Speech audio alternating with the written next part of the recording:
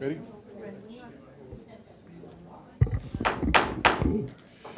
Good evening. I would like to call to order this regular meeting of the Encinitas City Council for Wednesday, May 22nd, 2024, and the time is 6 p.m. Would the clerk please call the roll? Yes. Councilmember Lyons? Here. Councilmember Ehlers? Here.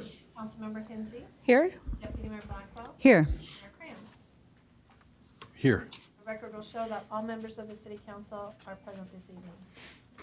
Thank you. And if you're able, I'd ask you to join me in rise in the Pledge of Allegiance. Ready? Begin. I pledge allegiance to the flag of the United States of America, to the republic for which it stands, one nation, under God, indivisible, with liberty and justice for all.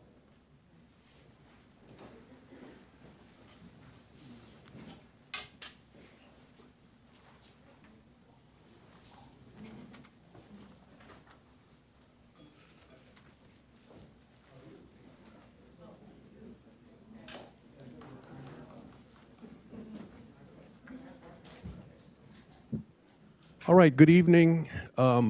Tonight, we are here to recognize our tremendous Public Works staff. It is Public Works Week, and I was able to attend a lunch yesterday over at the Public Works Yard on Calle Magdalena, and one of the guys there pointed out that Mayor John Franklin of Vista actually donned one of these vests and drove a machine and did all sorts of work in honor of Public Works Week. And I had nothing to offer but this vest. So I decided tonight I would wear the vest. If I could now ask everybody here representing the Public Works Department to come on up. And the Public Works Department Director, Sylvester Mabry, is coming up, Melissa Lane, Rob Tobin, Mike Emerson, Rachel Sale, Matt McKinnon, Dan Nutter, Philip Horn, Eric Steenblock, Paul Metzler, and Chamomile Meadow are here. Thank you all. As I pointed out at the lunch yesterday, these folks are essentially the face of the city. Many of them are regularly out doing work in public. They're also manning the Public Works Yard, answering questions, people who come to pay bills or whatever the case may be. This is the team that addresses their needs. So it is the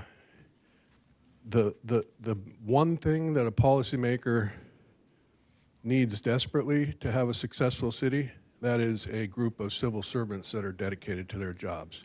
And this team here definitely fits that description. So I'm going to read our proclamation for National Public Works Week of 2024.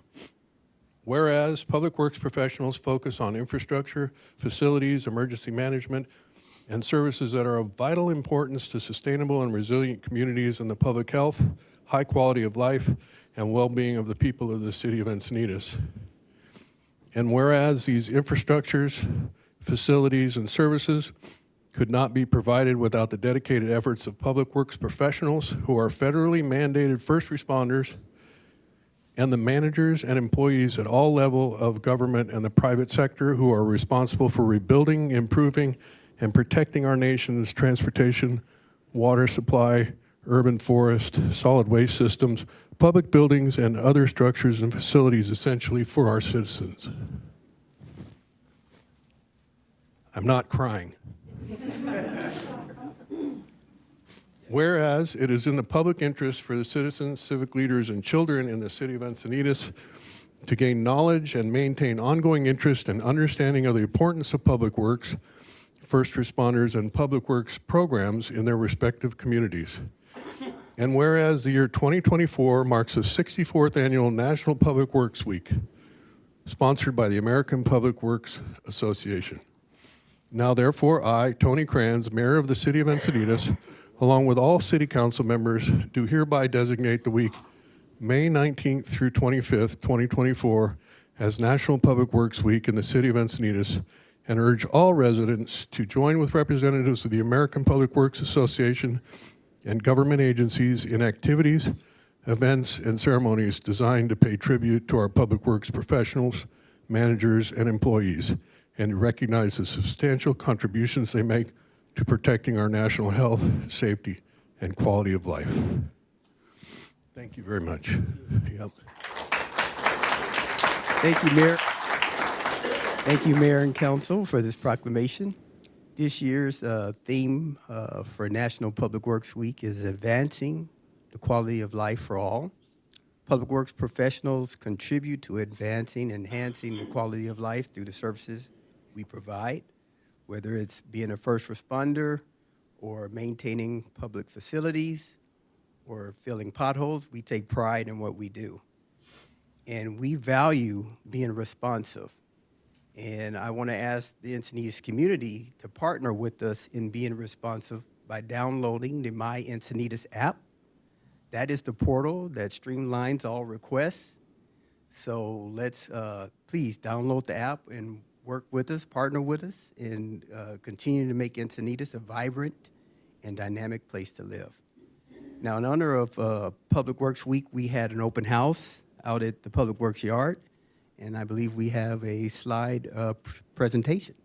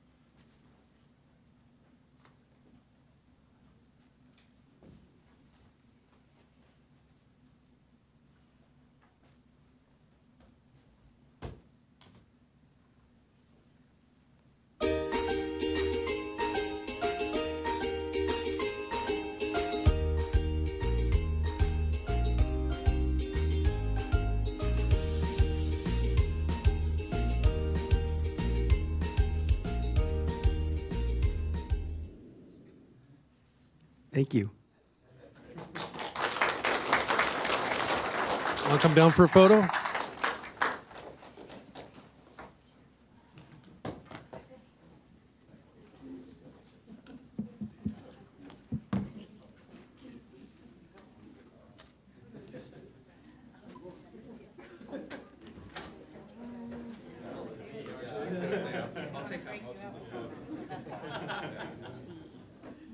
Everyone ready? 1, 2, 3. Get one more. 1, 2, 3. And then one for Instagram. Okay, 1, 2, 3. Thank you very much. Thank you.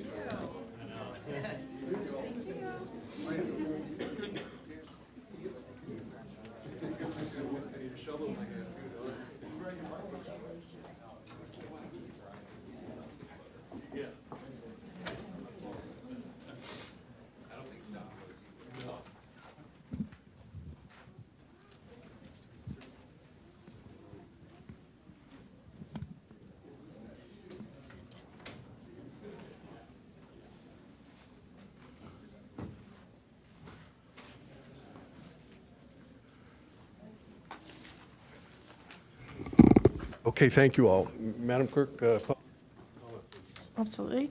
Just a reminder, this is the time for oral communications, and this is to speak on items that are not listed on the agenda. Each speaker will have 3 minutes. First 3 speakers, Mark Wilcox, Christine Schindler, and then Mark Maville.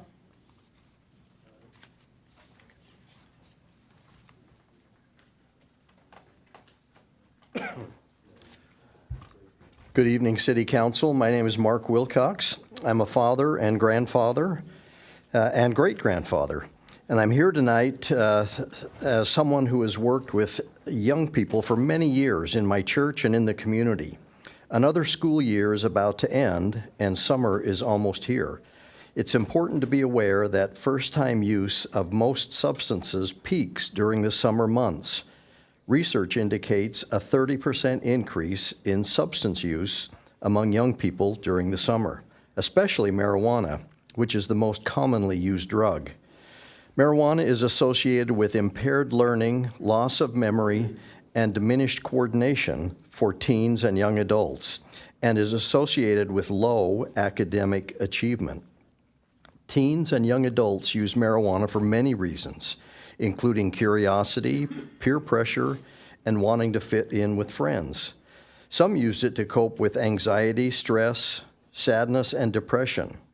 The pot shop and the cake house in downtown Encinitas, and now Walgreens on El Camino Real, not to be confused with Walgreens, the other drugstore on El Camino Real, all are in very prominent locations.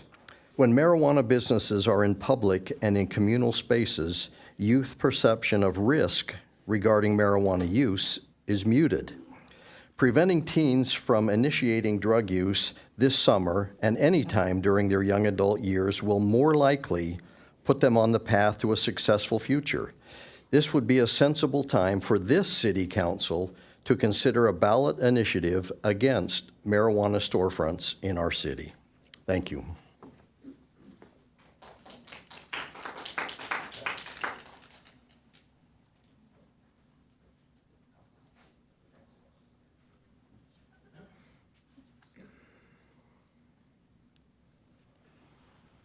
All right, wonderful. Christine Schindler, East Encinitas. We had a highly successful 4th Cyclovia Encinitas this past Sunday. So I just wanted to congratulate the city and acknowledge the people that made it happen. Nick Buck, Nicole White, Margaret Hammer, and others as well in our Park and Rec Commission who engaged in a great way doing a pop-up park. So it's an open street event. If you haven't participated in it before, for the audience, I encourage you to look out for it next year. Judy's going to share some comments that we received at our Encinitas Bike Walk booth, and there was just a lot of smiles and happiness on the corridor, and it was wonderful to see. Before I share some pictures, I also wanted to make a plug and thank the city for continuing to offer city cycling classes once or twice a month, 3rd and 4th Saturdays. They've been full, they've been wonderful, they've been helpful, they've been full of youth and parents. Now we want to make sure we do a special one for 55 plus so that they can feel included as well. So there's plenty of those flyers out front. If you know anyone who rides a bicycle, maybe has adopted an e-bike, maybe is getting back into riding, and they may have some concerns or need a refresher on road rules, this is a good offering, a special one-off that we're then hoping to do more often in Encinitas and do it across San Diego County. If you go to the next slide, you know, a picture's worth 1,000 words. You guys had a volunteer photographer on the corridor that took some amazing photographs. The pump track, again, was the most populated and popular part of the open street event. It was just a lot of fun, so I appreciate Public Works if they were involved, and I appreciate them. I'm probably their top pothole My Encinitas app person right now. Definitely appreciate the sheriffs being with us and everyone else that was involved. Next slide. So when I was putting this slide together, I thought about, what else do we need? We want this to continue and to grow and to become more vibrant. We need to engage the corridor more, get more businesses involved in providing activities, incorporating skateboards, dancing, pop-up music, pop-up art. There's many ways that we can continue to grow this event over the years. Next slide, if you would. When I was going to get the slide deck to make this, I had this one from March of 2022 pop up, and I realized good things take time, great things take even longer.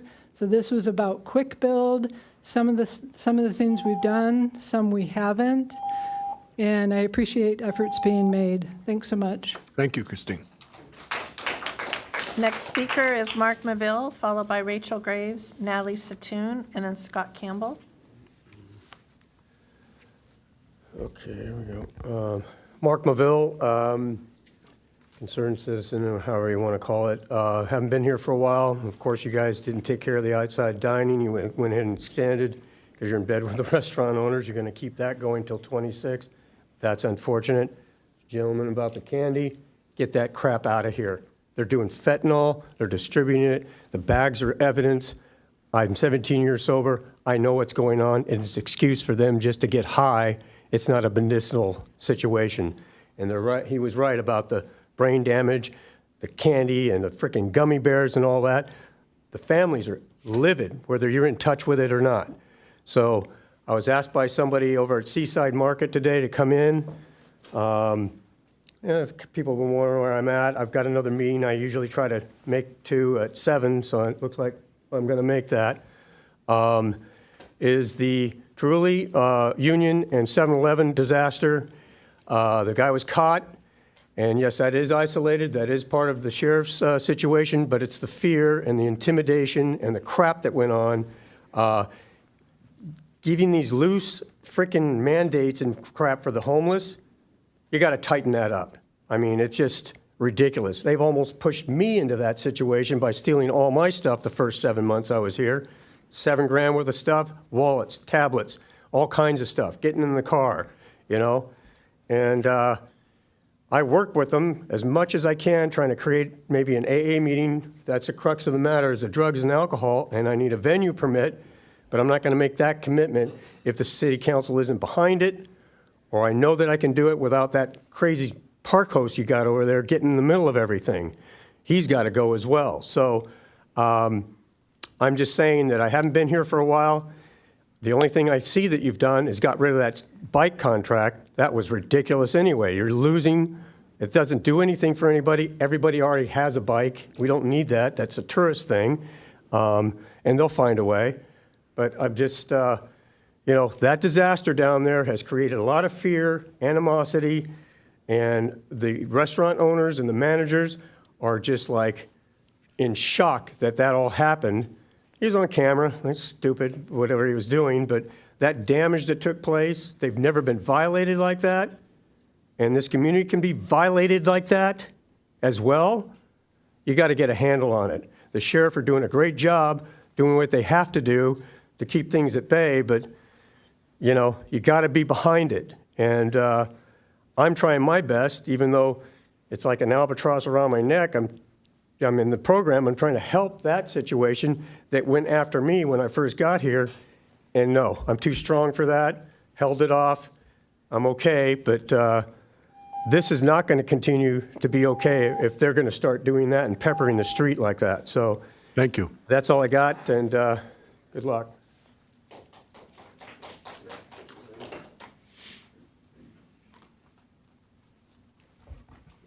Good evening. My name is Rachel. Given the recent national attention Encinitas schools are attracting due to their bad behavior, I think it's important that we bring attention to the fact that we have what's called a school district liaison committee here at the city, where 2 council members sit with representatives from all of the schools. First, I'm not even sure that the citizens of Encinitas or the school district stakeholders are even aware that this committee exists. I discovered this committee by happenstance on May 2nd of 2022. At that time, these committee meetings were not being posted on the Granicus page for meetings and agendas, along with all the others. Audios were not being posted either, and I doubt a single citizen had ever attended a meeting. The meetings are held at 8:10 a.m. on Wednesday mornings every other month. Upon discovery, I asked for a roster and for the audios and agendas to be posted from previous meetings. Ultimately, I had to submit a California Public Records Act request to obtain the past audios of the committee meetings.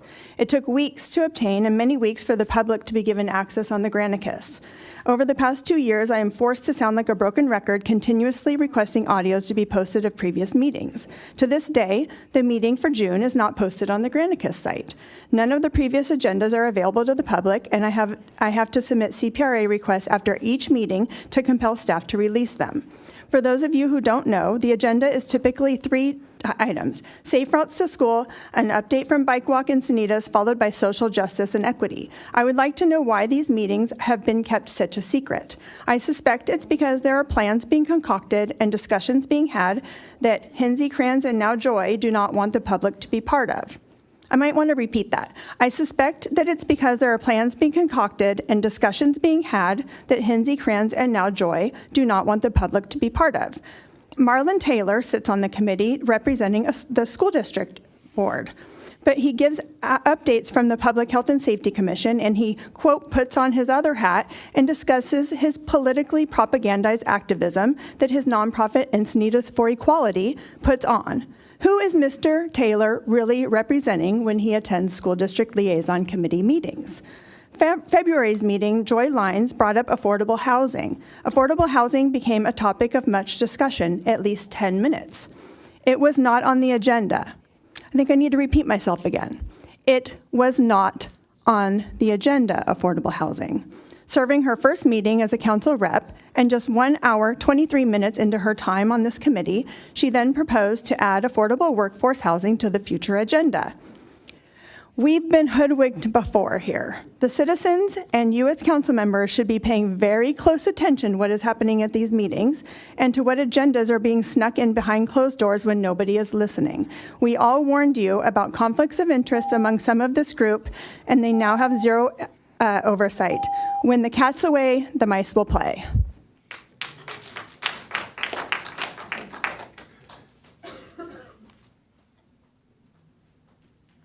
Of slides. I'll let you know when. Hello, Natalie Satoon Cardiff. I'm here tonight to talk about a post on Nextdoor concerning crime stats here in Encinitas. There is a trending post that questions why crime stats are reporting down when it is so visibly up. I can explain. This is purposely engineered by a select group of city leadership. Our need for sheriff services is driven by a matrix that starts with calls for service. This determines how many deputies, detectives, and admin staff are truly needed to adequately manage public safety needs. Photo 1, please. Here's a quote from Marlon Taylor, our Public Health and Safety Commissioner, from his stint as an Equity Committee member. The consensus of the Equity Committee, most of whom are now current City of Encinitas Public Health and Safety Commissioners, envisioned reimagining policing and the re-education of Encinitans to utilize 988, 211, the My Encinitas app to report quality of life crimes such as homeless crime and homeless ordinance violations, rather than traditionally calling 911 or the non-emergency number. The irony of this even being equitable because it bifurcates crime between the homeless and housed residents. Are we just supposed to accept crime because if someone living on the streets committed it? For safety, first responders should have the opportunity and obligation of triaging calls, all of these other reporting methods are the problem. This re-education sham is why residents complain about response times, because the lack of sheriff's resources is catching up. We need more officers right away. Let's revisit the members of the Equity Committee: Marlon Taylor, Robin Sales, Kelly Hinsey, Allison Blackwell, Molly Woods Drake. These are the very people Encinitas should hold responsible for crime not being reported properly. Ultimately, Tony, you are responsible because these were your top candidate choices for the rest of this, and the rest of this council. Allison, Joy, Kelly, you voted them in. Bruce, you were the exception. Let me continue with a perfect example of support of this egregious manipulation of Encinitas residents. You, Tony, circumvented calling 911 when you were attacked by the homeless lady. You called Captain Lopez, then Captain Lawrence, with the intention that this not become public knowledge. You did not anticipate your battery surfacing to the rest of us. This private call was deceptive, and it's why we can't trust you and your shady process and purposeful design of gaslighting residents. Second photo, please. I had to call 911 last night for this man on my way home.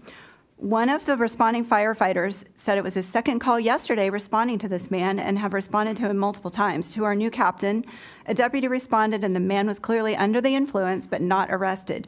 2 calls in 1 day, not arrested. Why not? Where are our tax dollars going for all of these calls?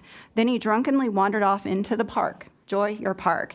For Encinitas concerned with rising crime, call 911 or non-emergency and get these incidents reported. If you do not get them on the calls for service log, what you see with your eyes has never happened. Next speaker is Scott Campbell, followed by Judy Burlfine, Chris Ryan, and then June Hansberger. Okay, good evening, Council. My name is Scott Campbell. I live in Encinitas District 1. And there's so many things we could talk about tonight. But first, I support the Public Works Department, and I think you should fund them more. We'll get to that later on tonight. I could talk about lots of things. We could talk about the Transnet. We're asking them for $12.3 million in revenue, and we have $100 million in asks. We could talk about the Quail Gardens at Blue Pacific. They're kind of busy on Coast 101. I'm just concerned that they're stretching themselves and they're physically able to do 2 projects at once. Hope you ask about that. We could talk about the Lake Drive. The 1-year guarantee, is that going to be good enough? Is 1 year going to be sufficient? Ask about that. We could talk about the sewer capacity and how that impacts risk displacement. It makes housing more expensive. But no, actually what we're going to talk about is the rule of law and public works. And they've recently been doing a lot of inspections on restaurants. And they've been finding restaurants that have failed with grease containment and trash in their front areas and trash in their back areas. Why are they not dealing with the trash in the actual barriers that are part of the street dining? Is that a different part of code enforcement? Is that not stormwaters? That trash it's inches high in front of some of these places, but that's not mentioned in any of the reports. It's a clear code violation. And we could go on, some of these places still do not have complete permits. We could talk about the site plans and how the permits require that they only have 50% more capacity than initial. We could talk about a lot of these things. And I ask you, if we're going to hassle people for grease, that we hassle all the way on these restaurants, or else just ignore it. This is the city codes. It's a violation. One code is just as strong as the others. And that's all I got, because you're going to see me a couple more times tonight. Thank you. Thank you.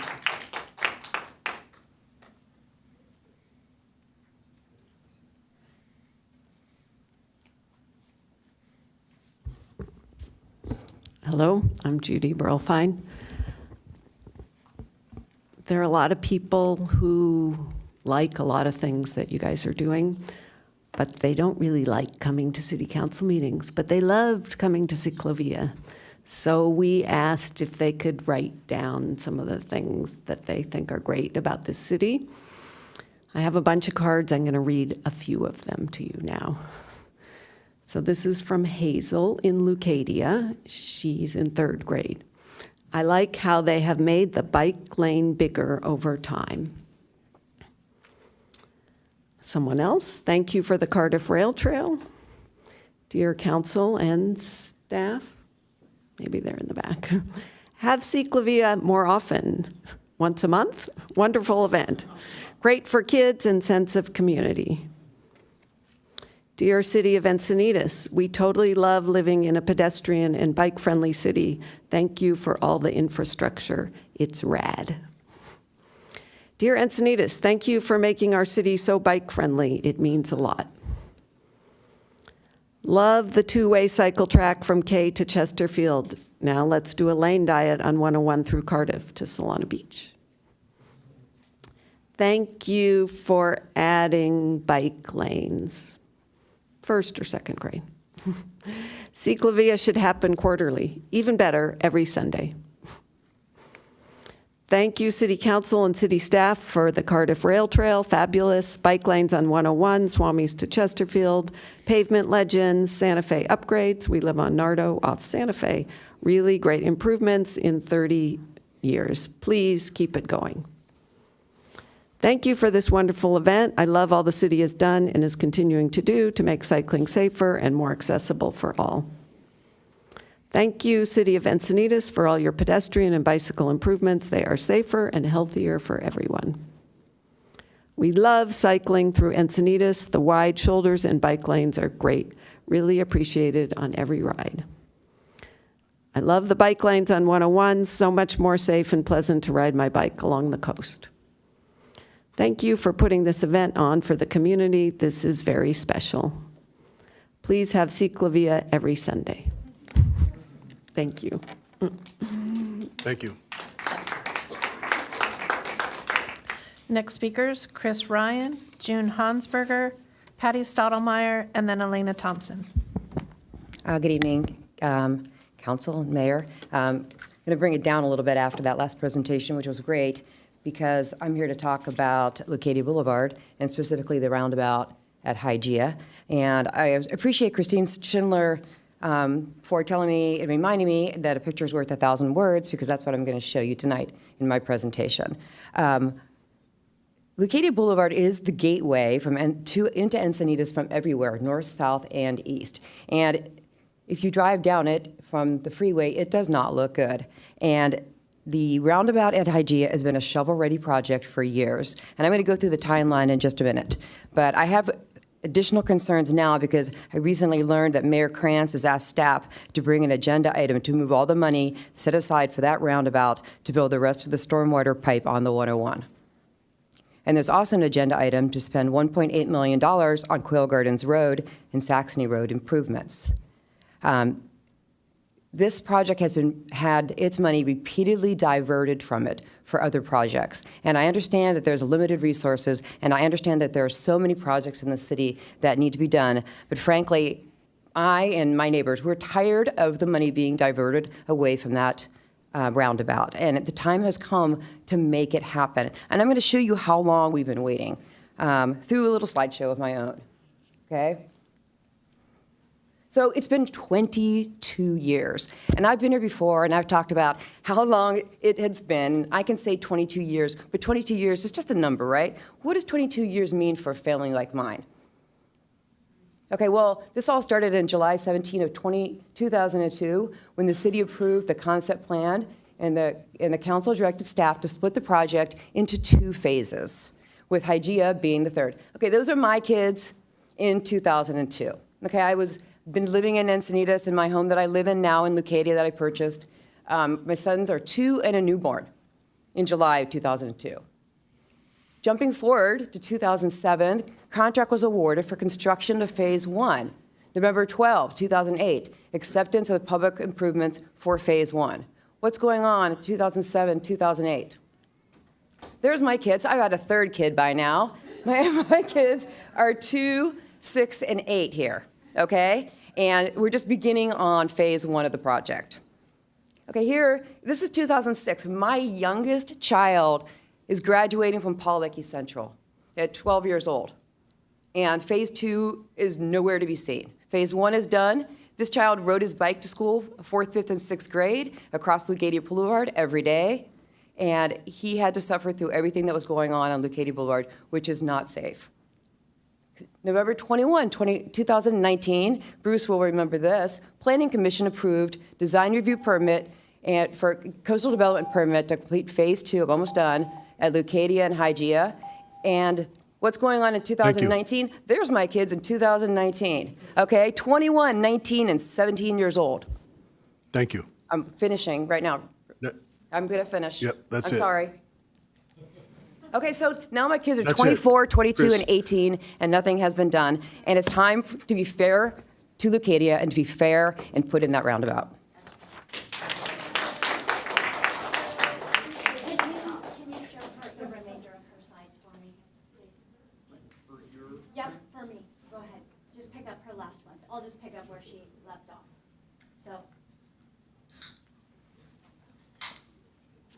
So here is her, here are her 3 boys now. Her oldest has graduated from college. Her middle child is about to graduate from UC Santa Barbara, and her youngest, Will, is heading off to Cal Poly SLO in the fall. He is also one of our youth commissioners. Next slide, please. Next slide. So it has been 22 years. Is there another one after this? That's it. And I also have raised my family during these 22 years and have been here speaking many times about this roundabout. I completely agree we do need stormwater help on 101, and I support getting funding for that so that we do not rip up the streetscape that is going through. I do agree with that, but what is devastating and heartbreaking is that time and time again, we have had this money sitting there and action has not been taken. The design was there for the roundabout. Chris and I also asked for sidewalks to be put up on the south side of 101 because there aren't any. And in fact, Tony reminded me a woman was hit from behind in that exact spot recently because there are no sidewalks on 101. And we need this project completed. So wherever the money comes from for a storm drain, I am all for it. But why does it have to keep does funding for these projects in Leucadia have to keep pillaging money from the Hygeia roundabout? Why can't we just get it built? And I want to thank staff because I know that they have applied for many grants for over the years for this roundabout, and some have not gone through, some have. We recently were awarded $850,000 towards this roundabout, and I would like to know, I don't know how much is left in the account. If you could pull up my slide, it shows you that in 2022, there was, it said $2.6 million was left. Here is the design for it, sidewalks on both sides. Staff has done an amazing job. Thank you for this design. Next slide. If you look, they have done the pedestrian improvements. They have gotten access for it, which is fabulous. It looks like now the project was estimated to be $3.5 million in 2020, and it said that the current budget is $2.6 million. I don't really know what that means. I don't know if that means that is the money that's sitting in that account now, or if money, I don't know how much is left in that account. But we did just, or the city just got $850,000, so that would put it pretty close to that $3 million. Thank you. I appreciate all your hard work. I know you guys are trying to make mobility happen in the city. Thank you. Patty Stottlemyre, followed by Elena Thompson. Mayor, if I may ask a question, I know that this item that was just spoken about is going to return to the council for our consideration. May I ask if the city manager has any idea when that time frame may be? It's the budget meeting, right? June The final 12th. meeting of June? Yeah. Okay, thank you.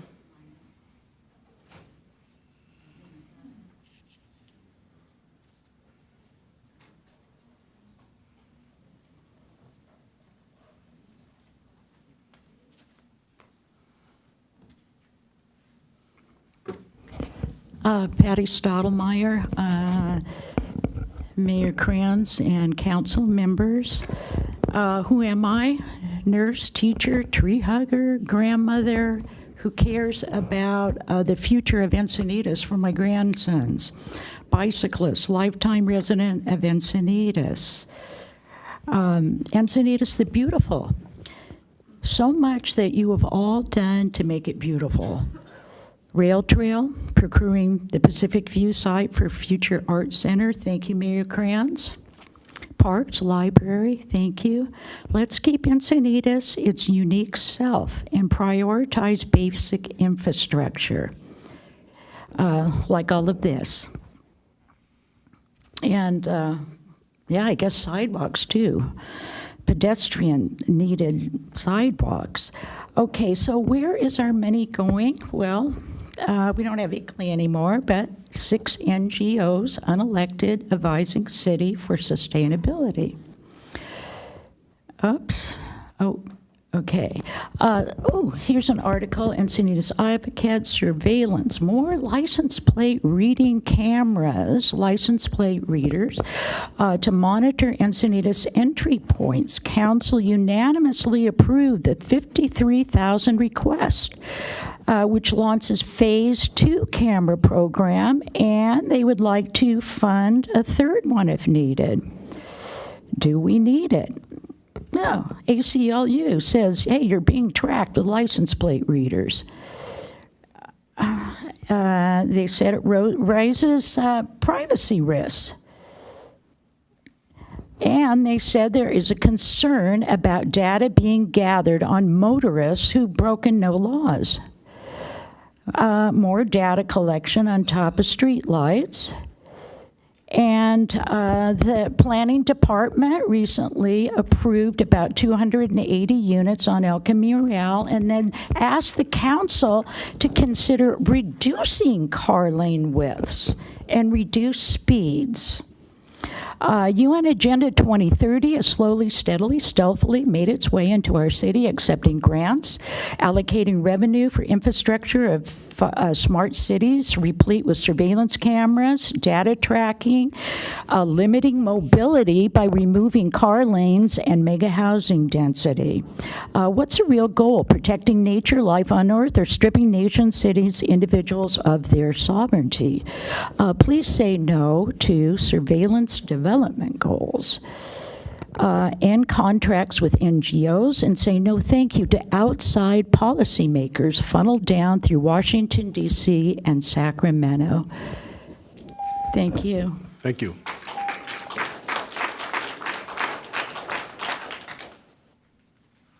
Lena Thompson.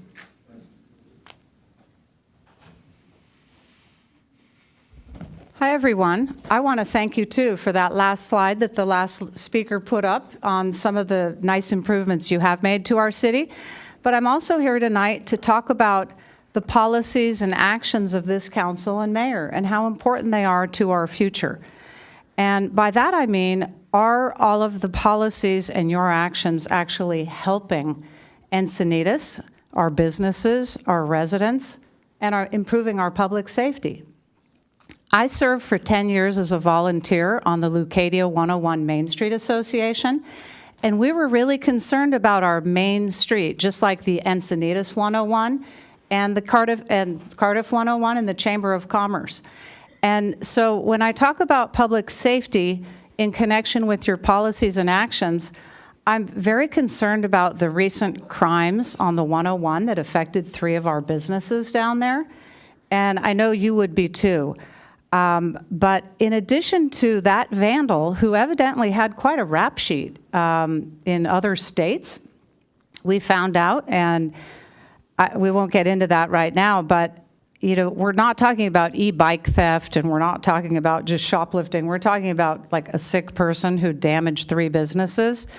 And this is our economic development and our tax base in our city. And so I really think that should be a discussion item in terms of public safety and how we can make our businesses and our residents feel more safe, because things are deteriorating. And we thought that the shelter, when the shelter came on and the $5 million grant was received, we were led to believe, and correct me if I'm wrong, that the homeless people that were causing some of these problems, or a lot of the problems down on our 101 and for our businesses and our residents, that they would be in the shelter and that we could finally enforce our municipal code.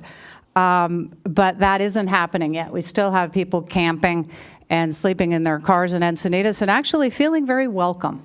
They feel that they're welcome to do that here, and at the expense of the taxpayers who are law-abiding, and we're following the law, but these people don't have to. So I just want to encourage you all to work on enforcing our municipal code and look closely at regulating the nonprofits operating in our downtown that can be magnets for this element that is problematic for our public safety. And really look closely at prioritizing your policies and actions, because the job and duty of government is to protect public safety, improve our infrastructure, and help us live in peace and security. Thank you. Thank you. That concludes oral communications. Okay, thank you all. And we didn't have a closed session today, so there is no report. Are there any changes to the agenda? There are no changes to the posted agenda, and then moving to the consent calendar, item 8G has been pulled by the public. Okay, so that leaves item 8A, 8B, 8C, 8D, 8E, 8F, 8H. Wait a minute, no H. So stop at F. I'll move approval. Second.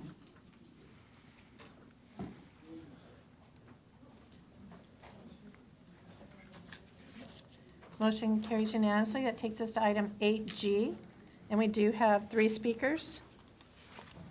Okay, Chris Ryan, June Hansberger, followed by Patty Stottlemyre.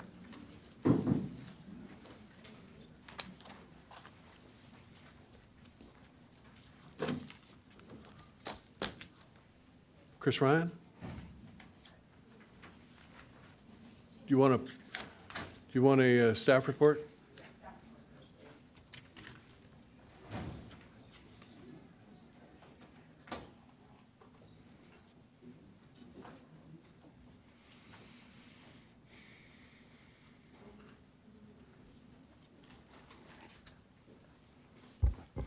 Good evening, Mayor, council members, members of the public. This is the award for our bike emergency and Quail Garden and Saxony improvement project. If you recall, there was an emergency declaration. Following that, staff took on the design in-house, and we designed multiple projects citywide at different, excuse me, at different areas, different streets, multiple different traffic calming projects, bicycle improvement projects, enhancements, and merged them all together to benefit from economy of scale. Advertised it. First round, we weren't that successful in getting correct bids from contractors. The second round, we were able to receive 3 contractors with correct bids, and we're awarding to Blue Pacific the second one, which was very close to the first one, but first one had an insurance issue, so we couldn't award to the first one. I'm open to questions if there are any. Okay, public speakers. Again, that's Chris Ryan, June Hansberger, Patty Stottlemyre.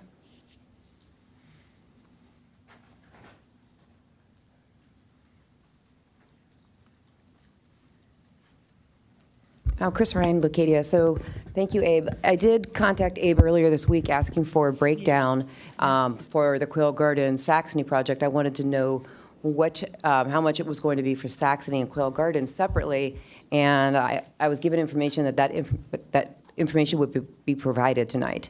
And without that information, I'm not really feeling prepared to make any kind of comments because the staff report didn't have the information I was seeking in it. So. Abe, do you have that information? I'm sorry. Yeah, I think I mentioned that it's in the staff report. So this is the breakdown in the agenda report. As you can see, the breakdown is clearly stated in the report. So I'm not sure if I missed your question or this is not what you were after. No, I wanted the breakdown. I wanted Saxony broken down separately from Quail Gardens. Oh, maybe okay. there's a misunderstanding in my email conversation with you regarding that. So it sounds like you probably don't have that information available today. Yeah, then. we would have to go into the line items off the bid. Okay, so I wanted to have that information in order to be fully prepared to give my statements. So I'm a little bit out of a loss here with my 3 minutes, so I won't waste any more time. I'll just say I wanted to know that information because I don't think that any money should be used for for the Quail Gardens part of the project. Because it's money that can be used to complete the Hygeia roundabout, which I've already presented on. Thank you.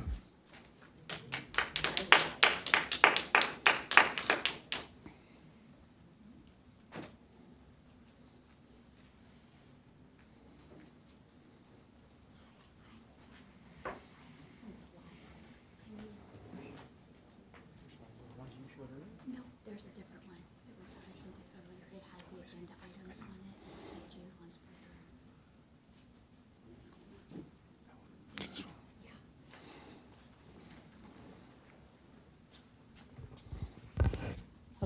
Thank you. So I would also like to just speak about mobility in Leucadia, and specifically where the money we have $1.8 million that is being spent on mobility improvements in Leucadia. And next slide, please. I ran this morning and I did this whole loop. So it was 7 miles with my dog, and we checked out every neighborhood, and I want to show some pictures. So this is, can you go back really quick? This is Quail Gardens. It has bike lanes on both sides of the road.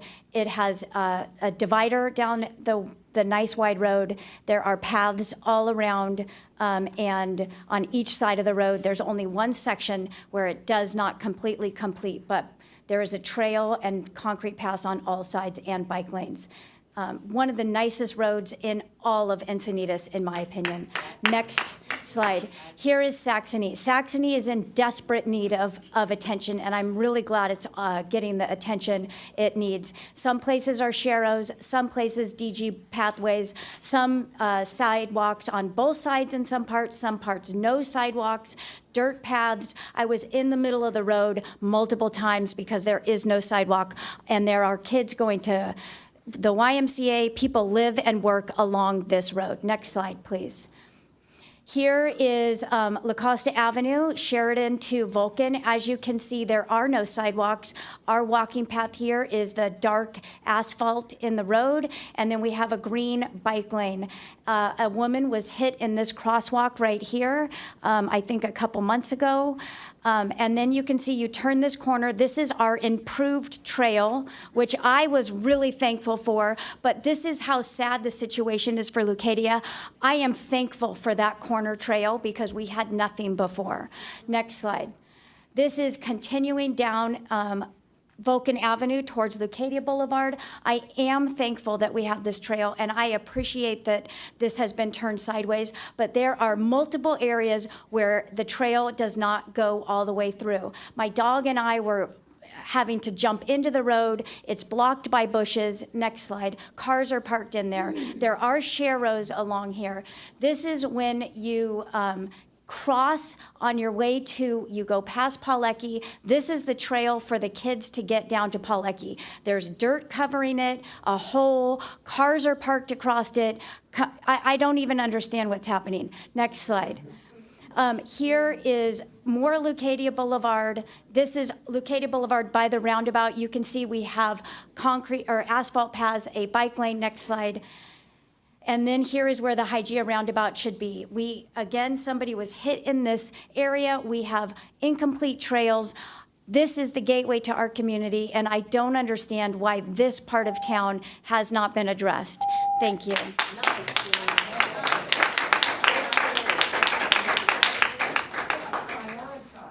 Patty Stottlemyre, followed by Brian Blair.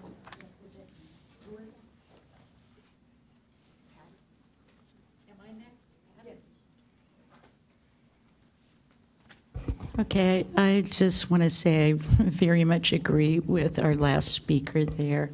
We need to use our funds for these very basic things. And, you know, some of these ideas of all this, you know, bike lane stuff and redoing all of these roads, it's crazy on Santa Fe. They're narrowing the lanes, it's dangerous, and I feel this is all part of the NGO input with UN Agenda 2030, because I think the end goal is no cars, just bicycles. So I like bicycles, but I think we need safe roads for cars also. Thanks. Thank you. Councilman Raylers. Oh.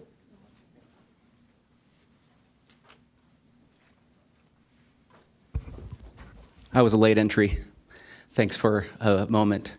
Mayor and Council, just a couple of brief things about Quail Gardens Drive. The residents in that area pay Melrose tax, and it's one of the reasons why the street does look different than a lot of the older streets in our lovely city. And I think that is an important thing to point out, that there are yearly taxes that are levied in that area and continue to be, and that's one of the reasons why it's so different. I love the sidewalks wherever we have them in the city. I love the additions of them. But I think it's an important thing to highlight that some of these older, really beautiful neighborhoods that were traditionally agricultural don't have sidewalks for a very specific reason. That was not what they were initially intended for. The key thing about Quail Gardens and even Saxony is how heavily trafficked they are by children. The kids, as I mentioned one time in the past, the kids who are at the farm lab are not able to walk across the street to our world-famous botanic garden because this road is unsafe with speed. They're bused across the street. So this is an important, I think, moment to recognize that this is not about your neighborhood versus my neighborhood, my side of town versus the shiny part of town. I love Olivenhain. I love Vulcan. I don't live in either one of those. But every neighborhood is different in Encinitas, and they all have different strengths, and they all were developed in different ways. And I don't think it's a really thoughtful way to think about mine versus you, because all these neighborhoods are so different. I love Cardiff. I don't live there. Love it.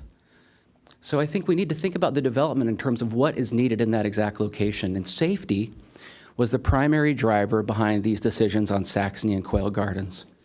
And so I urge the council to just say absolute yes on this, because it was a multi-year process. It was really a 10-year process that didn't happen for a long time, that finally came to the council and got to this moment where we greenlight the funding for stop signs, a chicane, and some buffer bike lanes, and a single roundabout in front of the world-famous botanic garden people come to from around the world, and it's dangerous. It's dangerous every holiday when we have the lights there. People come from all over the place. They get on planes to come because it's just outrageously amazing. It's dangerous pulling in. It's dangerous taking a left turn. It just is. I know, because when I go there, I'm scared. So I hope that the council just chooses safety tonight and stands behind the entire thought process, as well as the great work of our city's traffic engineers in getting us to this point. That doesn't take away from the needs of other parts of the city, but let's not be distracted by my neighborhood versus your neighborhood tonight. Thank you. Thank you. That concludes speakers. Councilmember Ehlers. I think the first thing I wanted to clarify, the 1.8 million is not just in Leucadia. It is actually, if you look at the last page of the report, it's spread all through the city. And I believe staff did that in order to take advantage of the economies of scale of doing very similar work and contracting it out in one effort. So it's actually the Saxony and Quail Gardens was $1.079 or 1.079 million is what's on that portion, and I don't know the split between the two. I wanted to talk a little bit about the split between the two and why they're being handled at the same time. There was, in fact, I think June and Chris, you may have been part of the group that came in and said, handle them together or don't do them at all. Well, we had people from there come and say that, and I agree with that, because if we were to put traffic calming and slow traffic down on one, it would divert it to the other. So you couldn't do Saxony without doing Quail Garden. I support that. So I do think they have to be done together. Priorities. We have lots of basic infrastructure priorities, and it is a trade-off. When we talk about the Hygeia, and it's not on the agenda tonight, but we'll talk a little bit about funding. We have a very urgent need, and we talk about 22 years of need on Hygeia. There's actually 35. How long have we been incorporated? Leucadia's been flooding longer than even the Hygeia roundabout has been an issue. And we have an immediate urgent need to get that 60-inch pipe under 101 before the streetscape goes in. So as I said last time, and I thank the mayor for offering up that money, because it is sitting there not doing anything right now. It can be restored. I will support restoring that money as soon as feasible, as soon as practical. But we have such an urgent need to get that 60-inch pipe under 101 and stop the flooding that's costing us millions in damages. So I think this is still the right way to move forward.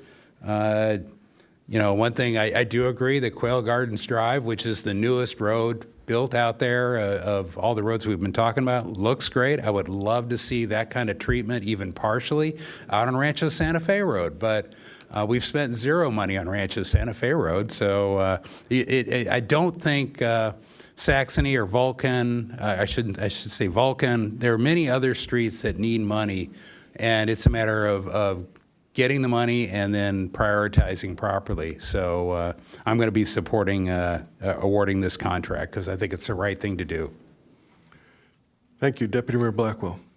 Yes, thank you. I also will be supporting it. And it's not because I disagree with what Chris Ryan and June Hunsberger said. I actually agree with everything they said in terms of the areas they pointed out in Leucadia that need attention. And I think we need to address those as well. But Brian Blair pointed out this project for Quail Gardens Drive and Saxony has been underway for a long time. The primary driver is safety, and people fly down Quail Gardens Drive very, very fast. I spent a lot of time over there in the community garden. I know firsthand, and the residents know firsthand. We need to, so the traffic calming measures that are going to be put in place are going to be really helpful, especially with all the development going in that corridor. So I am going to support it, but that doesn't mean I'm going to stop fighting for the rest of District 1 and Northwest Leucadia. We definitely need support and to address that. Thank you. Councilmember Lyons. I know that Hygeia Roundabout isn't on the agenda tonight, but I think it's fair to talk about it, being that it's brought up in relative to this item by the public. So what I want to ask is our city manager and our mayor if when we bring forward the discussion in mid-June about the funding move associated with Hygeia, if we can also do a deep dive into what funding sources remain available for Hygeia. I think sometimes it gets a little hard to understand when money gets moved around because money, when it comes to us in certain funding sources, has restrictions on how it can be used. Sometimes that results in lack of clarity to the public on how to, why the decisions are made about how money moves around. So could I ask for some clarity on whether that can be part of that discussion, City Manager? I think that was the plan. That was the plan. Very good. It gets hard when we hear one project being pitted against another, but what it demonstrates is a deep frustration that we have in the community, and I hear from our speakers today, for not only our lack of funding, but for the needs in the community. So, I'm just sorry to say that this is the situation we're in, and we've given a lot of thought to our infrastructure and what our needs are. We feel it as deeply as you do.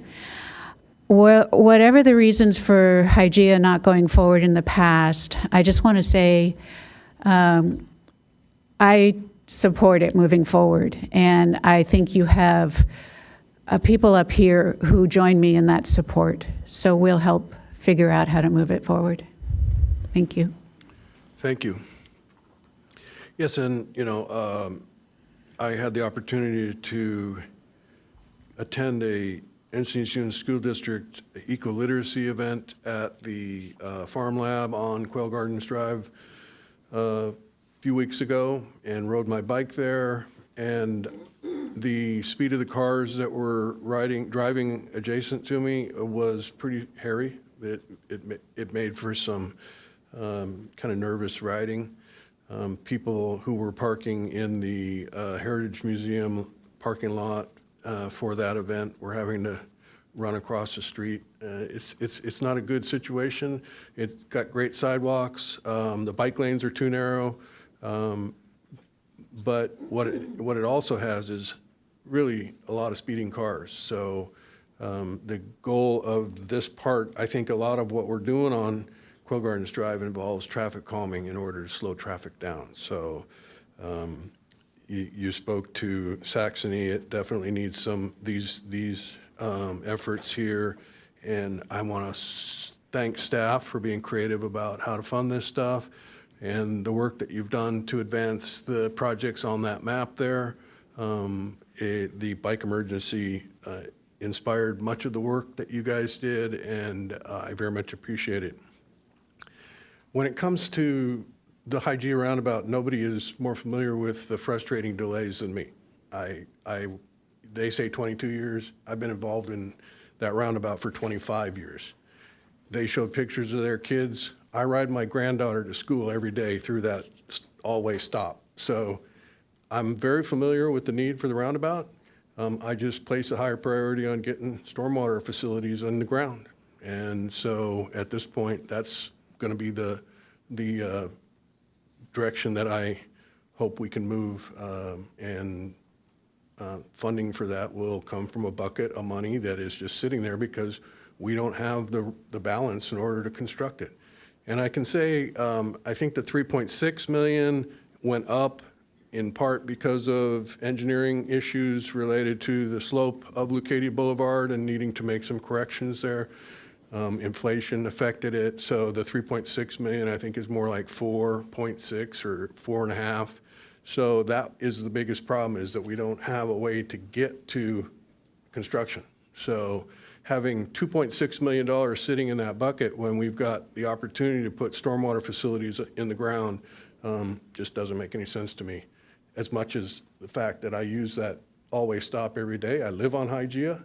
I was actively involved with Tom Frank and many others in the neighborhood advocating for 3 roundabouts on Leucadia Boulevard, and we got 2 and an all-way stop, and it's a terrible situation, and I look forward to addressing that. I think we're going to consider a little later tonight the best solution for addressing many, many infrastructure issues in our city. So with that, I would move approval of this item.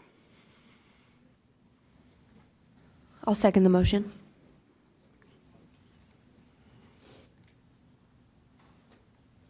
Motion carries unanimously. Okay, thank you.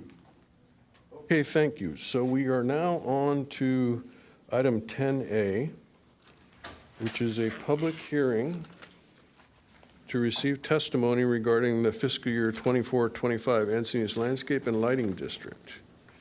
And as a public hearing, we're going to follow these procedures. We're going to hear a staff report. We're going to ask council to disclose any other information they have received that is not included in the staff report. We will then, as a council, have the opportunity to ask preliminary questions. I will open the public hearing and hear from the public, and then once I close the public hearing, there will be council discussion and action. So with that, staff is welcome to make their presentation.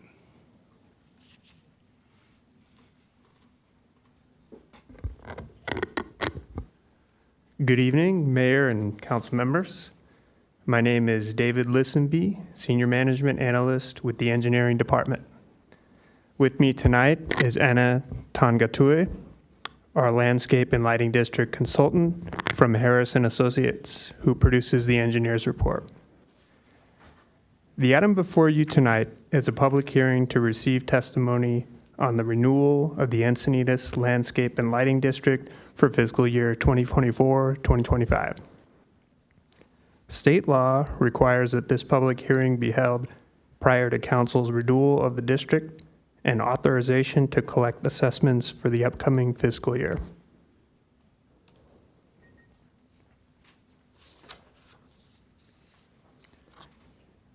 In 1987, the City Council formed the City of Encinitas Landscape and Lighting District, or ELLD, which levies an assessment on parcels of land based upon the special benefit they receive. The assessments currently provide a dedicated source of funding for the installation, operations, and maintenance of street lighting, traffic signals, and landscaping within the city. The ELLD consists of 8 separate benefit zones, which are labeled zones A through H.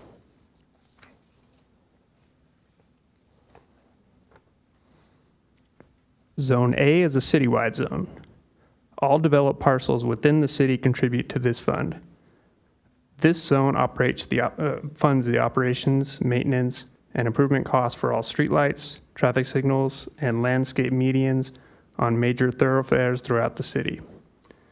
This photo shows lighting and median landscaping on Santa Fe Road, which is maintained through funding in Zone A.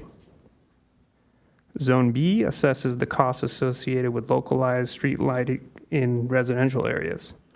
Residential parcels that have street lighting within close proximity contribute to this fund. Zone C assesses the costs associated with the localized street lighting in commercial areas.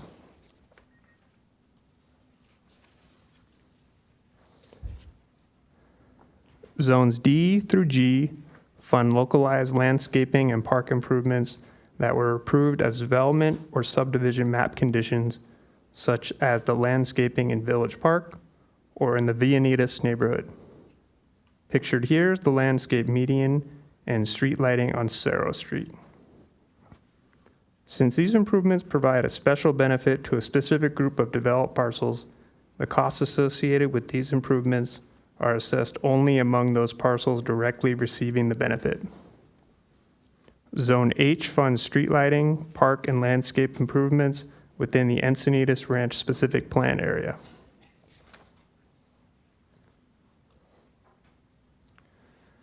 The 1972 Landscape and Lighting Act, which governs the establishment of the assessment districts, requires that the city prepare and file an annual report, or engineer's report, to outline the methodology for apportioning assessments, projected revenues and expenditures, and the assessments for each of the city's landscaped and lighting zones. On March 13th, 2024, City Council adopted a resolution directing the preparation and filing of the annual engineer's report. On April 24th, 2024, Council received the preliminary engineer's report and adopted a resolution stating its intention to renew the landscape and lighting district. Tonight's public hearing is the final step in the annual renewal of the Encinitas Landscape and Lighting District for zones A through H.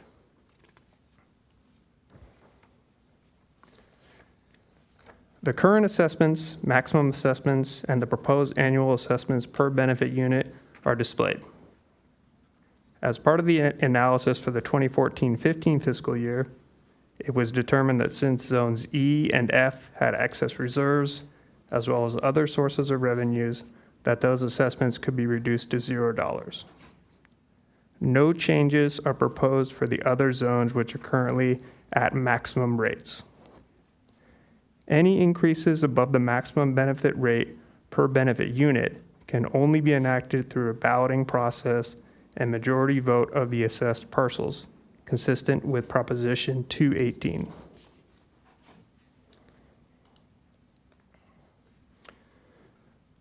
Our recommendation is to conduct the public hearing and adopt Resolution 2024-59, which confirms the engineer's report and orders the transmission of charges to the county auditor for collection. This concludes our presentation. Great, thank you for the presentation. With that, I would ask council to disclose any other information you have received that is not included in the staff report. Nothing to disclose. Nothing to disclose. Nothing to disclose? And nothing to disclose. I also have nothing to disclose. Are there any preliminary questions? Okay, then I'm going to open the public hearing. Madam Clerk?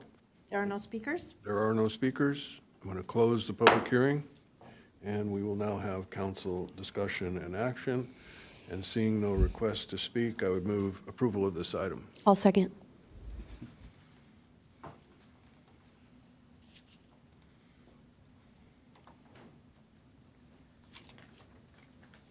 Motion carries unanimously. Okay, thank you all very much. Appreciate it. We are moving on to item 10B, which is the public hearing to discuss the Transnet Local Street Improvement Program of projects for fiscal years 24-25 through 28-29. And it's the same team, it looks like. Oh, we've lost a member, but I appreciate. And this too is a public hearing. I've gone through the procedures earlier, so I'm just going to call it good and we can carry on. So no presentation for this one, just a brief introduction to the item.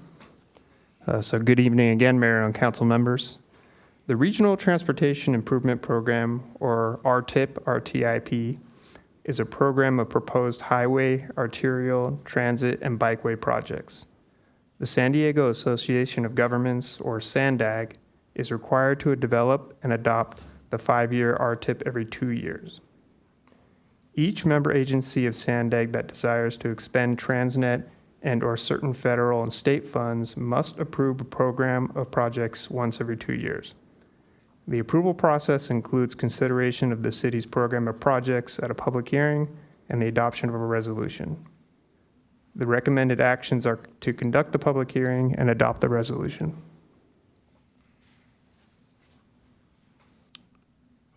Okay, thank you. I would like to ask my colleagues to disclose any other information you have received that is not included in the staff report. I have nothing to disclose. Nothing to disclose. Nothing to disclose? And nothing to disclose. And I also have nothing to disclose. Preliminary questions? Councilmember Ehlers, or you want to hear from the public? Oh, public. Opening the public hearing. Hearing We from have the no pub- speakers? No speakers? No speakers? Speakers? Are you on this item? Yep, no speakers. Okay, no speakers. I'm closing the public hearing and calling on Councilmember Ehlers. So just to confirm, this is a required report that's rather perfunctory in nature, and therefore, you know, we're receiving it, and there's nothing, no money being allocated here tonight. That's correct. You're not committing yourselves to any funding at the moment. Right. So I'll move approval. I will second that and concur. It says in the report that this doesn't commit us to anything. Kind of silly.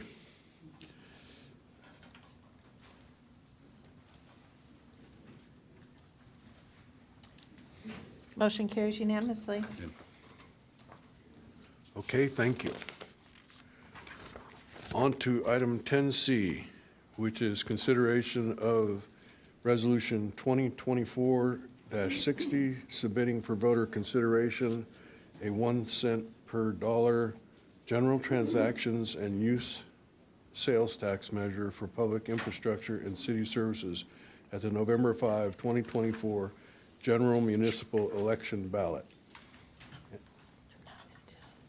Oh, and we have our city engineer, Jill Bankston, and our Director of Finance, Director Teresa Broom.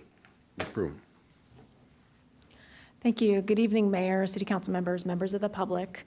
I'm here tonight to present some information on a potential sales tax ballot measure. So the Infrastructure Task Force was launched by the City Council in June 2023 to take a look at our increasing costs to take care of our infrastructure and our stable revenue. That task force was in place for a period of 1 year and included 7 residents of the city of Encinitas. They had 3 main goals: developing a ranking rubric to rank all of our infrastructure projects, determining what our infrastructure needs are, and then evaluating potential new funding sources. So what is the infrastructure that we need to maintain? This kind of lays out what we maintain and what public-facing services we provide. So we have 172 miles of roads, 66 miles of storm drains, 152 acres of parkland, 10 civic buildings, and 6 public beaches. And then our public-facing services include fire, emergency response, permit and plan review, code enforcement, street and storm drain maintenance, parks and rec programs, traffic engineering, capital project delivery. And then, of course, we have internal functions like finance, risk, and city clerk. So to fund all of our city infrastructure and services, our general fund revenues projected for next year are $107 million. The majority of that comes from property taxes, that's 62%, with 16% coming from sales and use tax, that's $17.3 million annually. And then this pie chart shows our expenditures projected for fiscal year 25, $100.2 million. You can see the rough split. We have 24% going to fire and marine safety. Law enforcement is another 19%, and then so on and so forth for the rest of the city infrastructure and services. This chart here shows, moving forward, what our projected revenue and available funding is. So if you look at the top of these little bar charts, you'll see kind of an orange and a yellow sliver, and that's the available funding we have for new capital projects or other city programs or studies that you'd like to do. So over the course of these 6 years, it varies from $1.8 million total to about $5.9 million total. So in light of that small amount of available revenue, the Infrastructure Task Force looked at what are our infrastructure needs and the projects that we'd like to conduct. So we identified $1.3 billion in infrastructure needs and improvements and whittled that down to about $200 million in critical projects. That included stormwater improvements, fixing our streets and maintaining our streets, fire station improvements, public pedestrian paths, park improvements, beach sand, traffic safety, and emergency response. So as an example of one of our funding shortfalls is paving. So we spend about $4 million annually for paving, and if we continue to spend $4 million annually in paving, our pavement condition index is going to fall almost 10 points in 10 years. The costs continue to increase astronomically. Our construction cost index over the last 3 years was 13%, 9%, 9%, and our city revenues are not keeping pace.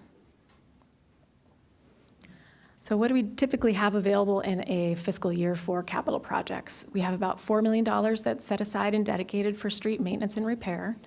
And then we, like I mentioned from that other slide, we have between 1.8 and 5.9 million available for any other city use or project. So the Infrastructure Task Force took a look at what are some potential new revenue sources that could help support the city and our infrastructure and service needs. They came up with 4 recommendations: seeking grants, public-private partnerships, a 2% increase to the TOT, or a 1 cent sales tax or a 1% sales tax. From this graphic, you can see that the biggest bang for the buck, the best way to really bring in some revenue that will make a difference in our $200 million needs is a $15.4 million influx that would arise from a 1 cent or 1% general sales tax increase. So the 1 cent local sales tax would raise $15.4 million annually, and it could be used on many different types of infrastructure projects and services, including keeping trash and pollution out of our lagoons, protecting our public beaches, fixing potholes, maintaining our streets, keeping our parks, beaches, community centers, and public facilities safe and clean, repairing and upgrading our aging infrastructure, bridges, sidewalks, curbs, and public facilities, and improving our emergency response services. So here's a little slide that gives you some background on sales tax. So currently our sales tax is 7.75%. 6% of that goes to the state, 0.25 goes to the county, 0.5 goes to Transnet, and the city currently gets 1% of our sales tax.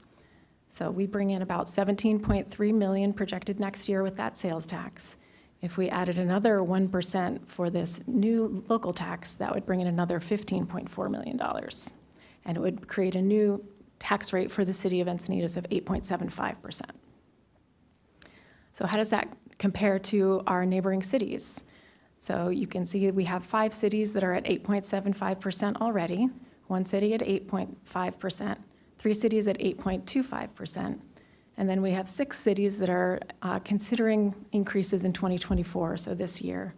So that would mean of the 18 cities in the county, 15 of them would have additional local sales tax added to help fund their products and services or their infrastructure and services.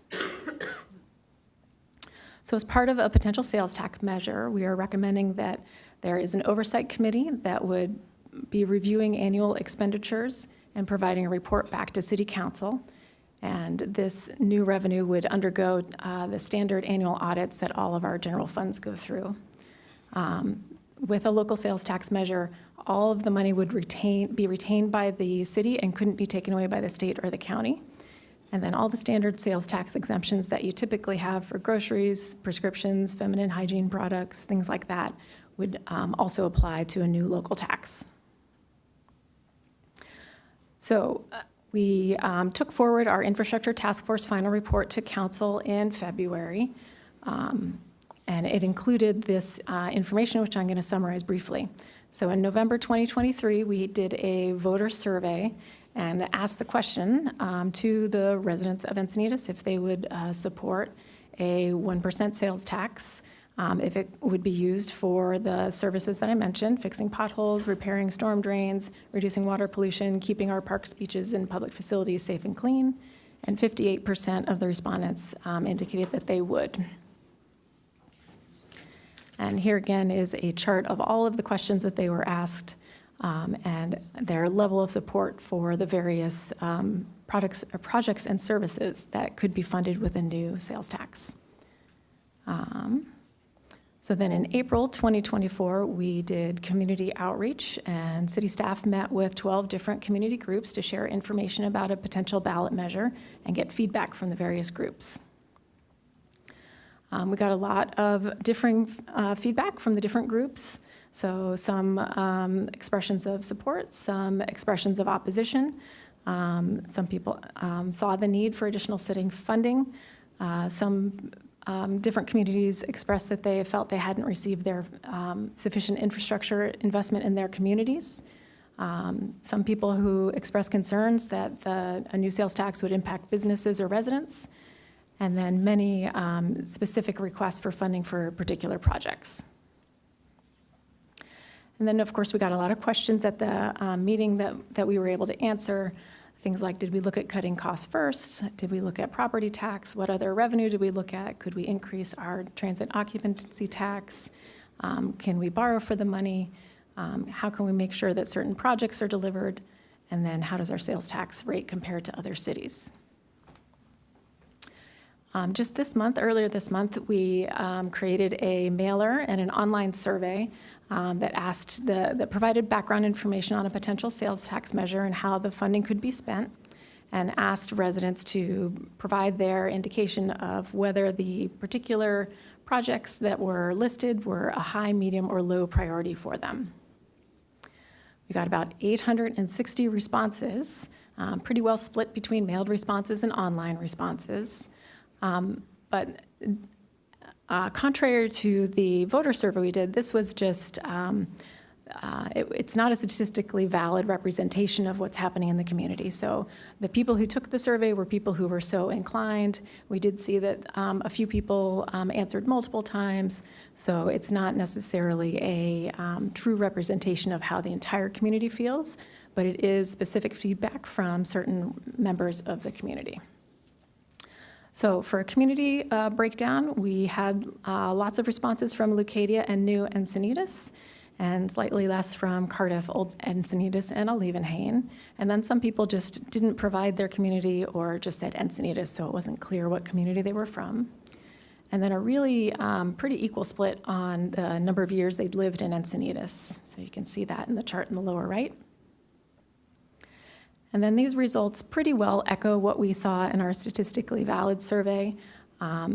Lots of support for preventing pollution from getting into our lagoons and beaches, lots of support for protecting our beaches, restoring sands, safeguarding local habitats.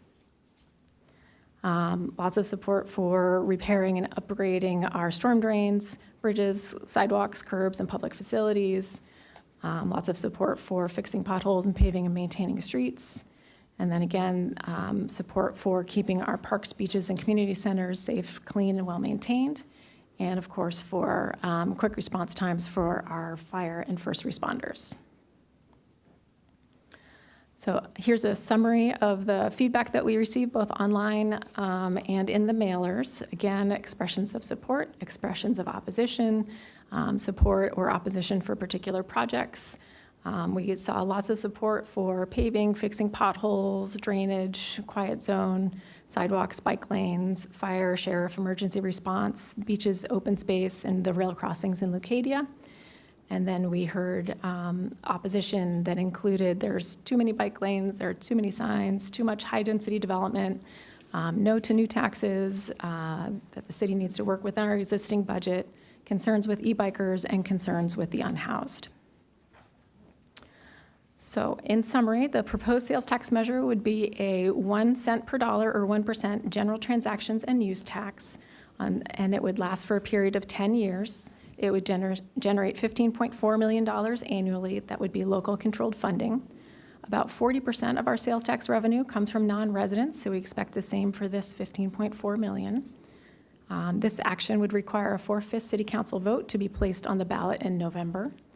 And then if the council decides to put it on the ballot, it would require a 50% plus one to pass in November in order for the new tax measure to be implemented. So tonight's action is whether city council wants to put the 1 cent per dollar or 1% tax measure on the November ballot.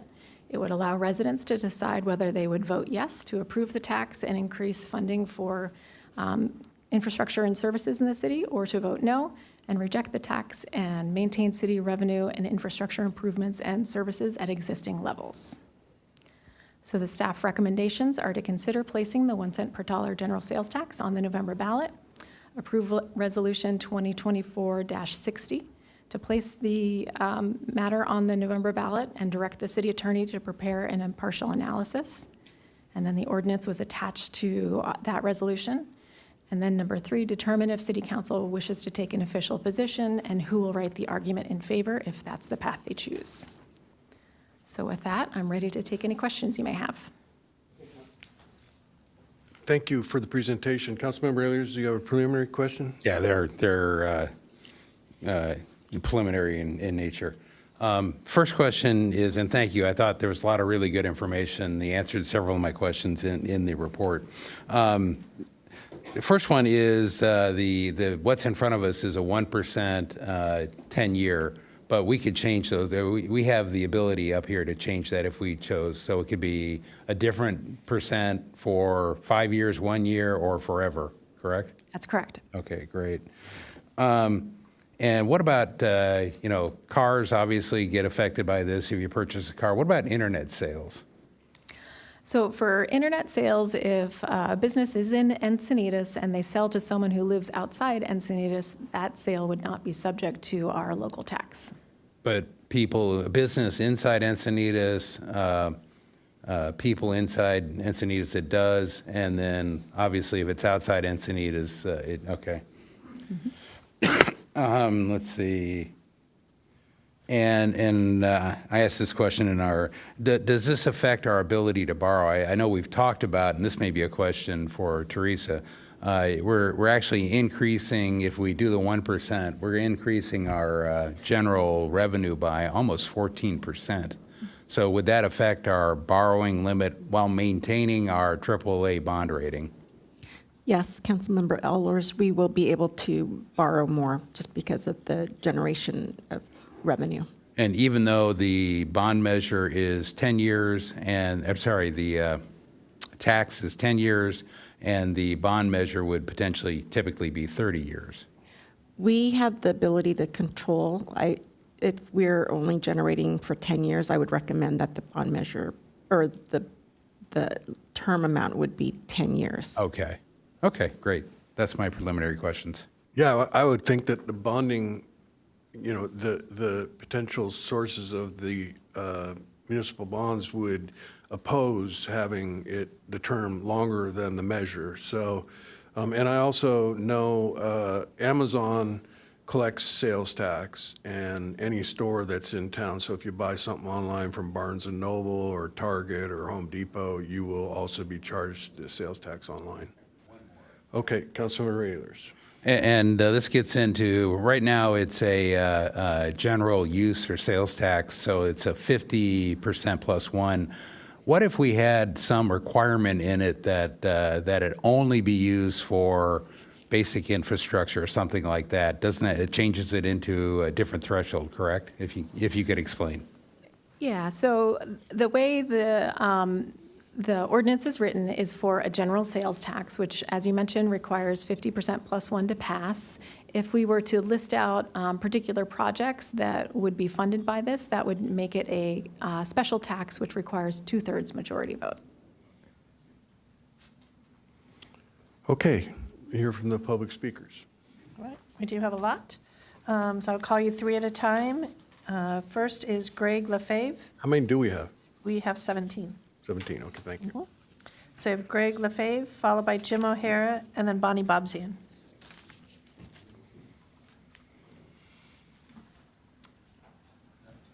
Your Honor, Mayor Kranz, members of the council, I'm Greg Lefebvre. I live in Cardiff. This requires 4 votes, so 2 of you need to be brave tonight and vote no. Citing your own city documents, the damage this tax will cause. Page 2. Encinitas will pay $15.4 million per year. That's $645 per family, per the Census Bureau. That's 3 weeks' groceries for USDA, or it's a car payment or tuition. A Volkswagen up the street is going to cost $480 more. Maybe across the street, an electric Mustang will cost $600 more. But other cities charge more. God, you sound like a 5th grader. Their mistakes are not your excuse for making the same mistakes. Your poll showed 58% approval, page 3. Don't believe it. Researchers will tell you what they think you want to hear. You got a $257 million infrastructure deficit 10 years ago. Oh, by the way, page 55. 10 years ago was $52 million. What have you been doing? Oh, Pacific View. You're on the hook for $1 million a year. You want to dump $4 million more into that toxic money pit? Page 53. Sell it. Or have Chelsea develop it. Win-win. Affordable housing, and the city rakes in millions. Oh, and another cost, open space. The promontory at La Costa, millions in bond, when private sources can pay it for you. East of the Pancake House, there's probably a foundation or 2 or 3 on every block willing to chip in. And then you say, oh, let's put this to the voters. We are besieged by an avalanche of special interest money, a tsunami of misleading billboards, versus us fixed income folks struggling to make ends meet. This is a campaign of lies. Whopper 1, this tax mandates roads and parks. Nope, your own document. Nothing in this ordinance will bind the city to use the proceeds for any specific purpose or function. Your actual ballot language, page 7, is also a lie. And now Sandag wants to add another ½ cent. Okay, we're now up to almost $1,000 a year in added taxes. Can you drop another grand? I don't think so. Also, you just raised the sewer tax. Governor Newsom is adding a new gas tax. Please don't make it worse. In politics, there's a particular moment of bravery in not doing something. For you, this is your moment.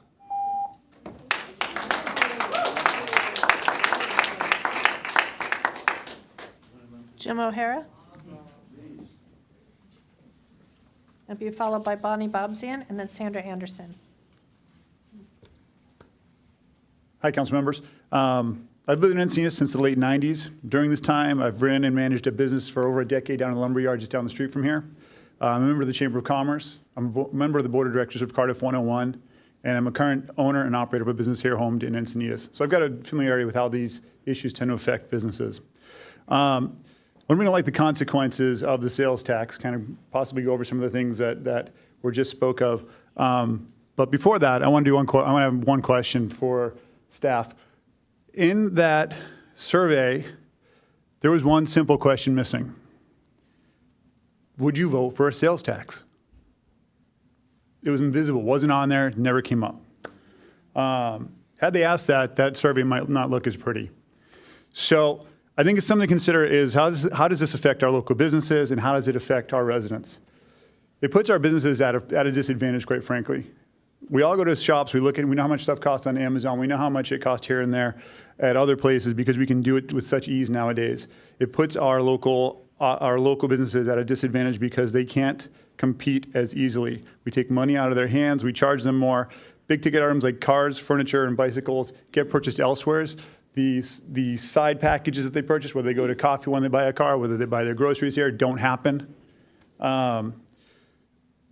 Smaller businesses are taxed even more. Small business owners who make per $100, they make anywhere from $3 to $8 off that $100. So you're taking about 15 to 30% of that margin for them.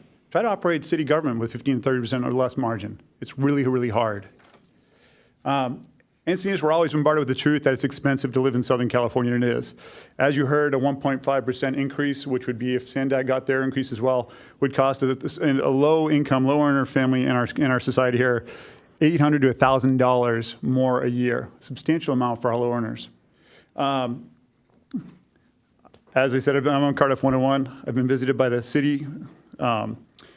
Within that conversation, and I'm not going to get to all my points up here, within that conversation, the question that came up most often was, can you earmark it? The response was the city doesn't want to go to a 2/3 vote, despite the fact that we're told over and over again, you are so confident the people want this. If the people want it, earmark the money, please. Put it to a vote. It's a matter of trust. You want us to trust you with our money. If you trust this measure enough, put it to a 2/3 vote. I think that's the best thing to do. It'll earmark it. It'll make you accountable. It'll show that act of faith and trust on your side.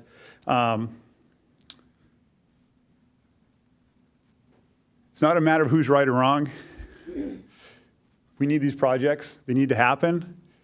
But we need to have a discussion, and we need to bring in these ideas of how we can get more money, the guarantee to the money. And I think once you do that in that good faith, that trust, you earn that trust back from the voters, we may be willing to put in some of that money. But until you do that, it's a lot to ask. Thank you. Once we got to this point. Thank you for your time. Bonnie Bobzian, then Sandra Anderson, Natalie Satoon, and then Scott Campbell with donation from Ellenberg. My name is Bonnie Bobzine. I oppose the 1% Encinitas sales tax increase at this time due to the financial burdens that are already impacting our residents. They are dealing with increased cost of living, increased water rates, increased gas and electricity rates. Several sources provide some relevant facts that I want to bring to your attention. The San Diego Union Tribune on March 18th reported the following.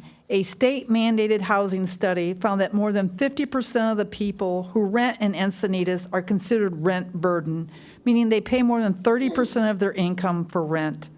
The study also found that people are moving out of Encinitas at an increasing rate, primarily due to our city's high cost of housing. The Voice of San Diego is a digital nonprofit publication that provides investigative journalism to increase civic participation in directing government and social programs. This publication indicated that Encinitas has a cost of living that is 53% higher than the national average, as reported by the Economics Research Institute. This publication highlighted the fact that our residents are also facing potentially other tax increases.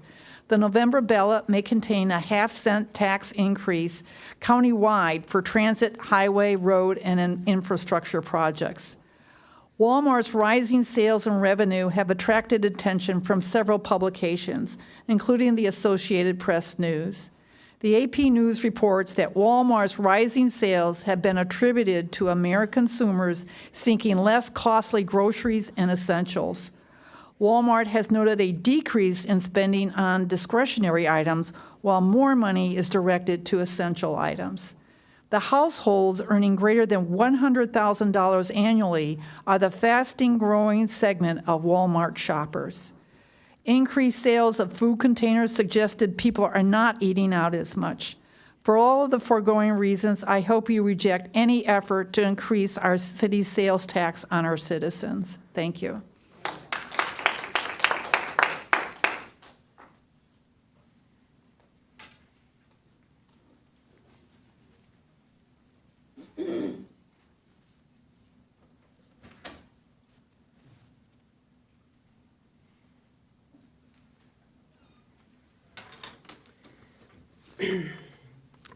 I spent time reading a significant portion of the staff report regarding the proposed 1% sales tax increase. After my reading, I just kept coming back to these direct statements from the staff report. They're up on the screen and I will read them. Quote, as the proposed measure is a general tax, the revenues generated would be available for any purpose or project. The revenue would be placed into the city's general fund and could be used for any municipal purpose.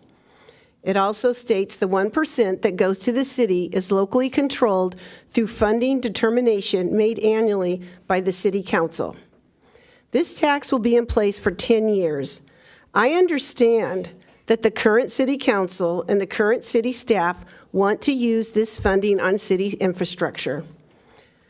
But what about the city council and the city staff 4 years from now?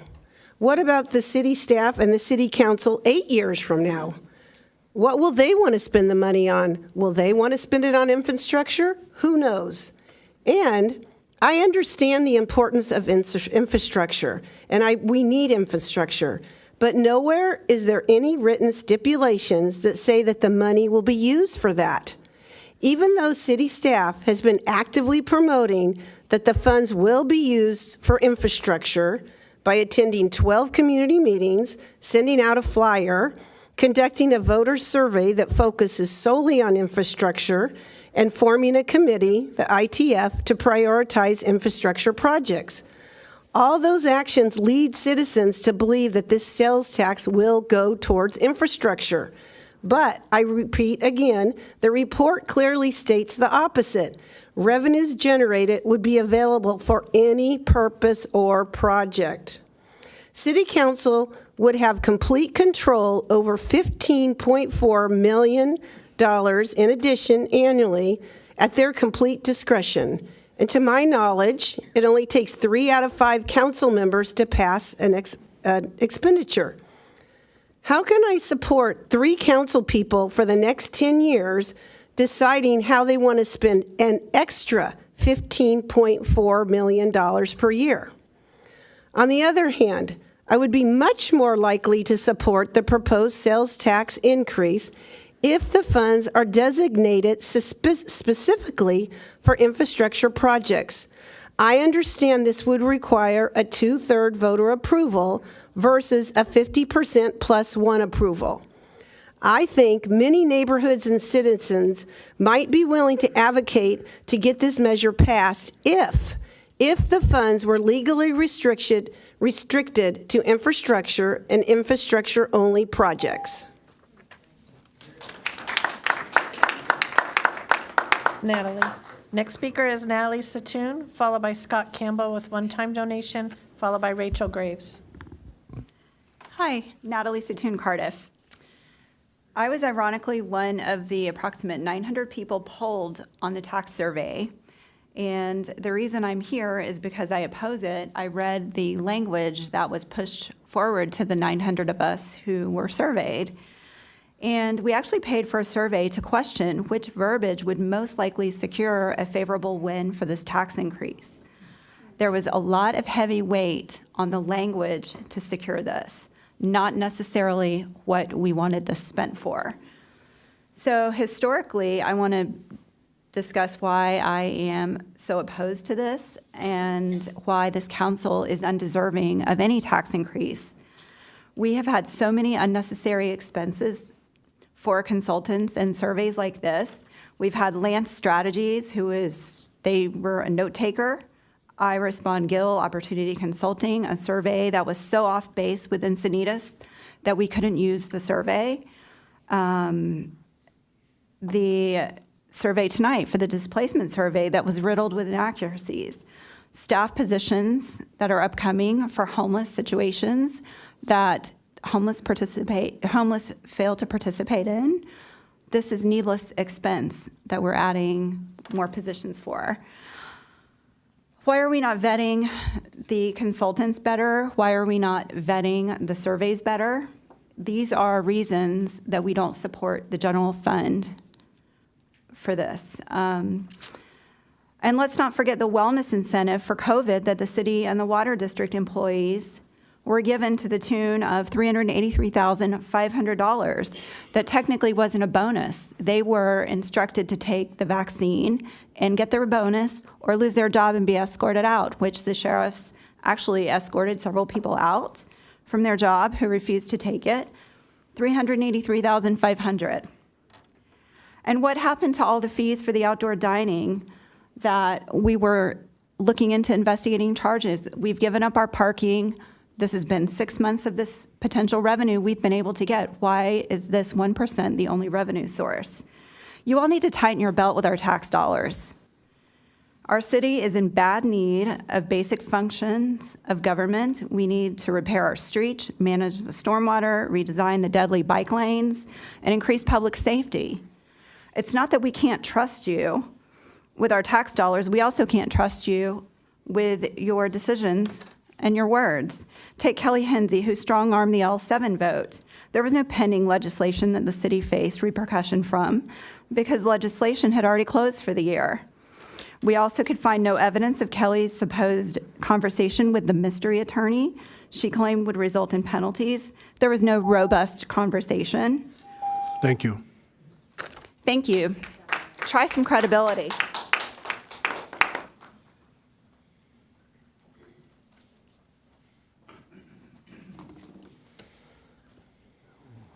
I think okay.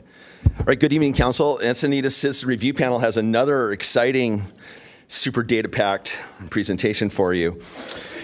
Basically, the wording of the proposition, we can't support it without an absolute guarantee that this will be spent on infrastructure. I think I would know how to use this thing by now. Okay, next page, please. Okay, so here's a simple chart showing relative revenues and expenditures, and the bottom of the line is population growth over time. We've had incredible growth in revenue, and yet the population has been flat, so we're getting a lot more money per person. Let's try this again. Just to break it down a little bit more, a lot of our revenue is from multiple sources. Most of it is property taxes, 62, 63%.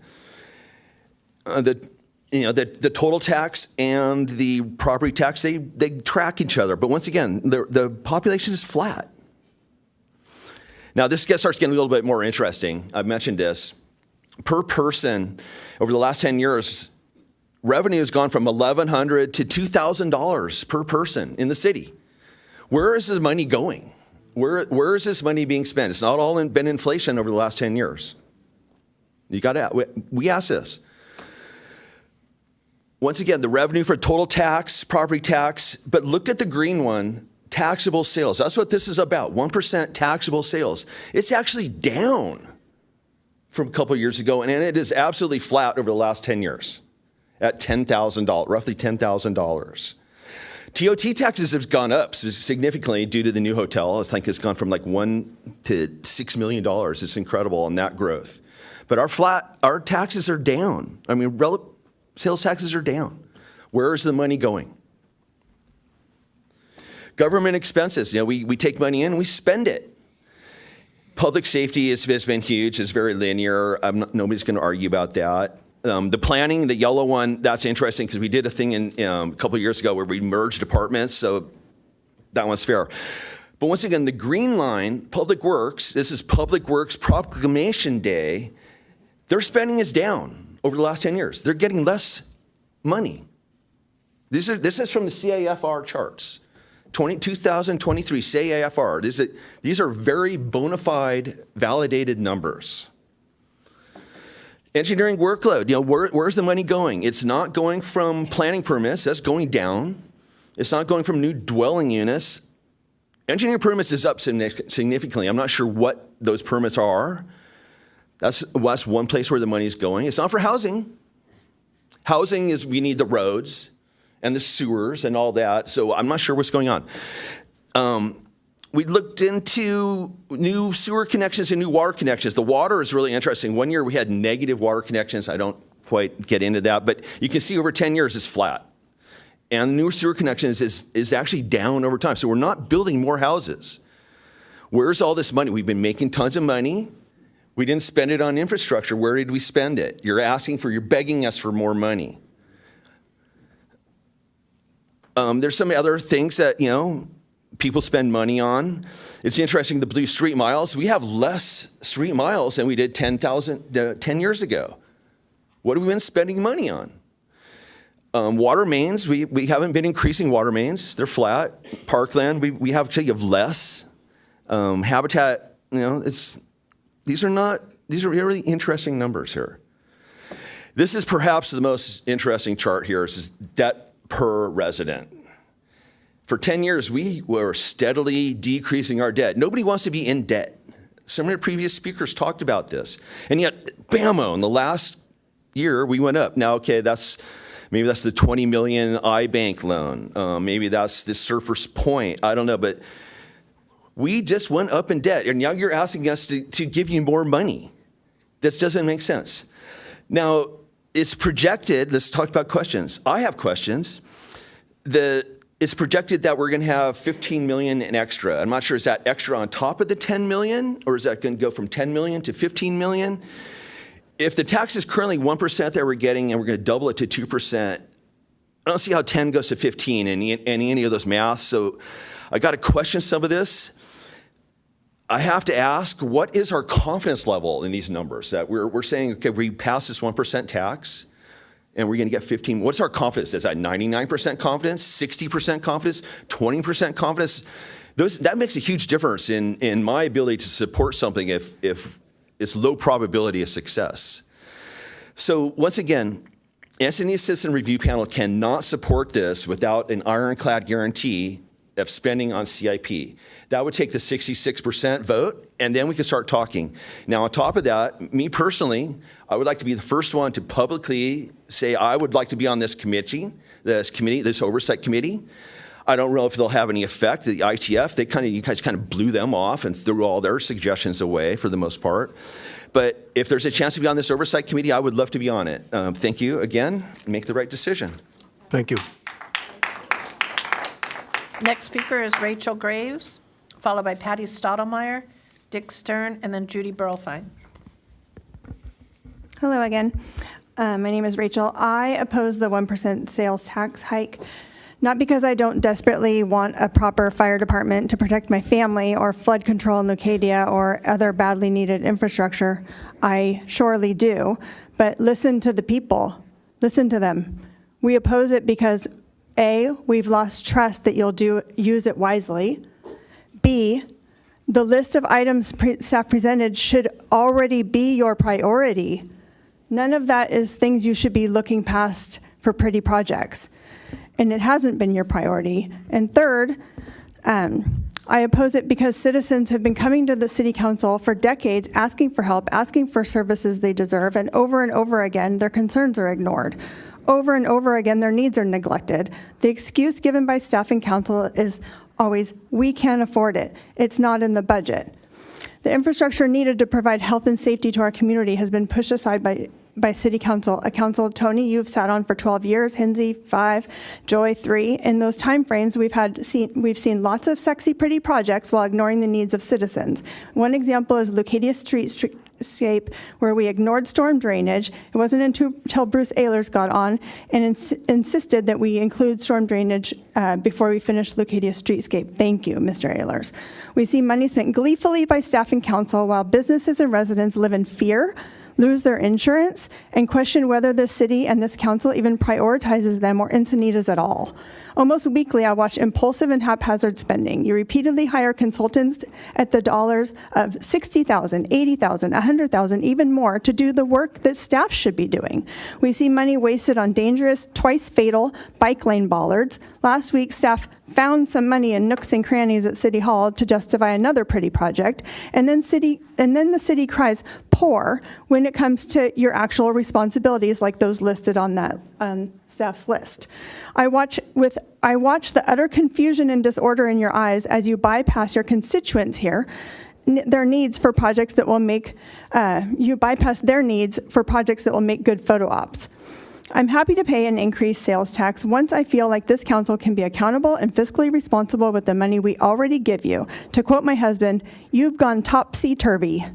And until I see 5 people up here on this council who want to right the ship, I oppose the 1% sales tax increase.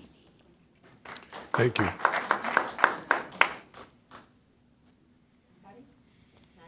Patty Stottlemyre, followed by Dick Stern, and then Judy Burlfine.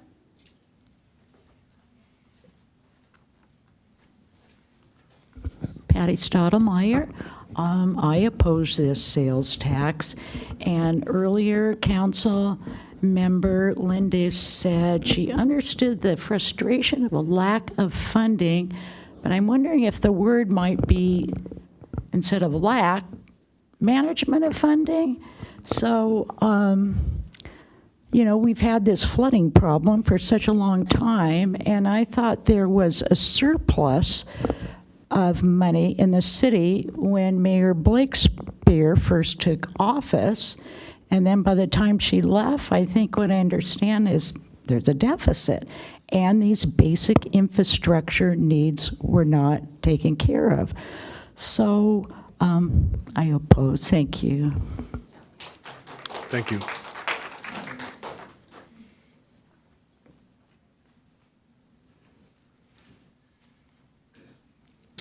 Good evening, Mayor, Honorable Mayor, and council members. My name is Dick Stern. I'm the president of the Encinitas Ranch Community Association, and I served on the infrastructure task force that was discussed by Jill Bankston.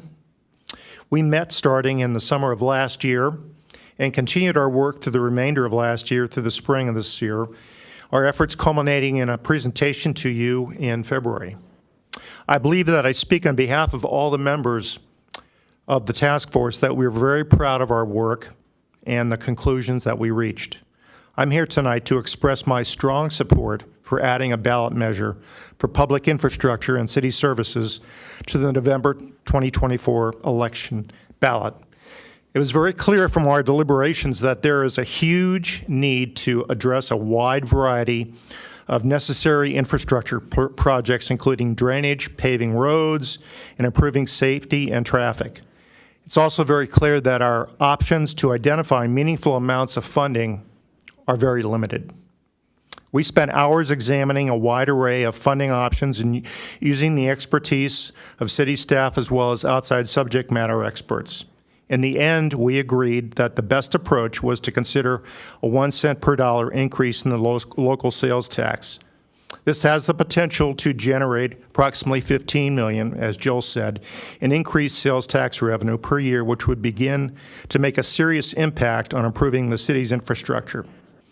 As she also mentioned, this would put Encinitas more in line with local sales tax rates in other cities in San Diego County.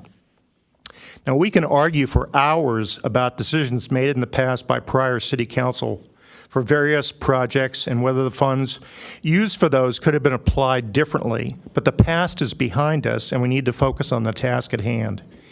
If you take the projected increase in sales tax revenue of $15 million and you divide that by the number of households in Encinitas, which is around 22,000, then we end up with each household responsible for $681 per year. However, 40% of that local sales tax is paid for by visitors. So subtracting that from the $681 means each household pays about $410 per year or $34 a month. I think this is a small and reasonable price to pay for improved roads, safety, drainage, and safety measures. Let's get this on the ballot and have the voters decide. If the voters decide in favor, then, as other speakers have said, we must have strong and appropriate guardrails to ensure that these incremental funds are spent only on infrastructure, whether this through a budget oversight committee or other means. Thank you for your consideration. Thank you. Thank you for your service on the task force. Next speaker is Judy Burlfine, followed by Sheila Cameron, Karen Caden, and then Karen Schrader. Hi, I'm Judy Burlfine. Wow. So, last week I heard someone come and speak vehemently about that they were objected to this sales tax. They said that your job is to pave our streets and to keep us safe. So I disagree with their position about the sales tax. I'm very much in support of it. But I think they're pretty much accurate that your job is to pave our streets and keep us safe.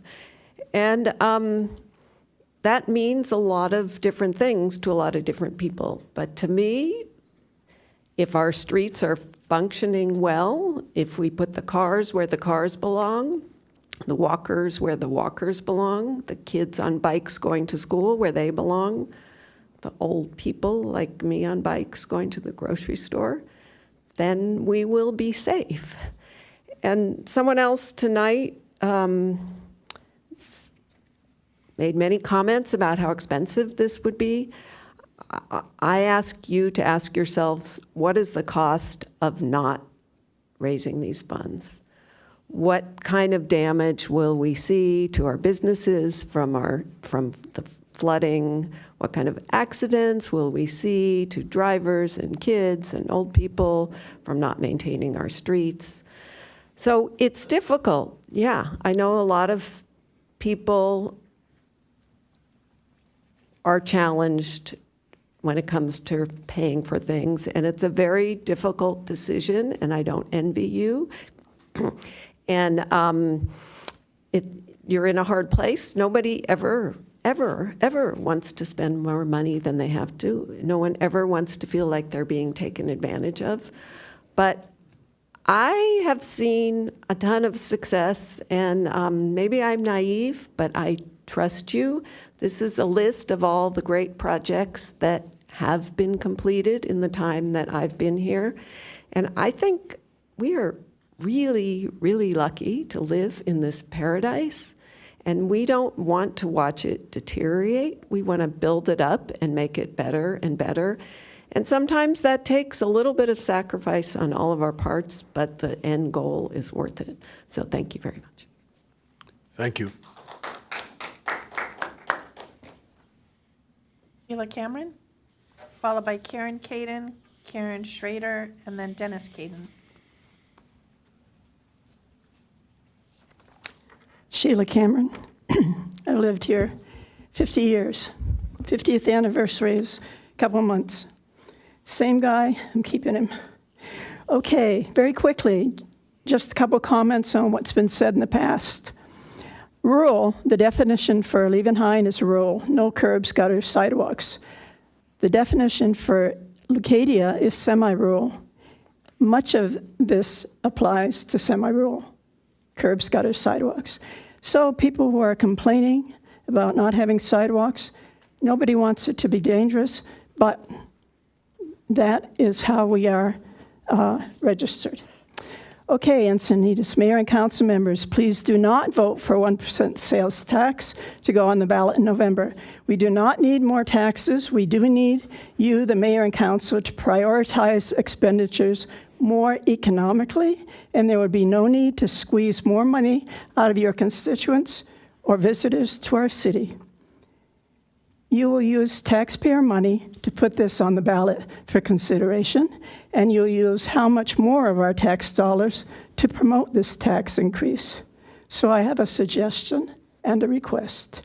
I'm requesting that you give those of us in opposition to this tax increase the same or equal amount of our taxpayer dollars to fund the opposition's promotion against this unnecessary 1% sales tax increase. We are being taxed to death. Water rates are going up over the next 3 years by 32%. Electricity has already gone up 54%. Gas tax is up $1.21. It would behoove this council to find a way to live within your means. The citizens of the city all have to do that. You need to make better use of the millions of tax dollars that we have. I'm glad to learn that Hygeia has given up its roundabout to put the money toward drainage. Thank God, about time. I commend all the speakers so far, and I hope I can thank you for guarding the citizens' wallets. Your speakers are doing that. The financial priorities in this city set by this council are mixed up and out of whack. We don't need more tax burdens on our shoulders. What we do need is for you to reprioritize the needs of the city and find ways to fund them within our current financial parameters. Talk about housing. There's a house for $27 million on the west side of Neptune for sale. Any takers? 66% vote. not 50 plus 1. Let's see what people really think. Thank you. Thank you.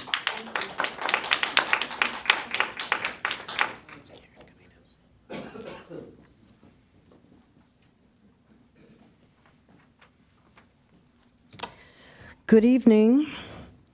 Karen Caden, District 1, Leucadia.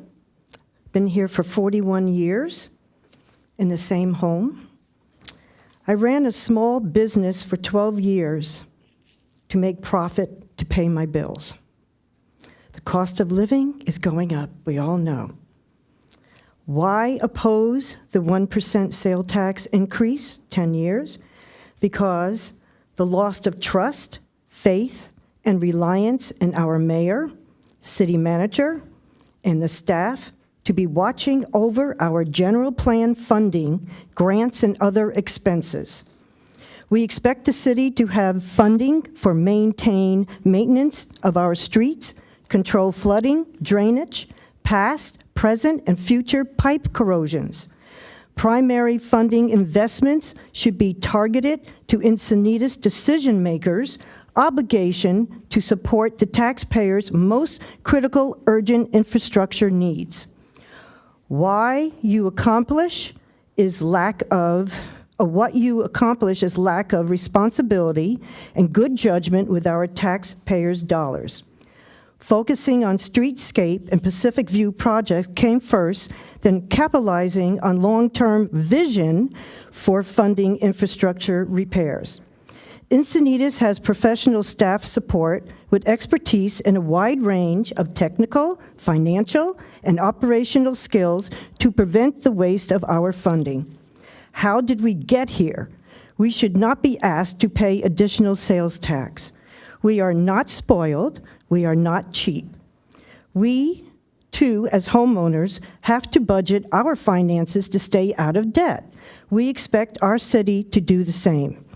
1% sale tax increase, as proposed, cannot guarantee the allocation funds towards specific projects.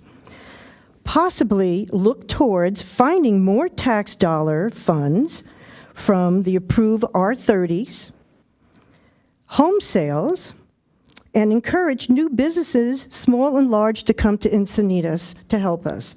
And I wish Encinitas to be wise with our money, like we all should be, and thank you for listening. Thank you. The next speaker is Karen Schrader, followed by Dennis Caden, Marco Garcia, and then June Hansberger.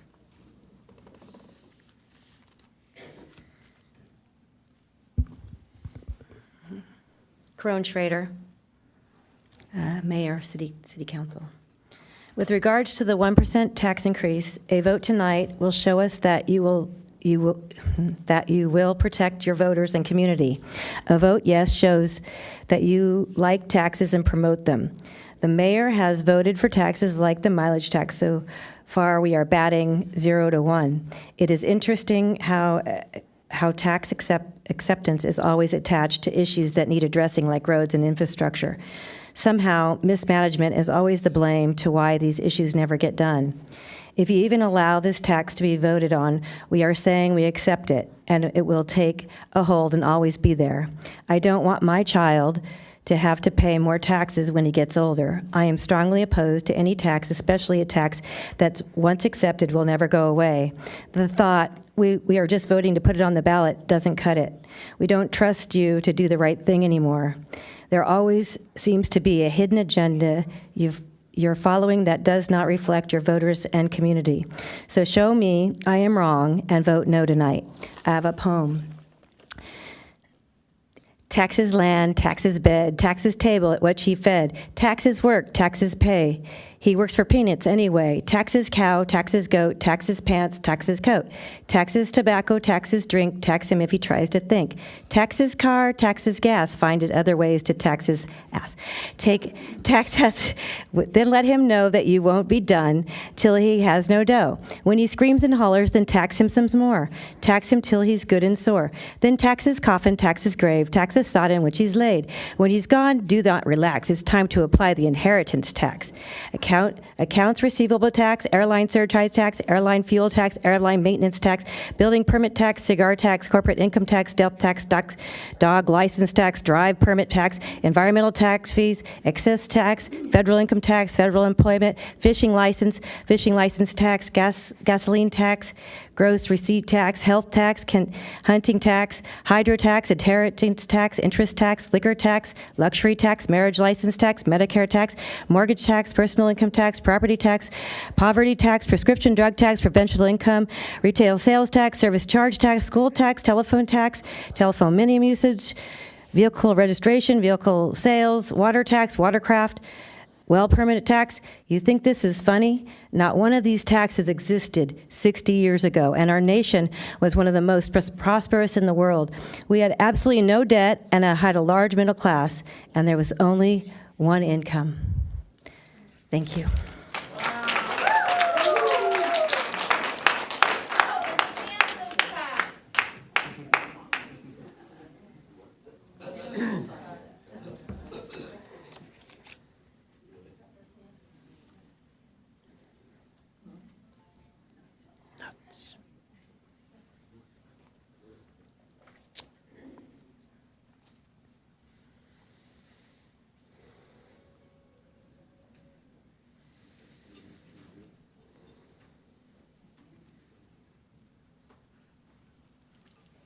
Dennis, you want to take a minute to let somebody else speak before?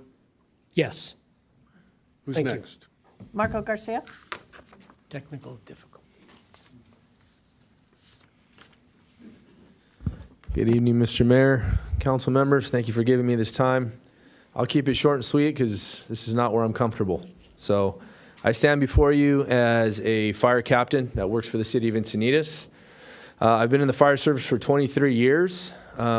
Today marks 1 year and 5 days since the Poinsettia fire. Around this time, I was on Encinitas truck 235 at the time, fighting a commercial fire off of Palomar Airport Road is where we ended up for the rest of the night till we came home the next morning at 10 a.m. After about a 24-hour shift. One of the things that we said on the way home as we pulled back into Encinitas Station 5 was, wow, can you imagine if that happens in Saxony Canyon or in our city? The parallels were frightening. Like I said, I work as a captain in this city. I'm up here representing myself and my experiences within the city. I also want to just say that this city does an amazing job of supporting its fire service. I worked somewhere before here. I spent the last 13 years working for this city and its citizens, and I've never felt more welcome or taken care of. Our administrative staff, everyone that supports us just goes above and beyond, and we appreciate that. Now, on the other side of that, I also had the unique experience to sit in some of these structures that need maintenance, upkeep, or even replacement. I've been moved out of numerous stations where we've been exposed to mold issues. One of our stations, actually, some of our members are actually sleeping there this evening where there are issues with unreinforced masonry. If you walk around Encinitas on some of the streets, you'll notice that some of the block buildings actually have placards that state, in the event of an earthquake, be careful standing next to the structure. Well, my guys actually sleep in one of those every night as they respond on calls. I know nobody likes to raise taxes. I don't like to raise taxes in the city I live. It's never a fun thing, and I don't envy any of you for having to make those decisions on where these resources, these finite resources, go. I applaud everybody in this audience and everybody in this city because you guys take such good care of where you live. It's amazing, and it speaks volumes because everybody from around the world wants to come here and visit. So with that being said, again, being displaced from these stations, having to sleep in trailers, having to move from one to the other with water running down the walls, and our facilities folks, they're amazing. They do a lot with limited resources. Kind of how what we've been doing in Olivenhain. Like I said, the Poinsettia fire. My administrative staff does a great job of putting us to work out there. I don't know what the answer is, but for the reason of protecting my people that I work with and that I love, I support this tax measure. So.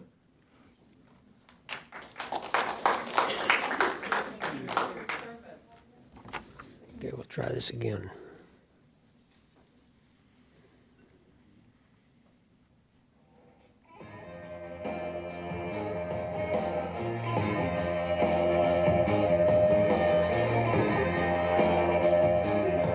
You can boogie if you want.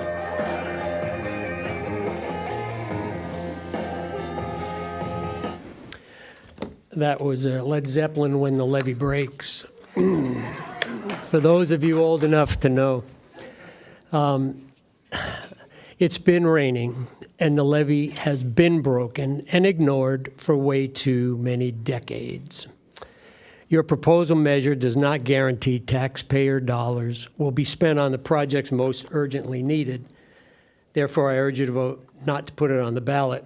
It lacks trust, and voters have lost trust in the manner the city spends our tax dollars. Examples are the over-the-top increases in the cost of Streetscape, Pacific View Arts Center, and the Public Works Maintenance Facility, formerly Mossy Nissan. Here's a suggested avenue for voters to regain trust via an openly transparent, well-defined measure and gets you out of the loss of trust penalty box. Produce a measure for a 1% sales tax that lasts only 3 years and dedicate those funds to only one most important capital improvement project, something like flood and drainage issues, the Leucadia Park, Orpheus, behind Trader Joe's, anywhere there's flooding and drainage, which is a serious difficulty. State a condition in that measure that no vanity projects will be funded during those 3 years, and identify those projects by name. Take what funds you can from those identified vanity projects to assure funding the flooding issues are completed within the 3-year period or shorter. If we ameliorate the drainage and flooding sooner than the 3 years, then sunset the measure and propose a new one, another 1% sales tax increase for your next most urgent projects. It will require a 2/3 voter approval. And that's the measure voters might trust you to fulfill, because no vanity projects can siphon off precious tax dollars until the flooding issues are resolved. Otherwise, you will forever live in the penalty box. Based on the current tax increase as written, please do not put this on the ballot, only for Encinitas voters to reject. Thank you. June Hansberger, and then Chris Ryan registers support but does not wish to speak.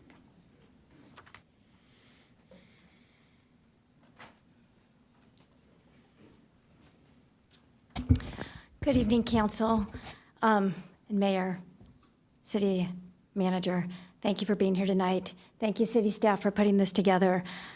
We live in an amazing city, and I don't always agree with everything. As you know, Tony and I disagree on stop signs and stoplights and many things over the years, but I have utmost respect for everything you do and everything that you have provided for our city. I tried to make a quick list with Chris. I've lived here over 30 years, and it's been quite a transformation, and you should pat yourselves on the back and everybody that came before you.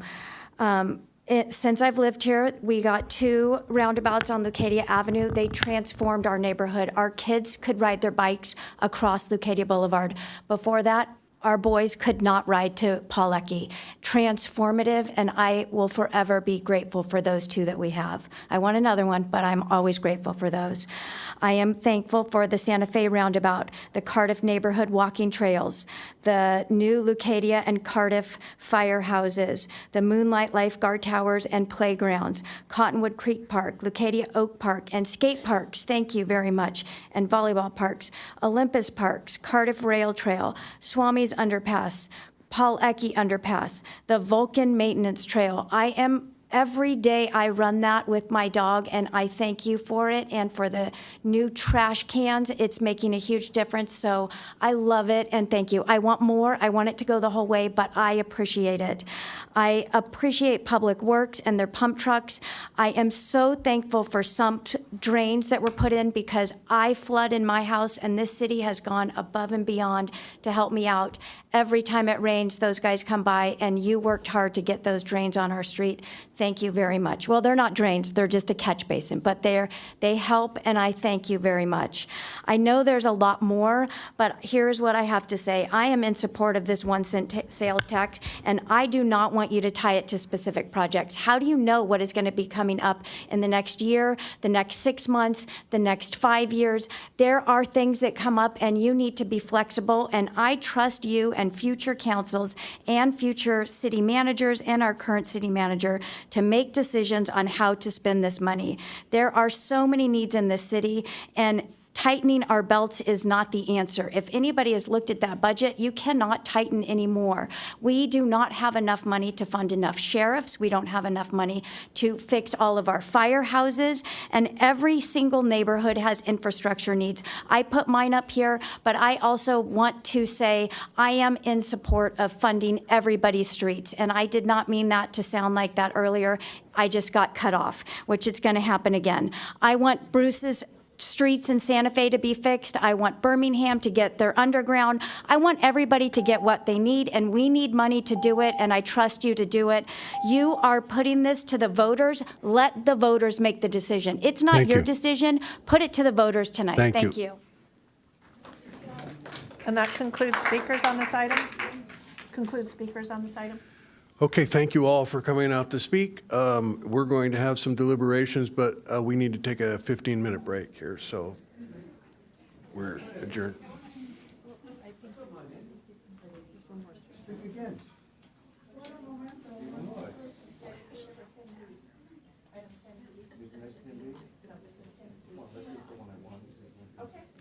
Mr. Lord, you can come speak before we run off.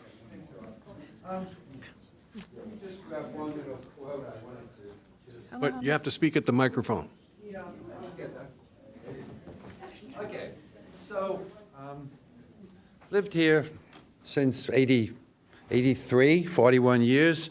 Got a fair amount of experience of potential tax increases.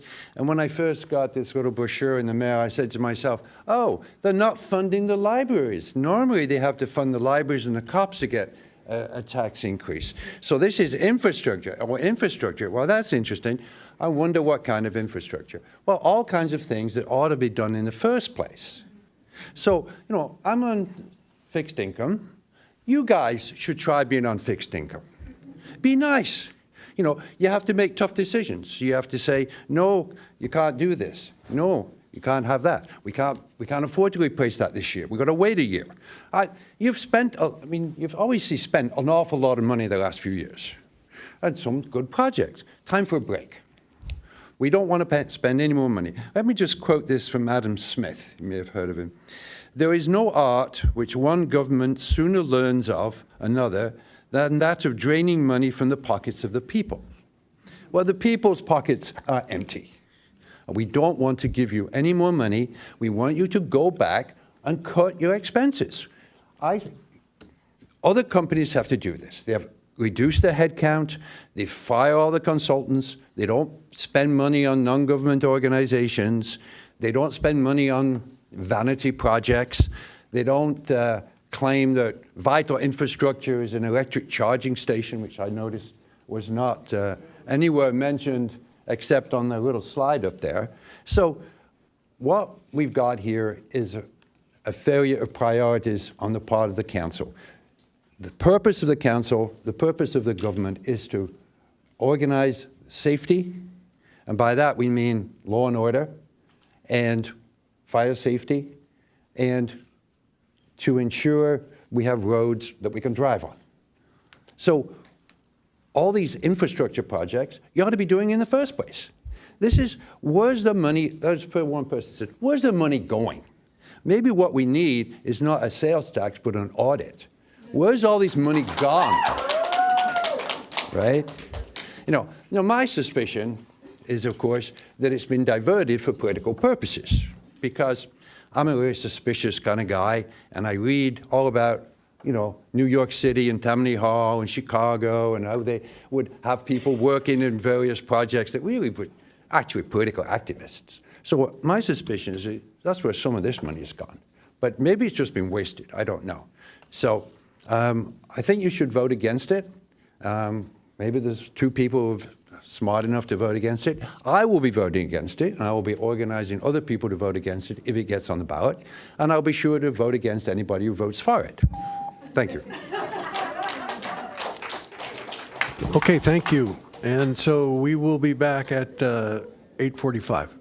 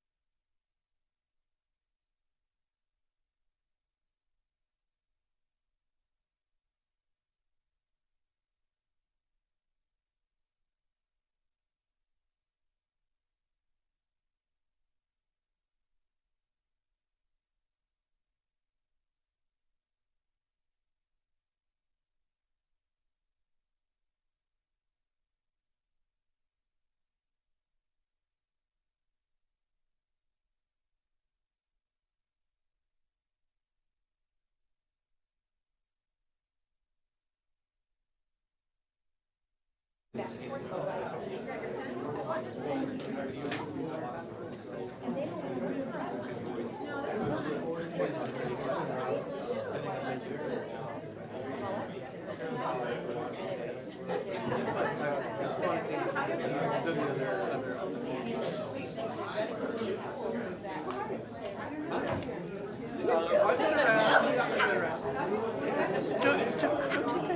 you want to take a break? Yeah, that's right. Don't remind me, 2 years. Well, I forgot. When my daughter was first born, the parking issue started. Yeah. She's, and now I'm gonna be like that person on the street. Here's my kid newborn. Here's my kid fine. That's been my life, essentially. Growing up here in Encinitas and thinking of through the years and stuff like the library. I remember when they did the whole water thing. Yeah. I was in the library, but I'm okay, yeah, it's okay.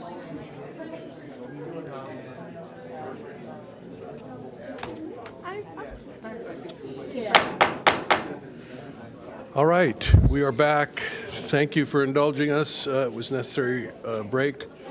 And with that, with staff report and the public comments, we are ready to begin our deliberations. I see no request to speak, but I will provide some response to comments that I heard.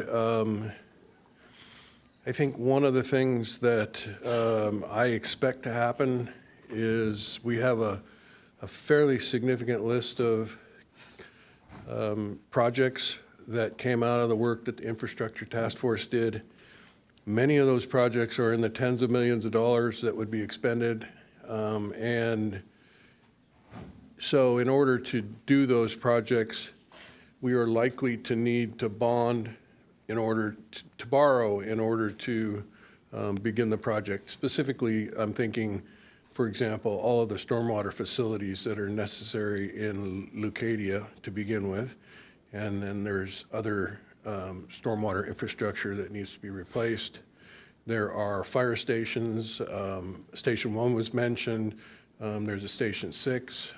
So we're talking about projects that are going to involve encumbering the city for borrowing, and we will, as mentioned, most likely borrow on terms that last 10 years so that the revenue that is raised through this tax would pay off those bonds.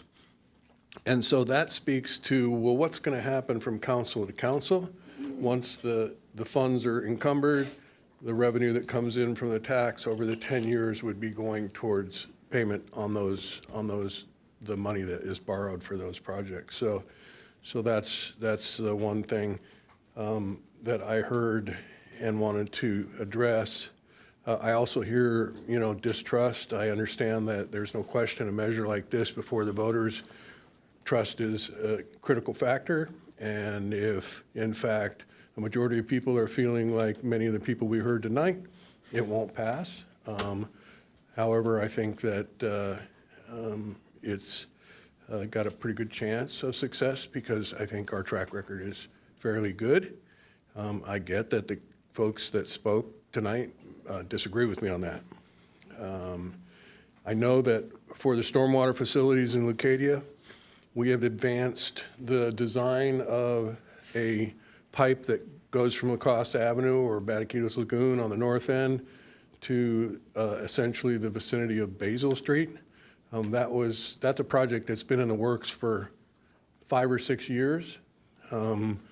Kelly and I worked extensively with the engineering department to incorporate that into the design so that it could be built along with the streetscape project. And the streetscape project itself has approximately $7 million worth of stormwater facilities in it. It's got sidewalks where there currently are no sidewalks.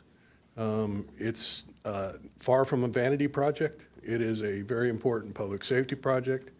And so I'm comfortable with what we have done to advance it to the point where it is right now.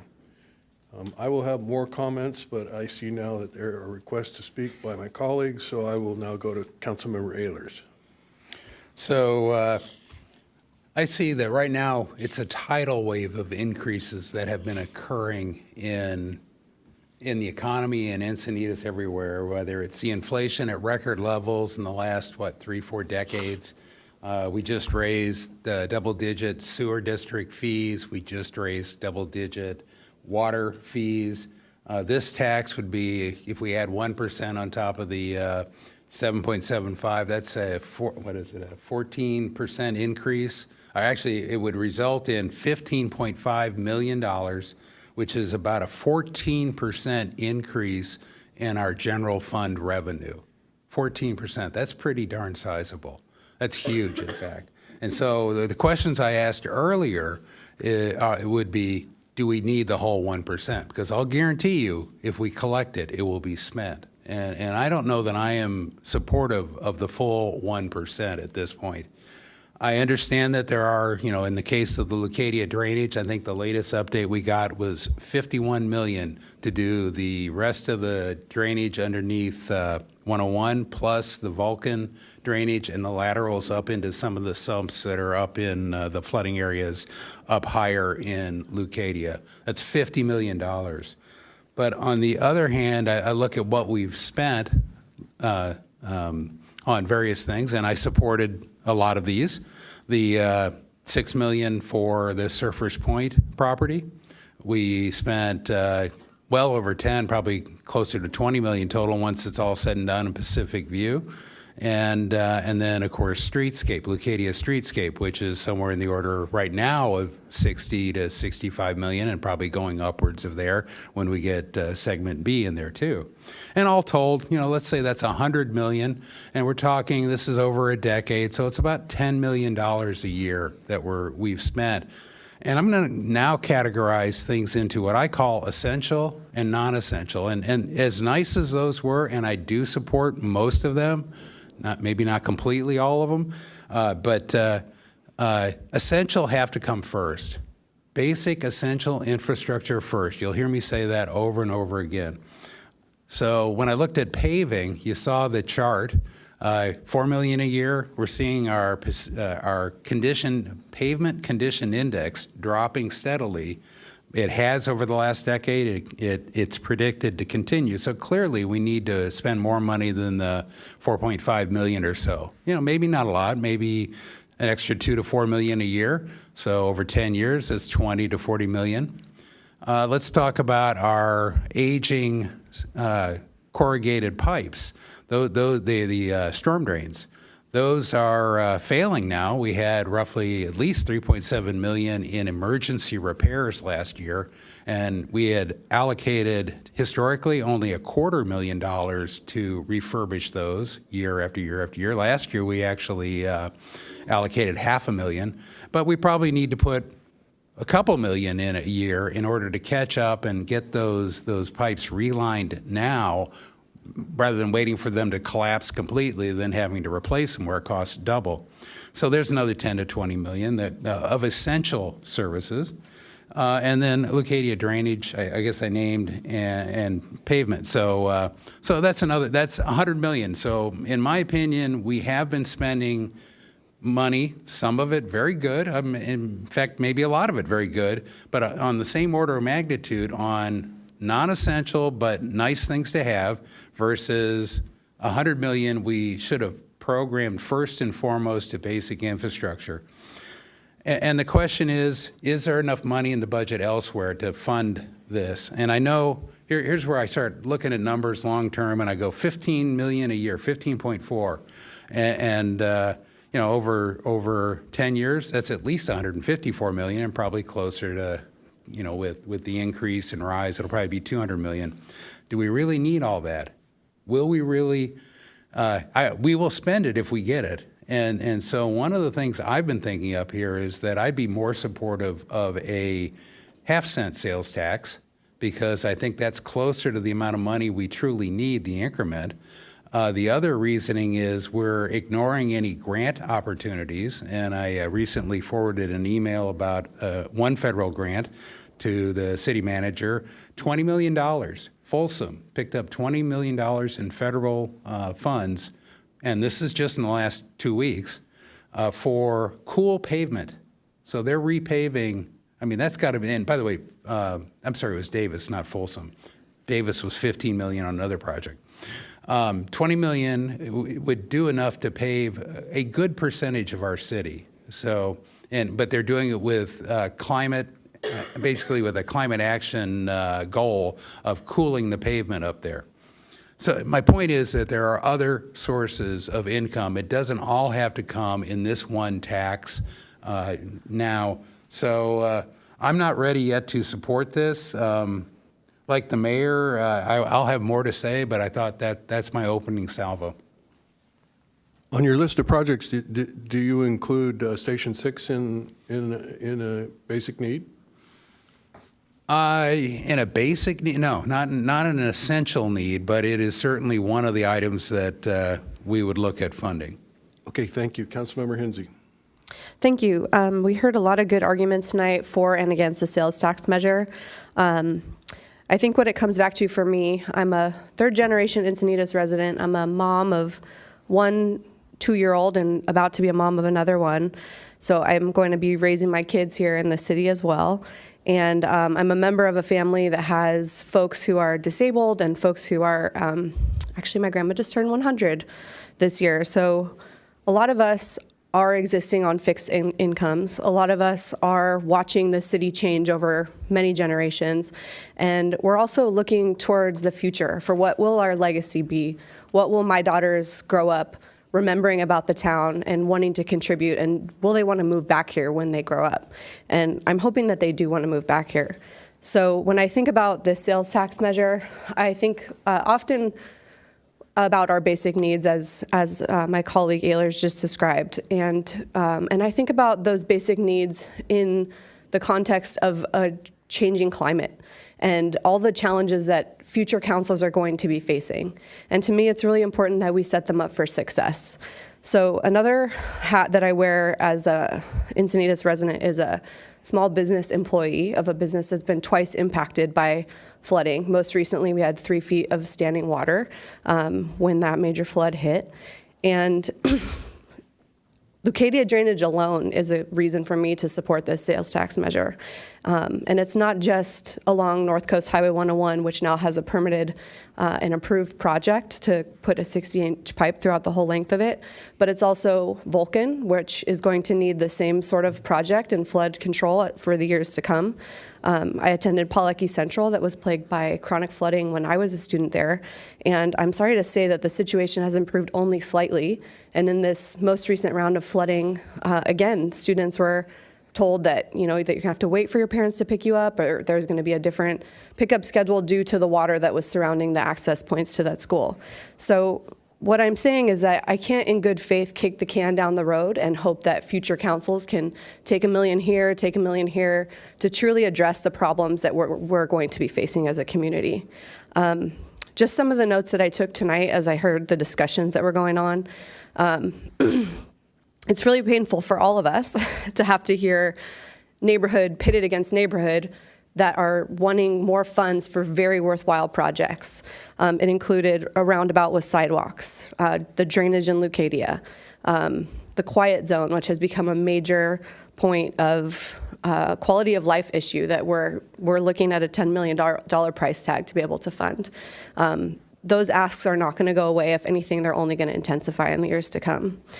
The recommendation to go forward with this tax measure is brought to us as a council by a well-rounded and well-informed infrastructure task committee who said there are all these different options for ways that we can fund this backlog of infrastructure needs, and this is the one that we're recommending. They're not recommending a half cent, they're recommending a full cent. We as a city go through all the same time and expense to put this measure on the ballot, whether it's a half cent or a full cent, and so it's worthwhile if we're gonna do this once in 10 years to do it right and get the full amount of money. Another thing that I think is really important to highlight is that people are so happy about our new sandy beaches, these wide sandy beaches, which not only is this immense recreational resource for all of us that draws visitors from outside of our community to come here and spend their money, but it's also a form of infrastructure that's going to buffer hazardous storm action against some of our precious coastline. We were lucky enough to have this most recent phase funded. Sorry, I've got to remember to take more breaths. As a pregnant person, you get less capacity in your lungs there. So we were able to go forward with this project because we'd put matching funds forward. We as a city had saved matching funds, and we had the funds to recruit tens of millions of dollars from the federal government to be able to create that sand project. We don't have a plan for 5 years from now for paying for the next replenishment. And unless we come up with that money, which is a significant amount of matching funds, we put ourselves in a position of not being eligible to recruit more grant funding to our city. So I think sometimes we hear about, oh, Davis got this great climate resilience project and it was an infusion of this amount of money from the federal government. Well, unless the city's willing to put out the matching funds, you're less likely to be able to attract that kind of funding. So I think this sales tax measure positions us really nicely to be eligible for all the federal funding that's coming down the pipeline for infrastructure. I think the last issue that I'd like to address in the reason for supporting putting this to the voters for their decision is that there is a little bit of a crisis of trust in which we've heard tonight, and it's related to high-density housing and high-density housing element sites. And these are required by the state of California for us as a city to accept. We don't have a choice in that. And yet, when folks who are living in the neighborhoods that is about to have a high-density housing development plopped down in the middle of it come to us and say, we need safer streets, we need traffic calming, we need additional signals, roundabouts, sidewalks. We as a city, it's an unfunded mandate, and we have just as much money the year before that we do that year, and we have to say, okay, get in line behind everything else and all these other needs that we have. So I think part of restoring our public trust is saying, when we have these high-density housing sites, here's money that we can pull from that's actually going to improve the neighborhood surrounding them. So not to mention a lot of the other safety things that came up tonight. Thank you, Marco, for coming to speak on behalf of our firefighters. I think this is our core mission. It's to pave our roads and to keep people safe. And this tax measure will position us to be able to do that for generations to come. So that concludes my comments, and I plan to vote yes in support of putting this on the ballot. Thank you. Deputy Mayor Blackwell. Yes, thank you. I read all the material for tonight's meeting. The staff report's 191 pages, and I kept coming back to one of the last pages, which is 189, which is the list of the annual and regular backlog and a couple future projects that the Infrastructure Task Force put together. The total of that, using $2023, is about $200 million. And the mayor pointed out, and Councilmember Ehlers pointed out, the drainage projects just for the 101 is over $50 million. The Vulcan is very expensive, and it goes on and on. The fire stations, $20 million, $14 million. These are significant projects that I'm not sure how we would move general fund dollars around to really make headway on those. I think about January 22nd when the businesses on the 101 flooded for a very devastating storm. And I do think we owe it to them to make some headway here. We also invested in the Infrastructure Task Force, a group of community members who were really great qualifications, came together and spent a year going through those projects and helping to prioritize, and also came forward and recommended the sales tax as one of the primary measures to help fund it. And so I understand you want to trust a council to use it. If this tax were to pass, you want them to use it on infrastructure, and there's no real guarantee. But you do get to vote for your council members. You also can hold them accountable with your voice. And I think that's really important. And there's also an important piece of this, which is a citizen oversight committee, which I firmly believe in. I think those are measures to put some checks and balances in how that tax is used in the years forward, even if this council was completely different. So the vote tonight is really about whether to put it on the ballot to let the voters decide. It's not to vote for the tax, it's just to put it on the ballot. And I am going to support that, not because I love taxes, but because the voters get to decide. And I think that's really important. And I also want to make headway on these really long-term infrastructure problems. They're expensive, and if I hear one more person tell me we've been talking about drainage for 35 years in Leucadia, I'll scream, right? We've got to do something. So how about let's take some action? But we've got to find some significant dollars to do that. So I will support it. Let the voters decide, and let's hold the council accountable if it passes. Thank you. Councilmember Lyons. Thank you. My colleagues have said some and made some important points and said some compelling things that I would have also said. So really the only other thing I want to add to this is over 2 years ago, it came to our attention, it came forward that we were losing the battle of infrastructure here in our city. And our infrastructure, most of it was built back in the 70s by the county. And so much of it is, we don't see it every day. So we think, well, that must still be working, right? But we were beginning to see that no, it's not. And with the condition of our underground drainage, stormwater management, our above ground drainage, how water conveys through our streets, we don't have a lot of curb and gutter, and that's been our choice. Our roadways are deteriorating. We realized that with the $2 to $4 million a year that we have available to us in our city for infrastructure was not going to be the solution. So we suggested to put forward the infrastructure task force, and now they've done a good job. And I'm so thrilled, Dick, thank you earlier for representing that work.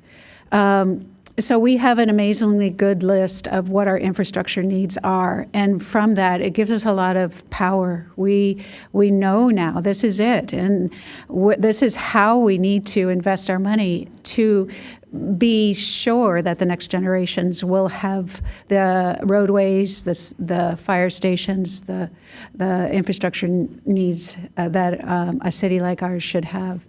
So I just wanted to kind of tie it back to the historical knowledge as we've built our understanding. In the meantime, we have a very wet year this last year with the storms that even further profiled how our infrastructure is failing. In my district, Lake Drive, we all were aware of how that drainage pipe failed. And so we're paying so much more money than we would have if we had just been proactive. And I don't want to see that happening all over the rest of the city. I just don't want to. And I know those pipes need improvement. I want to point out just one more thing, and that is that the Infrastructure Task Force did recommend a few other things that I'm completely in support of, and we will be moving forward. And that is to continue to seek grants. I love using other people's money, and I think we're smart enough to know how to get that money. To also increase the TOT tax, and we'll consider that. We'll discuss bringing that forward. I really want to push for additional fees from developers, and I've stated that in front of the public at these meetings in the past.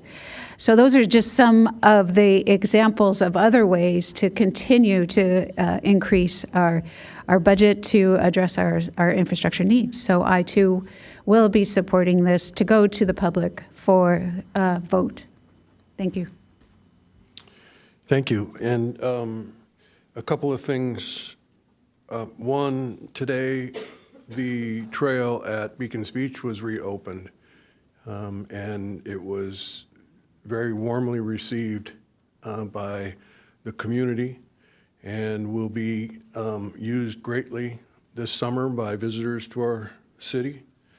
And we can't keep fighting the trail battle. We're going to need a staircase there. So revenues that are raised by this sales tax measure would go towards that. Generally, our beach, needs the attention that Councilmember Hinsey was talking about, and it's critical that we have matching funds in the event that we are fortunate enough to win grants.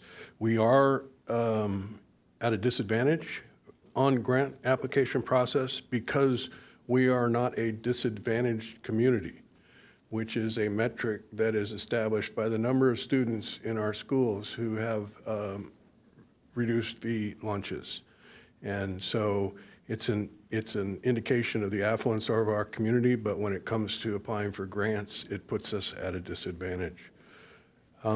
I strongly support the potential Station 6 out in Olevenheim and the rebuilding of Station 1 in downtown Encinitas. Many years ago, probably 20 years ago, there was money borrowed to rebuild Station 1, Stations 1, 2, and a new Station 3, and it only went as far as Station 2 and Station 3. Station 1 remains the same. It's an unreinforced masonry building, and it needs to be rebuilt. So these revenues that are raised, and by the way, as mentioned, 40% will come from visitors to our city. It is an opportunity for people who use our roads, who use our infrastructure but don't live in our city, don't pay the property taxes, to contribute to the cost of maintaining those facilities. So having the opportunity to double our road maintenance outlay from roughly $4 million a year to $8 million a year is critically important. So for this continued discussion, I am going to move the recommended actions. We have considered the placement of a 1-cent sales tax for the general municipal election ballot on November 5, 2024. And I move that we approve Resolution 2024-60. But before we get to that point, I would like to say that I heard some feedback about the Oversight Committee. And so I worked with the city manager to put a little more definition into the Oversight Committee. So we have the red line version, and I would propose that we we approve resolution number 2024-60 as it's been revised. And essentially what it does is it takes the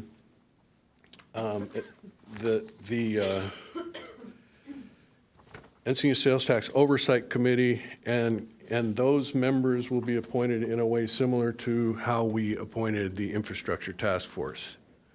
So it would be 7 members. Each council member would be able to select somebody from their district to serve. The mayor would select 3 members. The key to the 3 members that are selected at large by the mayor is that it may include representatives from local business organizations like the Chamber of Commerce or the Main Street Associations. It could be other community group members or other organized groups. So these nominations would all be subject to a vote of the council. And we would have 2-year terms, and these members would serve a maximum of 2 terms. And so it would essentially run on the same schedule as the mayoral elections if this measure passes. We also changed it to, instead of meeting annually, we went to biannually. That's on the second page of this revised resolution. The details, section 4 on this sheet, are the ordinance. So these are amendments to the ordinance. And then there were a couple of small changes to the resolution. It says, a citizens oversight was changed to a sales tax oversight committee, would be convened biannually to review how the revenues generated by the transactions and use tax were expended. So that is my motion. I also would recommend that a subcommittee be established to prepare the support statement. And I would recommend that would be myself and Councilmember Hinsey. Thank you. I will accept the subcommittee assignment should my colleagues agree to that, and I will second your motion. And I just want to clarify one thing. So we've scratched out citizens from section 4 and replaced it with Encinitas Sales Tax Oversight Committee. And I am assuming that we still would require all 7 members to be Encinitas residents. Not necessarily. The business, if a representative from local business organization is nominated who isn't a resident, that person could still serve on this committee. They would have to be a part of that organizations. So for example, the Chamber of Commerce, not every member of the Chamber of Commerce is a resident of Encinitas. There are other organized groups that may also have that same situation, but my expectation is that they have a vested interest in our community. I understand that. Would you entertain a friendly amendment that that person be an Encinitas resident as somebody who will have voted on this measure? Yeah, I don't mind making that change, and it's not even, you know, we can talk about how this is drafted, and we can make changes to it here. Okay. And when we're done and all, we can either through consensus move it as part of the original motion, but reaching consensus on the words that are in this are, I expect. Okay, tonight? Yep. Okay. Yeah, that would be my amendment, and I would be happy to second that. So may include representatives from local business organizations, community, and other organized groups, but must be residents of voters in Encinitas. Correct. Registered to vote in Encinitas. Okay. Councilmember Ehlers. So I was wondering, Teresa, do you have the debt service curve, your nice multicolored curve? I think it really encapsulates the history. I don't know if you don't have it, I've got it here. Oh, that one. Yes, Jill has it. I'll Yeah, bring it that up. one. This is great because it shows what we're paying right now in bonded debt service for everything, including the iBank loan for streetscape. But at the bottom, you'll see a list of the projects we've been financing. And this chews up about $5.6 million of our general fund revenue. Remember, that's the $107 million that we're talking about per year that we get today. We'd be adding another 15.4 if we did the full 1%. Couple things I wanted to note here. First of all, the type of projects that were bonded. You know, it's the electric. Back in 2004, the electric generation on the roof, the PV. Moonlight Beach Tower, library, the Leucadia streetscape, park bonds, Pacific View, more park bonds. And so you'll notice that there's no drainage in there. There's no Leucadia flooding in there. There's no pavement in there. And so my point is that we have been spending on quite a few things in addition to the ones I've listed. And the other thing to note here is it's beginning to fall off. That's where we can bond again. So what my point being that we don't have to have a $200 million over 10-year revenue stream to pay for everything. We will have in about 6-7 years more bonding capacity, and certainly in 15 years, way more bonding capacity that we could pay for a lot of this stuff. In the meantime, there is room, and we've shown this year. We've been able to scrape together, you know, $3.3 million so far for Leucadia drainage in last year's and this year's budget. And the mayor made a great offer to pull out another 2-point-something million. We'll discuss that, and that may be applied. So we were able to find $5 million for a very, very urgent need for Leucadia flooding. So I'm going to try one last time. I realize I'm probably on the losing side of this, but I would like to see a smaller number. I think the 1% is too much. And I'm going to talk a little bit about the tax burden and the impact to local sales. Retail. So if somebody buys a car, an Encinitas resident buys a car here or in Carlsbad or anywhere else, they will pay this 1% tax, right? You know, so a $50,000 car, that's an extra $500 right on top of that. Just remember that. We've got fixed income people. We've got low income people. I think some of the speakers spoke to that. This is fundamentally a regressive tax. People with high assets or high incomes, they're going to be buying it on the internet. It'll be a much smaller percentage of their income, and so I think it behooves us to actually try and take as little as absolutely necessary. I'm very concerned about the fact that there's a citizen initiative, countywide citizen initiative that would give another half cent to Sandag. So if it passes and a 1%, we're now no longer at 7.75. We're over 9 now. That's getting pretty hard, and that's going to start impacting sales. And I at this time, I can't support the 1% sales with no 1% sales tax with no requirement that it be for basic essential infrastructure. So I'll be voting against it. And I do appreciate, though, the changes in the Oversight Committee. That was one of my questions. I believe we talked about in my briefing that, is it Chula Vista has a similar committee, and is it Oceanside? Somebody has one. And I'd love to hear any other recommendations we may have gleaned from those committees. Is there anything else? But I like the proposed changes.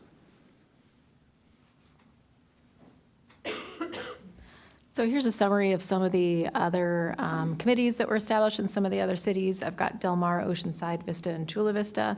So they have differing number of members, differing term limits, but they have substantially similar makeup to what you're talking about. Several of them, I think 3 of the 4 specifically, require citizens. So that matches with 3 of the 4 that I found bylaws for. So. Okay. Thank you. Can you put that chart back up with the debt? I just want to get some clarity. So, Councilmember Ehlers, it shows that our debt starts dropping off in 2030, 31. So you wouldn't expect to be able to build any more stormwater facilities, complete the pipe, work on Vulcan until that time frame? I think we'll be able to find some money like we did this year and next year's budget too. We need to go scrub and look for that money where it is. Yeah. Well, we've been scrubbing for a while, and I can assure you it's not going to be tens of millions of dollars. So I think that this is... And again, I'm not looking for the all-in-one. What I'm advocating for is half-cent sales tax as a possibility, because it puts a more modest burden on our lower income, our fixed income. We will know then whether or not we have a county half-cent sales tax.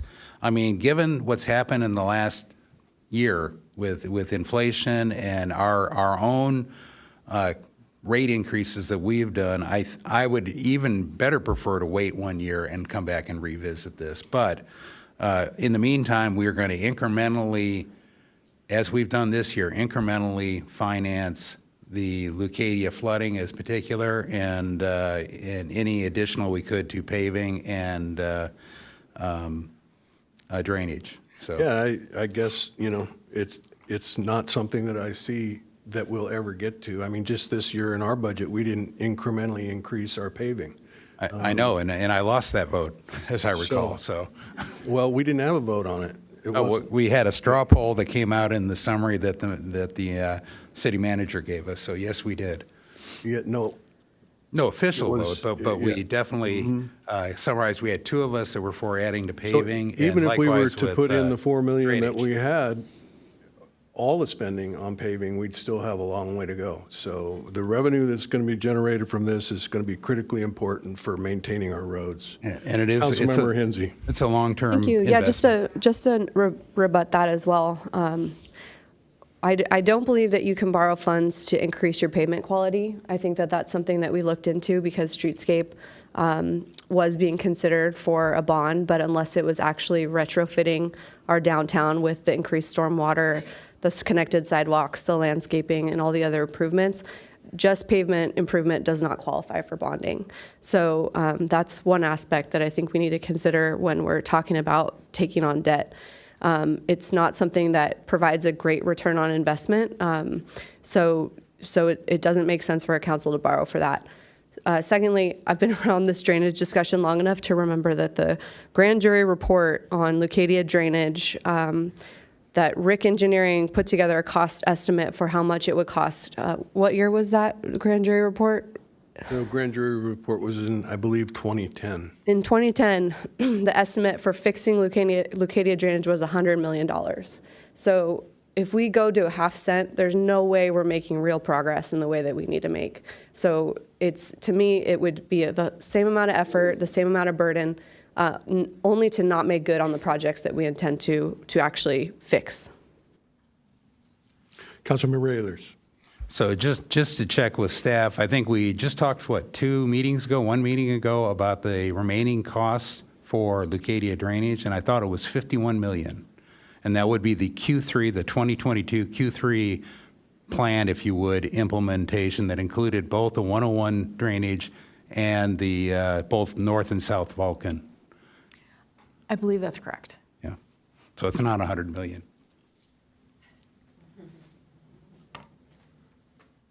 Okay. Seeing no more requests to speak, we have 3 items. Do you need clarification on any of the motion? What I have is a motion by Kranz, second by Hinsey, to approve placing a 1 cent per dollar general transactions and use tax / sales tax on the November 2024 election ballot. Approve resolution number 2024-60 titled Resolution of the City Council of the City of Encinitas, California, ordering the submission to the qualified electors of the city of a ballot measure relating to a 1 cent per dollar transactions and use (parentheses sales tax), requesting that the San Diego Board of Supervisors authorize the County of San Diego Registrar of Voters to render specified services to the City of Encinitas relating to the conduct of the election, and directing the city attorney to prepare an impartial analysis. And 3, to approve a subcommittee of Mayor Kranz and Councilmember Hinsey to prepare the argument in favor. Yes, and did I hear you say? And the resolution as amended. Yes. Okay. And can I get clarification on the third recommended action? Is that bifurcated? It was all one motion. It was all one motion. The third, as I understand it, and please clarify, maybe I... To approve a subcommittee of, No, determine if the city council wishes to take an official position on the proposed measure. And Yes, that's what the subcommittee would do. No, What's that? bifurcated part is the bifurcated part is the second piece where council would determine if you would like to add your name to the ballot, in the ballot argument. And it So should- there's a subcommittee to write the ballot argument, but you all have to decide if you want your name to be at the bottom of the ballot, under the ballot argument. That's number 3? as written on the recommended action.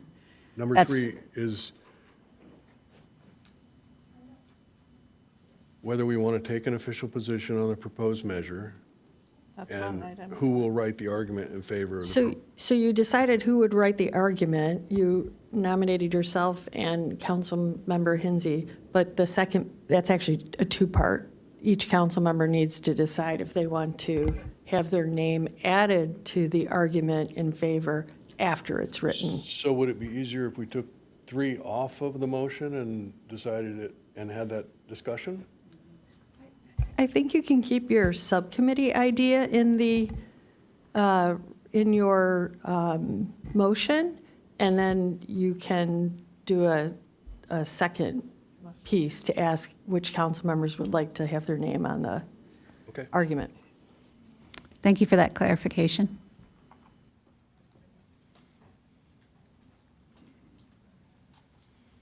Motion carries with Councilmember Ehlers voting no. Okay, thank you. And so this, the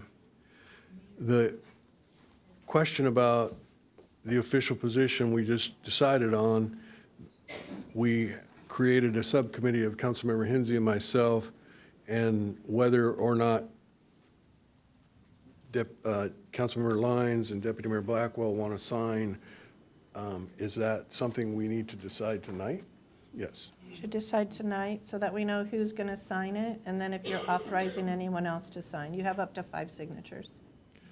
Up to 5 signatures. So the other possibility is to have 2 council members sign and then get supporting groups that would also sign. That's another possibility. So, unless you really want to have your signature on there, then it could be. I'd like to put my name forward as being interested in having my signature also identified So on that- the ballot. That would be 3. And then we could come up with 2 supportive groups. And if that's everybody, we could make a motion for signatures of myself, Councilmember Hinsey, and Councilmember Lyons, and then work with supportive groups, 2 other supportive groups to sign on the ballot statement as well. And that would be my motion. Okay, I'll second that. Councilmember Ehlers. I would ask the question, do I have the opportunity to sign on the opposing? I think so. Yeah, you're a citizen. Okay. I'll sign up for that. And so the motion was to add Mayor Kranz, Councilmember Hinsey, and Councilmember Lyons as signers to the argument in favor, and then to determine 2 additional signatures from groups. 2 supportive groups.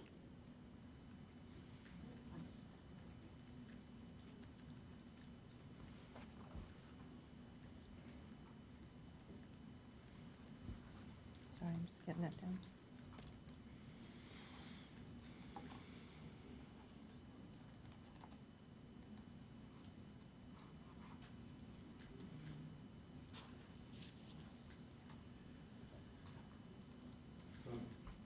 Didn't we vote already, or what? No, this is the motion to authorize Mayor Kranz, Councilmember Hinsey, and Lyons to sign the argument in favor and to determine 2 signatures from supportive groups to sign the argument in favor. Okay. I would also ask Mayor Kranz, even though our esteemed Director of Engineering did not include it, you could also identify if there is a ballot argument against the tax, there will also be rebuttal arguments. And so you can, if you want to determine if there are council members who might want to sign a rebuttal argument, that would make life easier for myself and the city clerk down the road. Yeah, so then the way it works is that we do in our statement in support, there will be a statement in opposition. Once each group has the others, there will be a rebuttal to the statements. And so if other council members want to engage in the writing of the rebuttal, that's up to you guys, or I may need to find, that's in, I think it was July? The deadline for submitting arguments in favor and against is August 12th. August It must be 12th. to the city clerk on August 12th. So And then on the 13th, I trade those arguments. I think you'll be on sabbatical? So my baby's due end of July, so I can work on it through the end of July. Okay. You mean after you have a baby, you'll still be able to read and write? We can probably send a messenger over to your house. Thank you. Okay. So are we going to, do we need a motion on the rebuttal? If you don't make a motion on the rebuttal, then it would be the same signatories from the argument in favor. I just wanted to give Council Member Blackwell, or Deputy Mayor Blackwell, an opportunity, since this is her first, and she may not want to sign anything, I don't know, but now would be the time to speak up if you would like to, if Council Member Lyons and Hinsey want to work on or sign the rebuttal as well.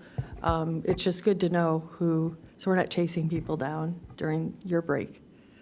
And I would recommend that if you're willing to replace Councilmember Hinsey, because she will, in August, when we are writing the rebuttal, she will be on maternity leave, and so. Yeah, it's fine. Okay, so then we'll have a motion for the rebuttal. Council members to sign be myself, Deputy Mayor Blackwell, and Councilmember Lyons, And then 2 supportive groups. and then 2 supportive groups.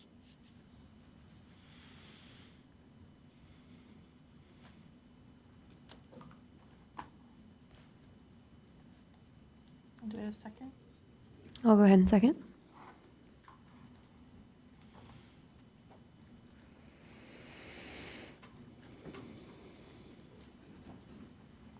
The motion carries with Councilmember Ehlers voting no. Okay, thank you all very much. Mayor, may I just state one more thing after this, as it was something that was mentioned? So once the council takes this vote that you did to put this measure on the ballot, the city staff is not allowed to be involved in any of the politicking for it.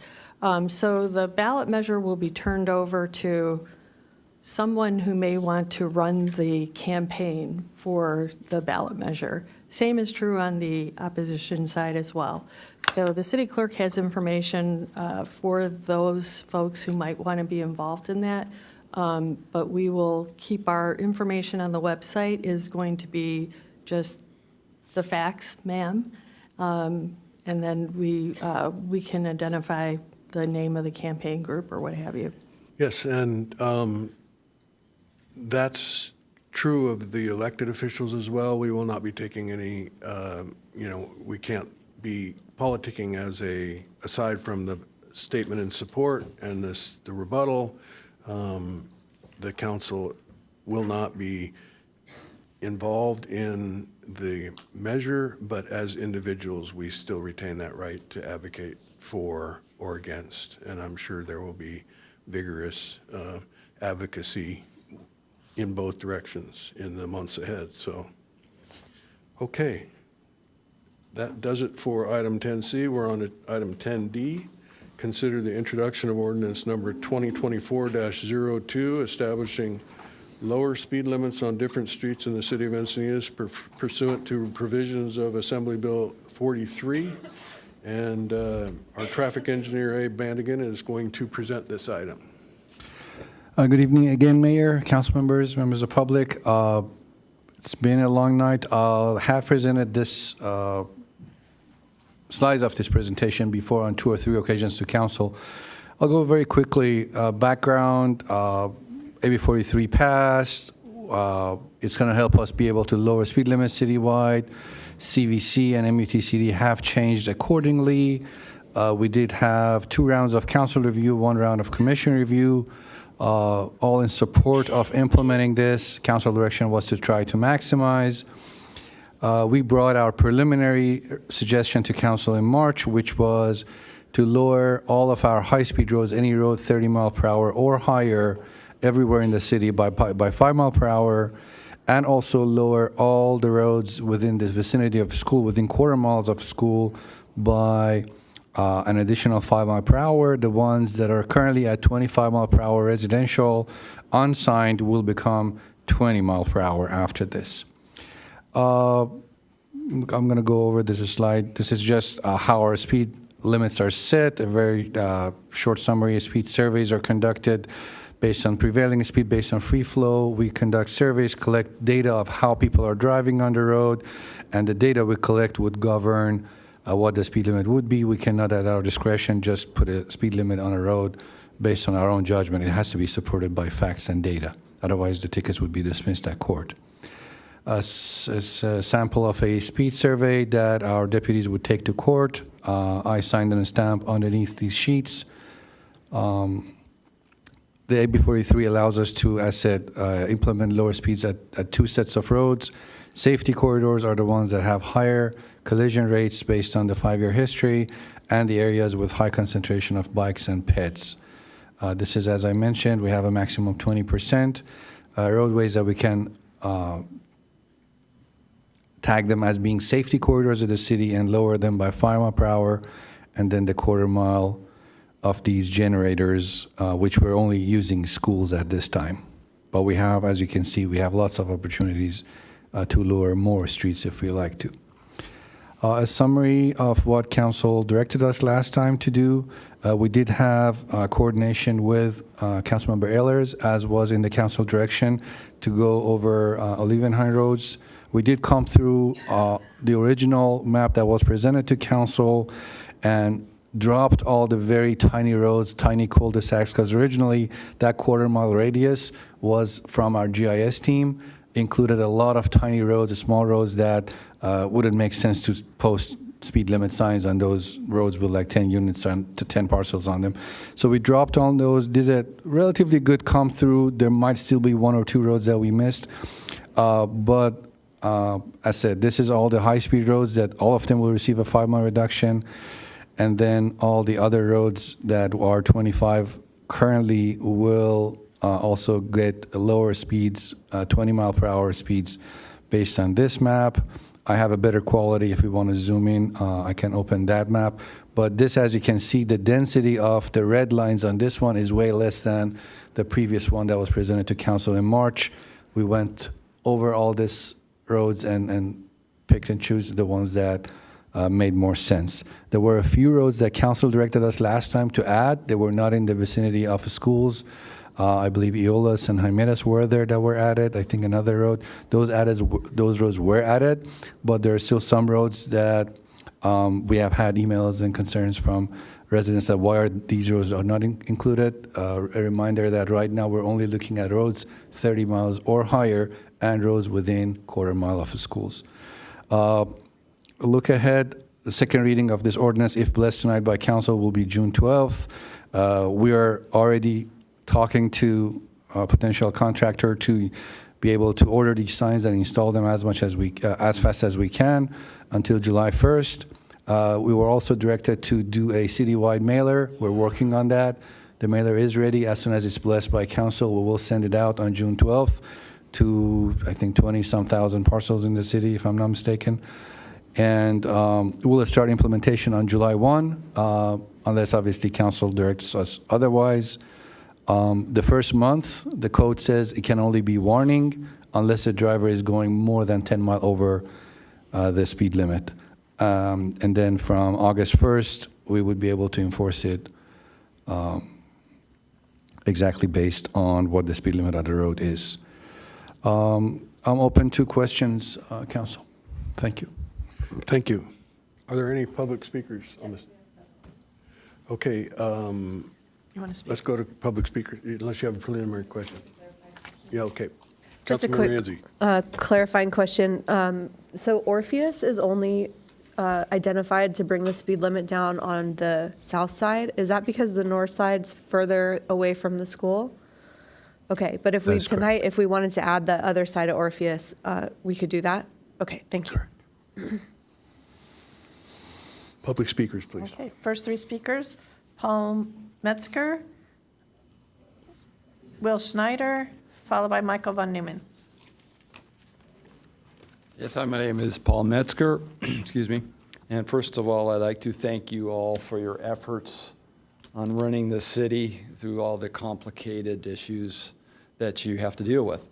I moved into the area in 1962. Lived in Olivenhain area since 1981. So I've seen a lot of when I was back in the county of San Diego and seen all the growth and that. I'm representing my local neighborhoods in the Morning Sun Ranch area, Morning Sun Drive. And I approve of the posting of the signs. I think we do need speed limit signs. We have none. It's too bad we have to remind people to drive 25 miles an hour in a residential zone. 20, I think, is fine because we are near a school, and we have a lot of kids riding bikes around, and a lot of visitors that come in our community are, 40 miles an hour. It's a quarter mile straight to a cul-de-sac, but they still go, too fast. So I do like the idea of having the speed limit signs throughout the city where there are none. I think that's a really smart move, and I applaud you for doing that. Thank you very much. Thank you.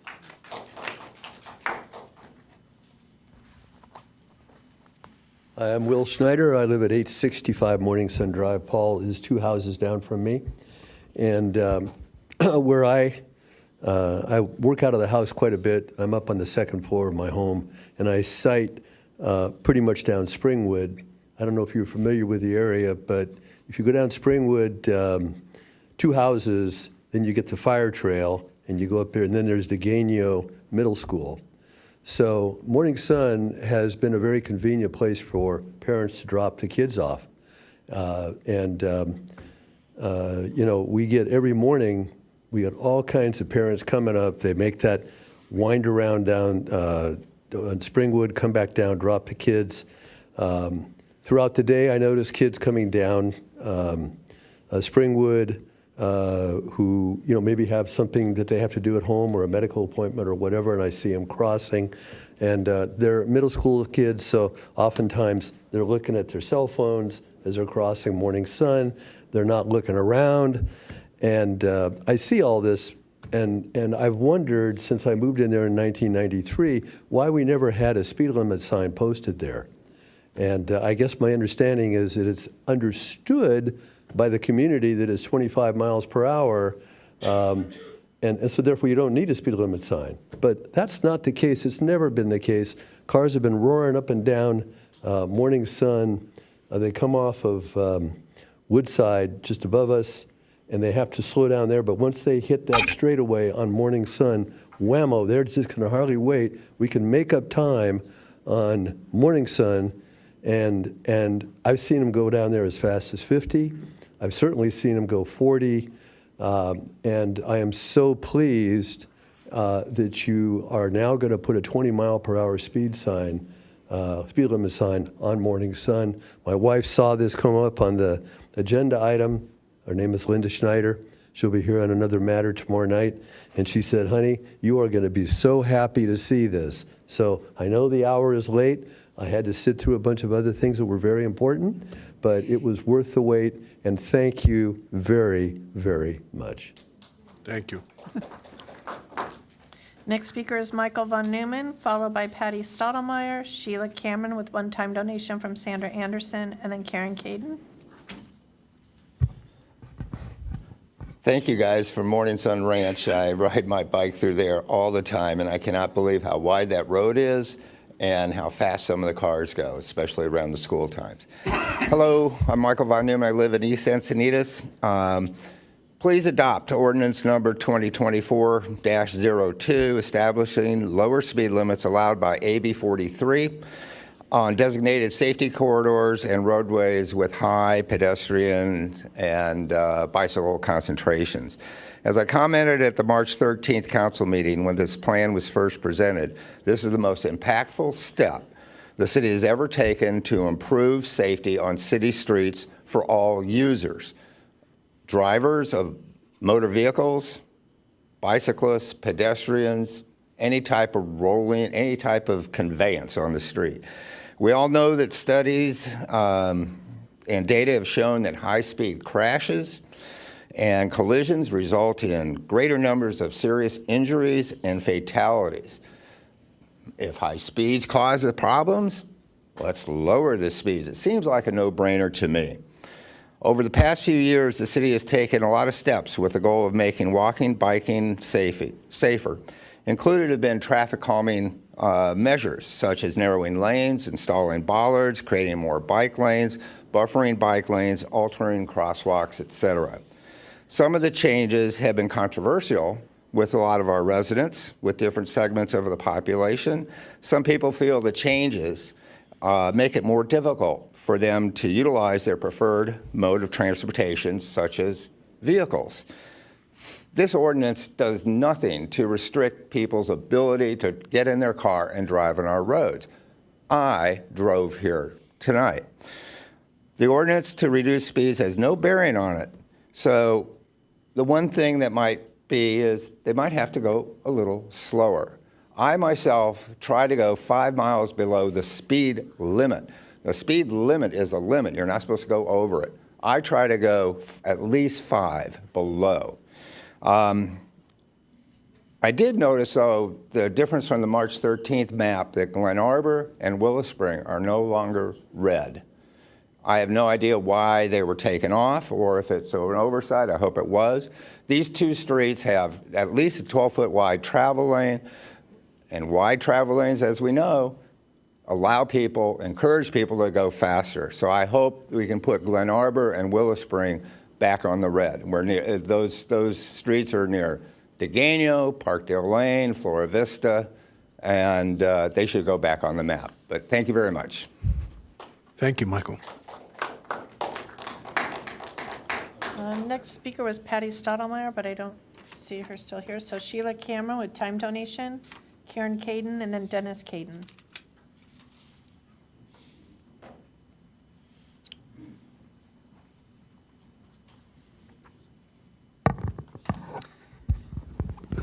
Okay, I want to make a comment on the last issue, actually.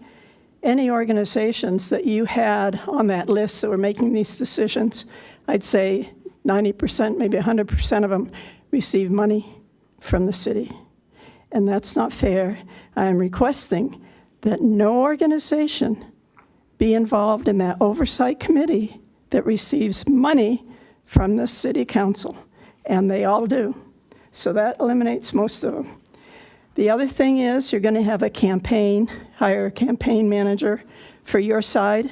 I think there should be money set aside, and I mentioned this before, campaign for the opposition, my humble opinion. Okay, Sheila Cameron. Please lower the speed limits, that's a question. Some at 20 miles per hour, really? Who's going to enforce these new speed limits? Our sheriffs? I think they have enough to do. They can't patrol or enforce our 25, 35, or 40 mile per hour limits now. And we're going to add more streets at lower speeds. The schools, when you're testing the traffic, do it when the schools are in session, please.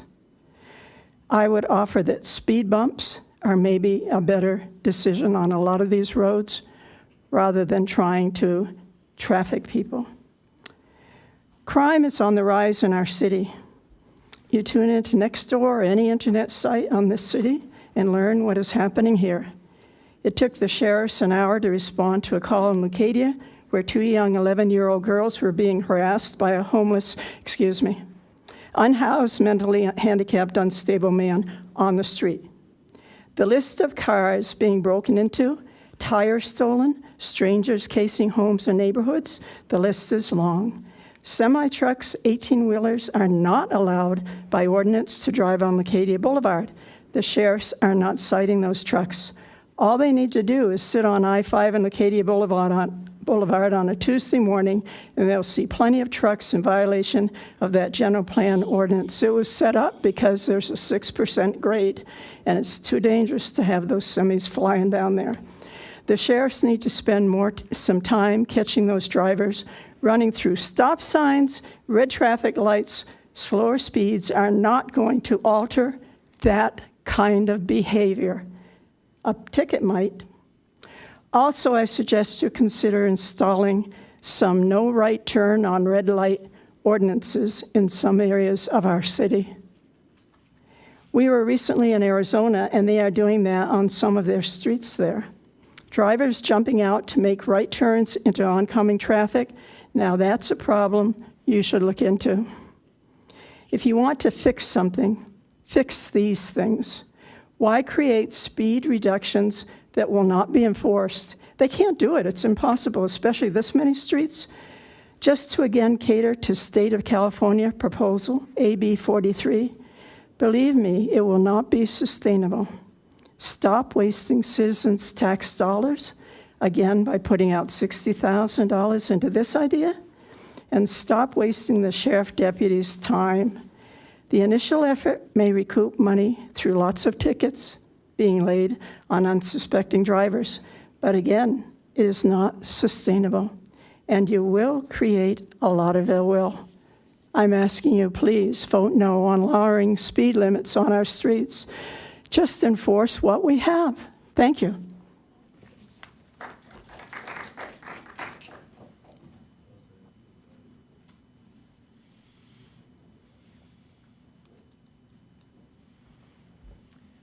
late night.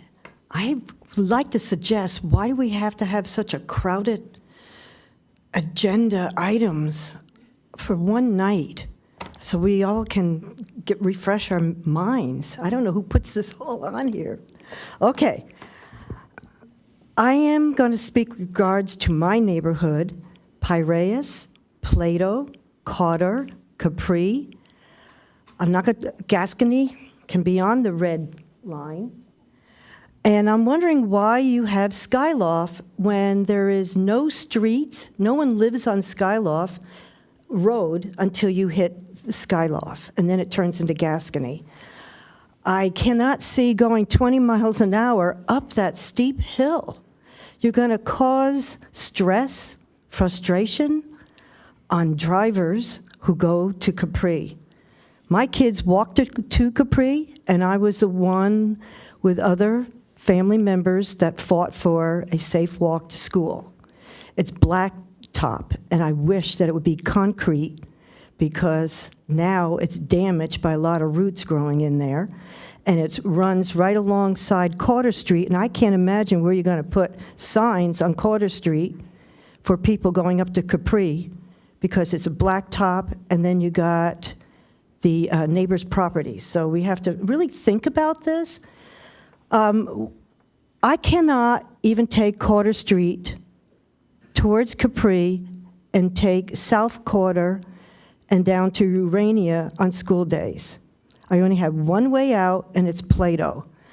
Plato is a short, narrow street that someday will need a safe walk on city property that is the south side of Plato. City owns, I think, around 15 feet. And I don't care how much money it's going to cost you, but just do it someday. And I missed, and I wish I knew that that was going to be on the meeting that Elena spoke about today, or one day this week, and I was disappointed that we're not hearing about where you want to allocate safe walk to school funds. All right. Also, Plato is narrow, little hilly.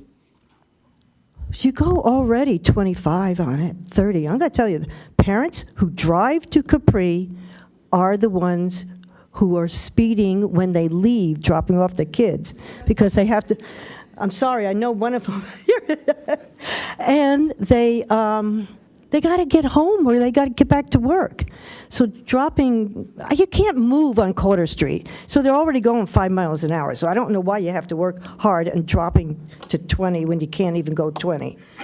Piraeus is 45, comfortable. Only one death because the guy, sorry, but he walked in front of a car. All right. Goodbye. Thank you. Next speaker is Dennis Caden, followed by Rachel Graves, and then June Hansberger. Thank you. Dennis Caden, Encinitas. I look at this as the lack of enforcement drives you to lower the speed limits. And I also agree that the Sheriff's Department has probably more to do than now try to enforce even lower speed limits. So here's my ask. If you're going to pass this, on any of the streets you're changing to 20 miles per hour, can you please remove the speed bumps? So at least we have a smooth road. Why would you need a speed bump on a 20-mile-an-hour road? If you do, then that's definite. Then let's spend the money on enforcement. I don't see why you would do that.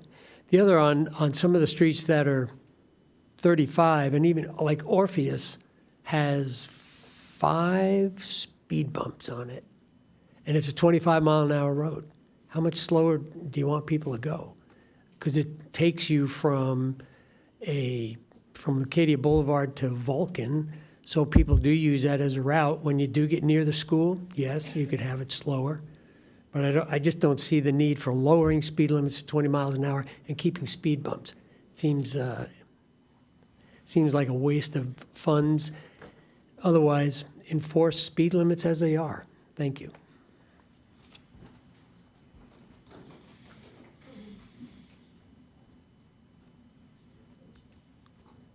Hi, I'm Rachel. I'll be real quick.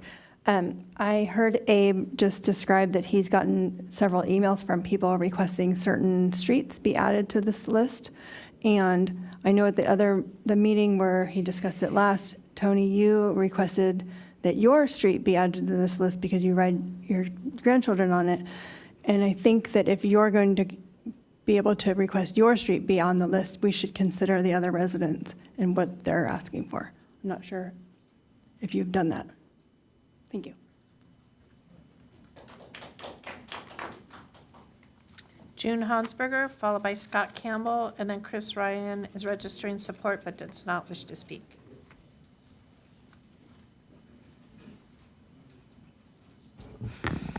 Good evening. I'm June Hansberger. I'm in support of this. Let me read you some facts. The average risk of death for a pedestrian reaches 10% at an impact of a speed of 23 miles per hour. It increases to 25% chance of death at 32 miles per hour, 50% chance of death at 42 miles per hour, and 75% at 50 miles per hour, 90% at 58 miles per hour. Lowering the speed limit is one thing we can do to guarantee people will be safer on our streets in Encinitas. I know that city staff has looked at these streets and tried to pick out the ones that are the most important.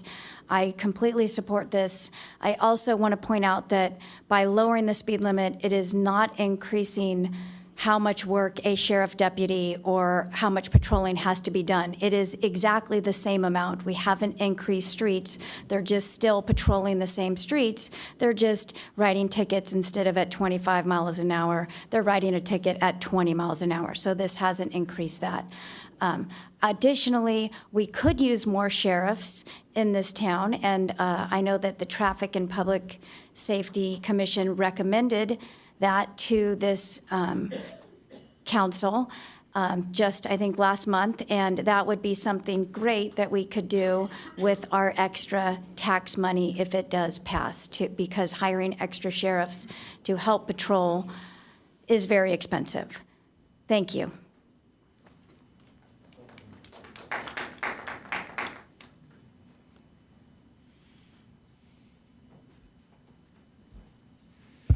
Okay, so I have a little show. My street is on here. Anytime my street is before the council, I get interested. So here's a big map. So the first question is, where are we at the percentage of allowed streets? I know that there was something which Abe just showed us a limit and where we are. So let's just zoom into my little neighborhood here, and I see Eolis, I see Hymettus, I see Hygeia, and I'm just wondering what is the traffic generation source for these streets? There's no thing. There is a park, but it doesn't even have 20 miles an hour next to the park, where actually people do generate. Okay, so it's talking about high frequency. We need a definition of high concentration. What is high concentration of pedestrians? I need a numerical number, because this just sounds really fishy. Now let's zoom in even a little bit more. Why are the main north-south streets marked, but then the connector streets are not marked? So if I want to go visit Tony, I'm going to go 25 down the hill, and then I got to hit the brakes and go 20 for the last 150 feet or so. That's interesting. Why are they not connected? That it just seems that this is a discontinuity. I'm not arguing about the 20. I just think this isn't a good thing. My neighbors are on here, and I notice Commissioner Hansberger, her street isn't marked on this, and this is one of these connector streets. Why is not Hermes marked? Does nobody walk on Hermes, but they walk on these other streets? That's, once again, it's really confusing to me. And then once again, people walk on Eolis. I see them all day long. I see the commissioners walking by my street, walking by my house.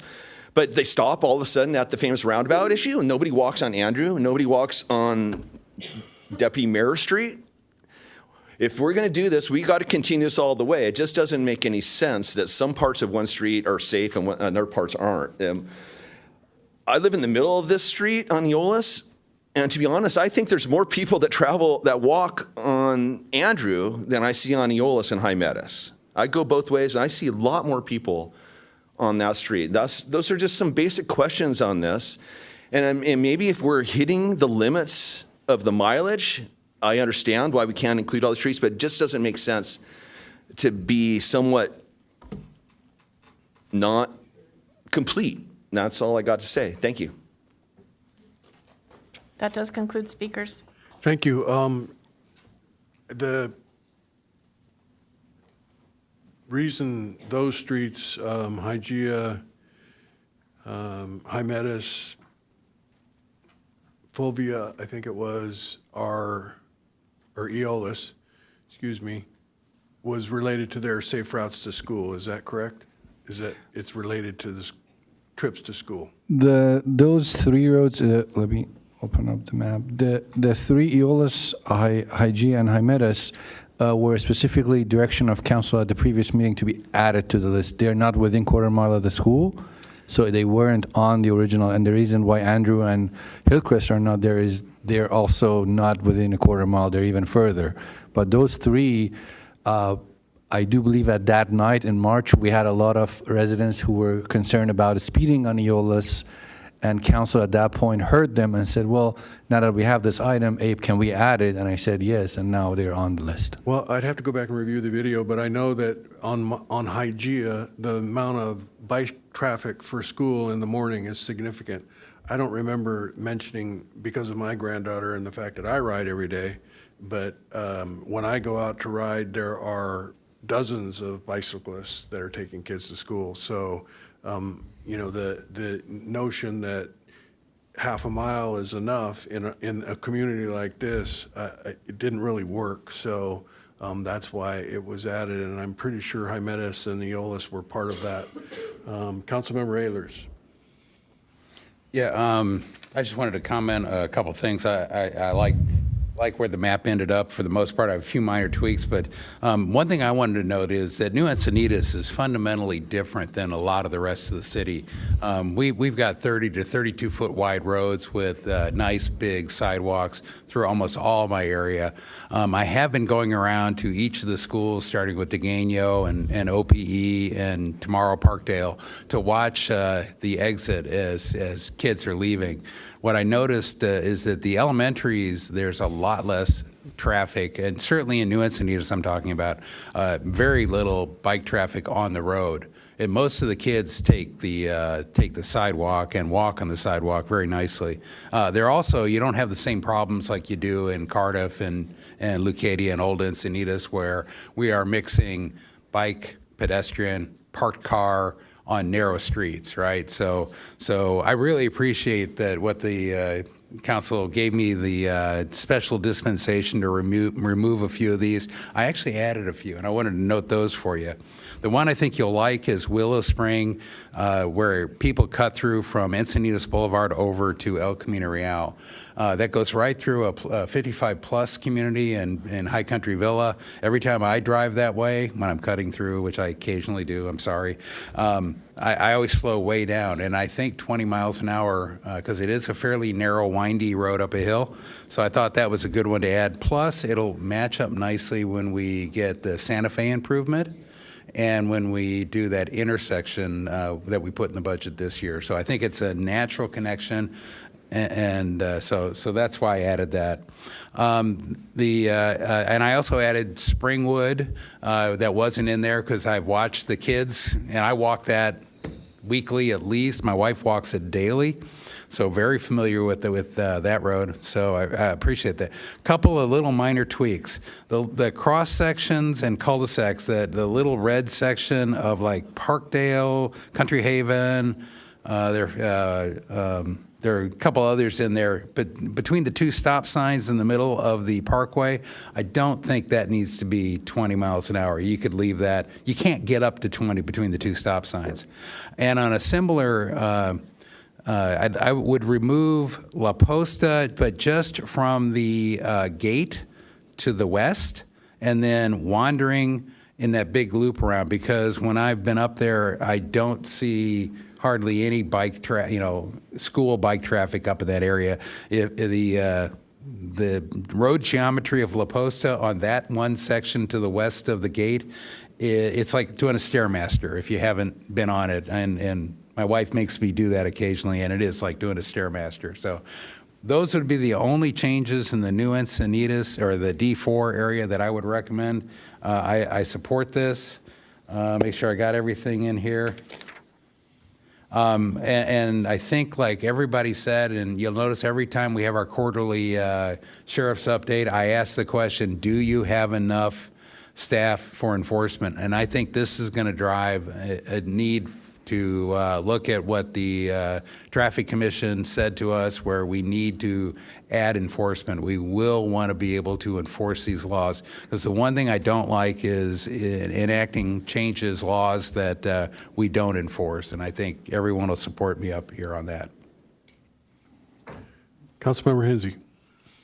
Thank you. Thanks for the hard work. I am really pleased with this revised map, and even happier that we're going to get to enforce it right when, well, not until August, but that we're ready to have the signs posted when the law goes into effect, that we can lower the limits. So great work. I just had a couple of questions that came from the public. Michael Von Newman's question about the rest of Willow Spring and Glen Arbor. Had that previously been on the map and we removed it for a certain reason? There were council members' direction to remove them. And I forgot one question that I'll get to that. Well, can you answer why? Sure. There was a request, and I didn't get a status pack. Can we do a school zone around the two schools on Glen Arbor, Willow Spring? Correct. Yes, we did get your comment after our meeting. I looked at it. As you recall, the only concern is that we can only do this, the 20-mile, 25-mile, 20-mile school zone within 500 feet of the school board. 600 feet or 500 feet? There is a conflicting code. 500 is safer. Okay. Yeah, CVC says 600, but MUTC says 500, so safer to do 500. And that got back to the problem. People do 35, 40 along there. We need to enforce it first. If we got them down to 25 and 20 within 500 feet, it would be great. That would be the ideal. And that's it got taken off for that, but with the request that we put in a school zone around Parkdale and Degano. And will that take place at the same time we're signing the other streets? We can add that for school zone signage. I don't even require council approval. Reason being is that that's not a speed limit. That's a code that only applies where children are present. So there is a minor difference there. It's not going to be a regular speed limit sign for 20. It would be a like a lime green type color. I'm sure you've seen it around schools that says 20 when children are present. In other words, at other hours of the day, the speed limit would be as is. So we're not going to replace all the signs along the road. We're going to add a few signs around the school that says speed 20 where children are present. Okay, and we're doing that to preserve our capacity to bring down the other streets in the city to be safety corridors? No, we don't have a restriction. If council is curious about the 20%, so there are two separate categories. Not the total number of roads in the city, we're maxed at 20%. Only the safety corridors, the roads that are based on only their collision history, the cap is 20%, which we're right about 33. The 20% is about 34 miles. I think I'm at 33 miles or so, so we're very close to that 20%. The roads with high concentration of bikes and peds, there's no limit. So I basically can lower every street of the city using the second category. All right, so I'm not understanding why we wouldn't want to make it 20 miles per hour all the time. Because people are not paying attention to 25 that it is today, and we probably need to slow them down. Also because it's a boulevard and you've got the wide sidewalks, you just don't see that much bike traffic except during school zone, in the school zone area, and even then, mostly at Degano, not at like OPE or Parkdale. Most everybody is walking. By the time you get, like from Flor Vista, by the time you make it up the hill, it's dispersed quite a bit. I watch most of the traffic head down Split Rail, which we added, and I used to live on, and across onto Rambling and down Wandering, and that's why that pattern. If we talk about Degano, that intersection is at the bottom of the hill, and it goes up from there. And the kids, they mostly go out into the flat area and head straight across onto the roads we're lowering. I didn't see the need, and we're going to need more enforcement even to get it down to 25, which is, I think, the first step. In the future, I've been approached by a neighborhood just up the hill from Degano on Glen Arbor, where they want to put a stop sign in where there's a stop sign on Willow Spring across the parkway. So I think that's the other way to handle it, is other traffic calming measures. There are segments of Glen Arbor over in Fieldstone that already have speed bumps. Okay, So, well, it's your district, so I defer to that decision that you made, but let's not waste any time doing the other things we need to bring it down to 25 miles per hour. If you can get the advocacy of this group that you mentioned that can help that move quicker, I think that's the best way to go. And 20 miles an hour in the school zone, I'd like to include that in this action. Okay, I support that. And then I would like to see the speed limit come down to 20 miles per hour on the north side of Orpheus as well. I've just gotten a bunch of texts recently about, I think we reconfigured the way that we have the speed bumps on Orpheus recently, and they might not be as effective in slowing speeds as the previous ones were. So yeah, just top of mind because I received that request today. So I'd like to add that one. And then a question about future requests that come from neighborhoods. If they would like to go through the process of lowering their speed limit, what would it be? So if I go back to the presentation, I know it's been a long night, but you asked a relatively tricky question. So this is the guidelines METCD provided for roads with high concentration of bikes and, oops, sorry.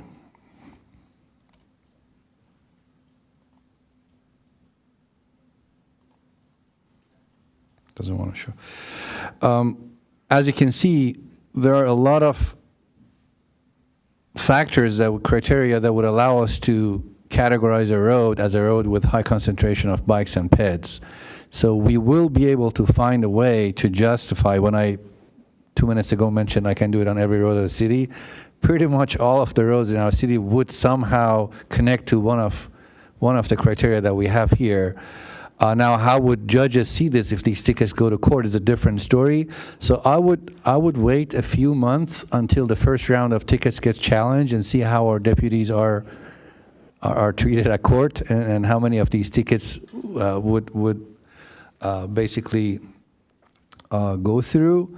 But afterwards, if it's council's desire to increase the number of the streets with a city that would have a 20 mile per hour, the higher speed roads, we already covered all of them. The 30 mile plus roads, all of them are already getting the 5 mile reduction. The remaining roads are the unsigned roads, like the red ones, that are 25 mile unsigned right now, and they can be 20 by being categorized as a high concentration of bike and ped. If they have a sidewalk, if they have a crosswalk, if there is a senior residence around, if all these categories. Okay. So it is doable, but I would wait a few months to see what. That's fine. what we're Yeah, I think implementing that's works. good advice to see how it plays out, and if we're able to defend those tickets and then come up with a process that people can make these requests and that we can honor them in a time-sensitive way as a council. Thank you.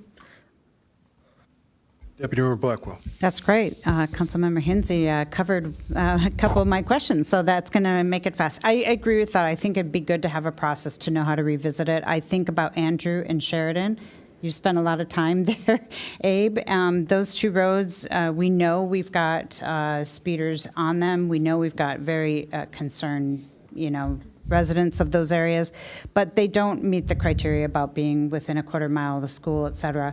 So I'm comfortable with starting here and sticking to our criteria, sticking to the map as drawn tonight, but getting that process in place would be great. The other thing is, of course, enforcement. I know we're all probably going to say that, but we do have to address that because, if we really do want to bring down speeds, the signs aren't really going to matter, right? It's going to take a little more enforcement and have more deterrence in place to really bring down the speeds. But thanks for the work, and I can support this along with getting a process in place going forward. Councilmember Lyons. I'll cut to the chase. Just two things. One is I'd like to consider coming back when this comes back with also a bit of an explanation about enforcement.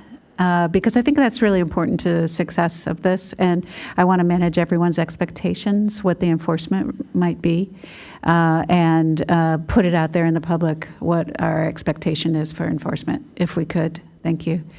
My only other question is about how one of the roads is categorized. We have Section 1, and those are safety corridors, and then we have Section 2. I see Little Melba Road in here with North Coast Highway 101, Vulcan, El Camino Real, Encinitas Boulevard. I see Little Melba Road in there with all those big roads, and I'm wondering, is it a mistake that it's in there? So, no, I hope this question didn't come up. So,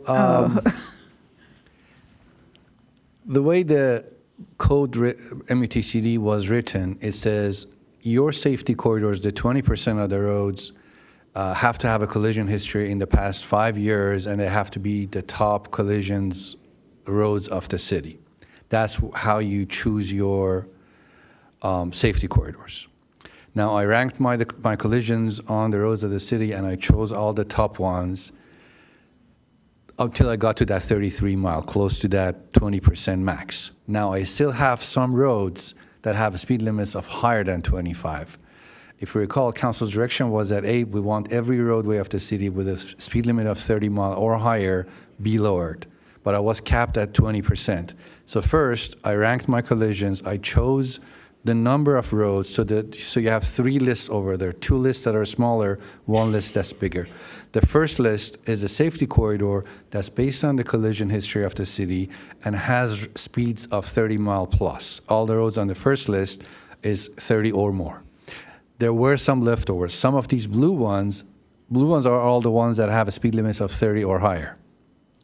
Some of these blue ones did not fall into the safety corridor because I was maxed at 20%. I had to find a way to lower their speed limit as well. So what did I do? I moved them into high concentration roads.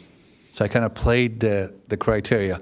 So now we have some roads that don't have the collision history high enough to be in that 20%, so they are off the safety corridors list. These roads still have speed limits of 30 miles or higher.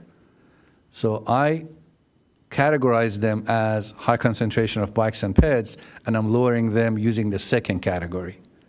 All the other ones are the ones within quarter mile of the school, if that makes sense. So Are you saying it's kind of artificially in that group? Not artificially. it doesn't There's still a high conform. concentration of bikes and peds. They meet the categories. They have a sidewalk, they have It does. crosswalks. they Lots have a of schools. Yeah, so they do qualify as high concentration. The only advantage was that I could have categorized all of these roads as non-safety corridors, all of them in the high concentration of bikes and ped roads. It would have been made it simpler. But one would say, why didn't you categorize 20% of your roads as safety corridors? But the literature, the way the code is written, the high concentration of bikes and peds, there's no cap for it. You can just categorize any road as, but I can see them being challenged a lot easier at court because it's kind of arbitrary, not arbitrary, like the way we can select them is very, very simple and easy, and I can see them challenged. One might say, hey, how are you saying this is a high concentration of bike and ped? This road only, like there are 10 pedestrians a day on this road, or 2 bikes a day, and the judge might say, well, I don't like this road as a high concentration of bike and peds. That's why I left my first category as a very defensible one. Collision history of the city in the past 5 years, chose top 20% of the city. It seems like a bit of a weakness in how we're organizing these, but that was the direction of council. Council wanted all the roads over 30 mile per hour lowered, and they were more than 20% of the city. My hands were tied. I couldn't. Is there anything associated with calling Melba Road a safety corridor that will influence anything other than perhaps how tickets are defended on that corridor? It would be a guessing, an assumption, but I can see safety corridors be a lot more defensible, more successful at court. But again, it's just a guess at this I hear time. you say that, Yeah. but I also hear you say it doesn't meet the criteria. No. All of these roads meet criteria. There's no road here that does not meet criteria. But the first batch, the safety corridors, because they have their high collision rate as their backbone, they're a lot more defensible in front of a judge. The second category, which is the big category, are the ones that we are categorizing as high concentration of bikes and pets. There's only one thing I misunderstood, or I'm not quite understanding, and then I'll be done. Does Melba have a lot of incidents of accidents, I as you don't say? quite remember. Is it on the first list or is it on the safety corridors? If it's on the safety, yes. If it's on the safety corridors, it's on the top 20% of the collisions of the city. Okay, just if you could make a note to follow up with me on that detail, I'd appreciate it. Absolutely, yeah. I'd like to know that. That's why I'd I like to didn't know want the to get detail. into it. I know it takes 1 hour to. I'm sorry for the deep no, dive. it's not your fault. Even us, it took us like 3-4 hours of going through the code to figure out what it exactly is. Thank you, Abe. Councilmember Ehlers. I got one question, then I'll make a motion. Let's see, evacuation times. I just want to make sure that fire has reviewed that and lowering speed limits on Rancho Santa Fe Road and Lone Jack. Have they agreed that that should not negatively or significantly negatively impact evacuation times? To be honest, no. Usually with our speed limits, the fact that I don't think anybody needs to abide in emergency cases, I can do that, but I can't provide, but I don't really think anybody really. I think it would be worthwhile as part of this approval is to go back to fire and just make sure they agree. I had a couple of residents out in the back end of Olevenhain claim that it would impact it. I don't believe. I believe what you said, that people are going to go to the speed, and quite frankly, we'll end up a little backed up anyways and probably well below the speed limit. But it would be from a, we should dot our I's and cross our T's there. So with that, I'll make a motion to approve the AB 43 ordinance with a couple of modifications that I talked about. Removing La Posta west of the barrier gate. Number 2, removing wandering north of Glen Arbor.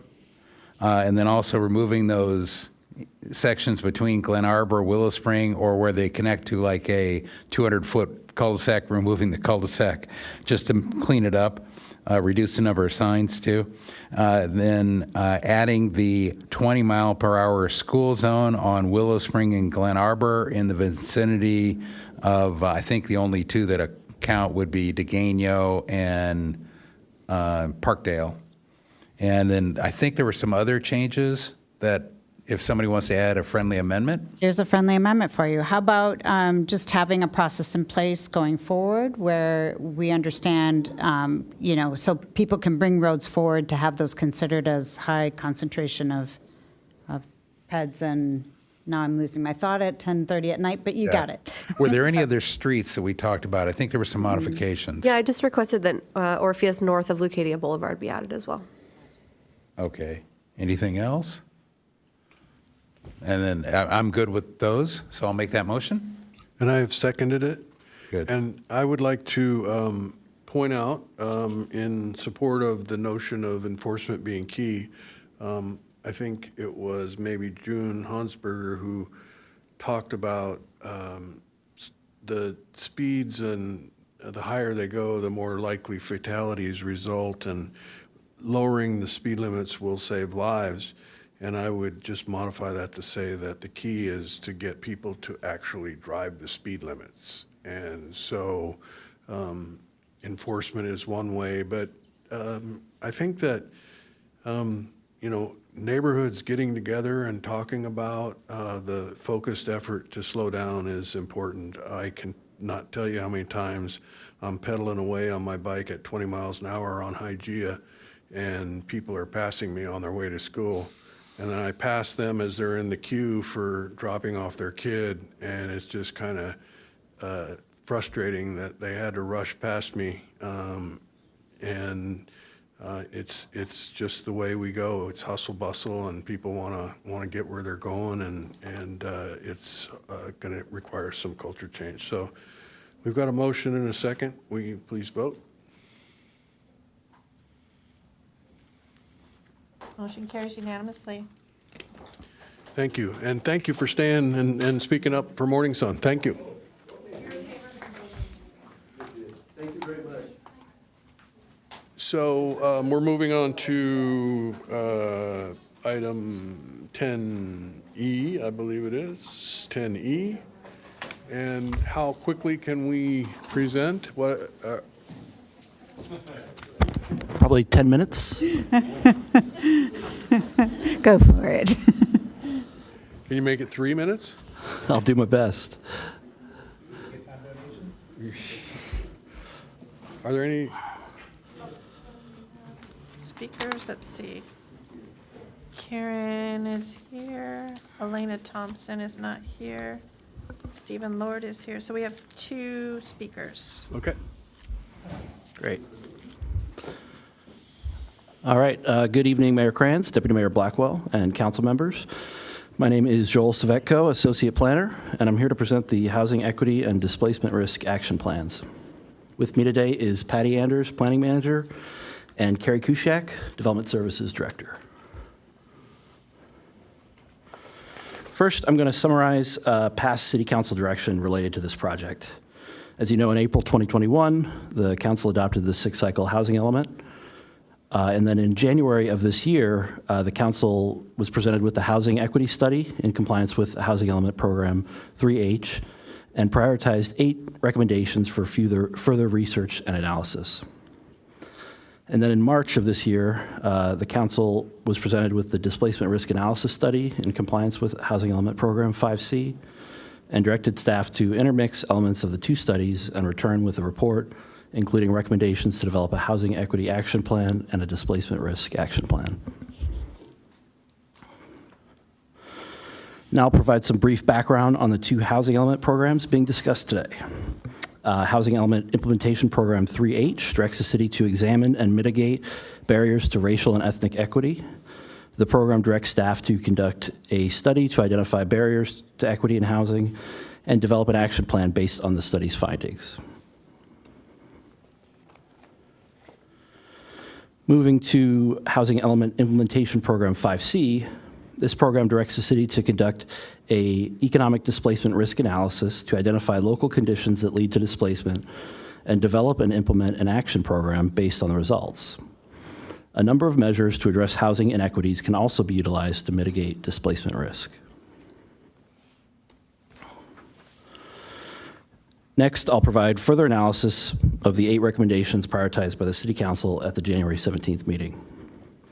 So first, we have implement education for city staff, policymakers, and the public about what racial equity means regarding the acquisition and development of affordable housing. Staff takes advantage of education and training programs related to affirmatively furthering fair housing, and staff will continue these education efforts and inform policymakers and the public of new information as needed. Next, we have enact just cause eviction policies to protect tenants from no-fault evictions. AB 1482 and SB 567 provide robust tenant protection statewide. Some local governments have expanded on state law by enacting their own tenant protection ordinances, but staff has determined that state law adequately addresses this issue. Next, we have engage landlords in a proactive outreach campaign to provide information and dispel myths about the Housing Choice Voucher Program. Housing staff currently conducts informal landlord outreach to help those exiting homelessness find housing. Staff proposes a workshop to advertise the voucher program to landlords and a landlord incentive program that could be funded by the Affordable Housing Fund. Next, we have develop an outreach plan to increase tenants' knowledge of their rights. This could be achieved by bolstering Legal Aid Society tenant outreach efforts, partnering with local housing advocates to advertise resources in key community areas. Staff also proposes to host or co-host an affordable housing fair and to expand our online resources. Next, we have expand the city's capacity to address fair housing complaints. This could be achieved by increasing the funding allocation to Legal Aid Society, who handles fair housing complaints in the city. And this would enable them to serve more households, supplement monthly fair housing webinars, and distribute more advertising materials. Then we have engaged the San Diego Housing Commission regarding changes to the first-time homebuyer program. This program provides grants and loans to qualifying low-income households to assist in buying their first homes. However, the maximum purchase price is only $676,000, which is far below the Encinitas median housing price. Staff proposes to advocate for an increase in the maximum purchase price through existing contacts and providing testimony at the Housing Commission, and to advertise similar programs online like the Cal HFA Dream for All, which provides down payment assistance for qualifying first-time home buyers. Then we have consider transportation as a component of a comprehensive approach to community development planning. This is currently underway through the Mobility Element Update, the El Camino Real Specific Plan, and the Microtransit Study. We also have a VMT exchange program project that is kicking off in the coming weeks, and I was told that contracts were finalized last week for that project. And finally, we have continued to fund the residential rehabilitation program.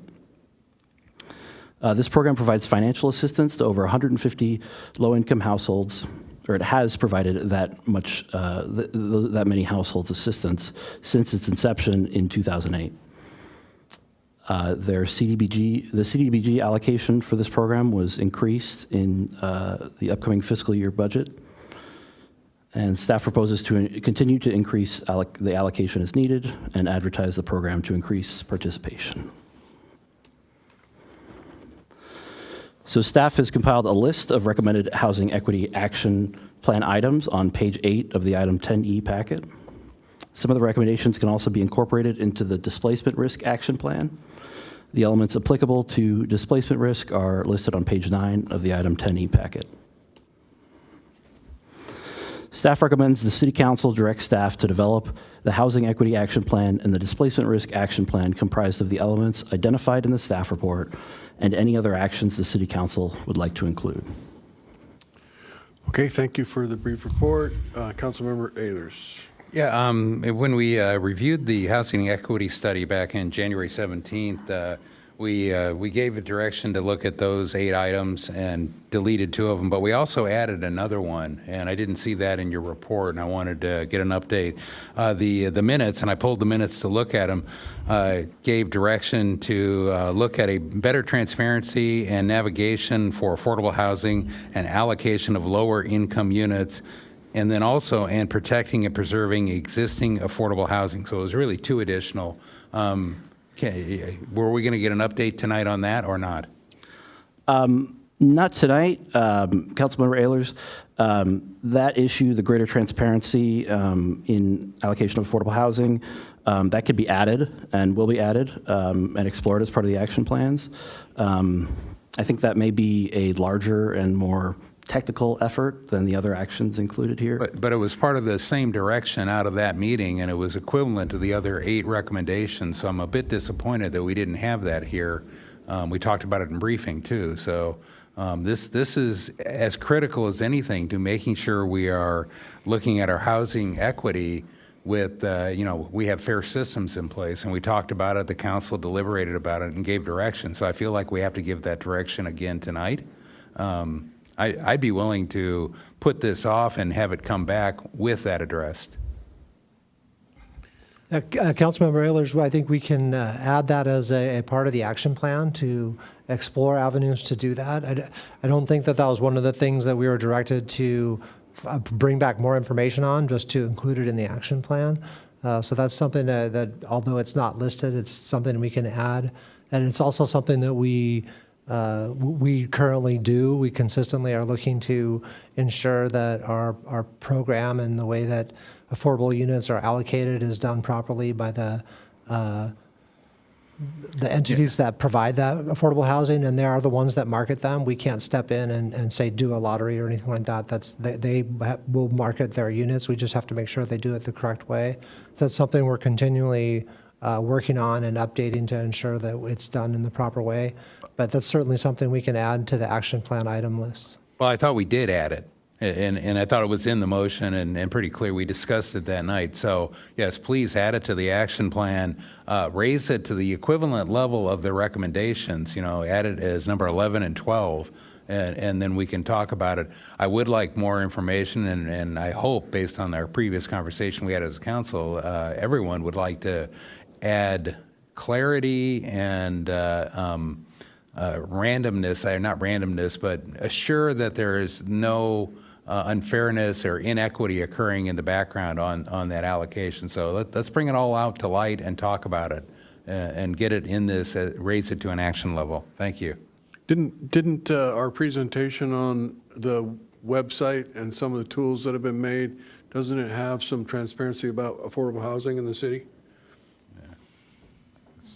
It does, and most of the affordable housing is provided through density bonus or inclusionary, and we require through conditioning projects that they participate in a program called VAMA, Voluntary Affordable Housing Marketing, and I can't remember the last day, but it's a program that the BIA has developed to ensure that developers are following a certain process to ensure that there's a fair process to allocate those units, and we ensure that folks are signatories to that agreement when they provide affordable units. So we do provide information, and we provide we have a map tool on the website now that shows where all those units are available and how you can get in contact with those folks. Okay, So well, when I support Councilmember Allen's point that a housing equity action plan should include a mention of that and any additional transparency tools that we might have. So I don't disagree with that. Councilmember Lyons. Yeah, I know tonight this is on our agenda for us to give you information that you will use in developing this to the next level. So I just want to point to a few things that I feel are missing. When you are listing things on slide 5, it's page 4 of the agenda item. So at the top there, that's like the first one you're listing. So I just want to go down in order. As far as education, which is essentially implementing education, I would like to see more about the public. I didn't see that listed in. I see it here on your slide, but I didn't see it listed in the agenda item that you were including the public. So maybe that's just an oversight. Just make sure that we also include the public as far as education.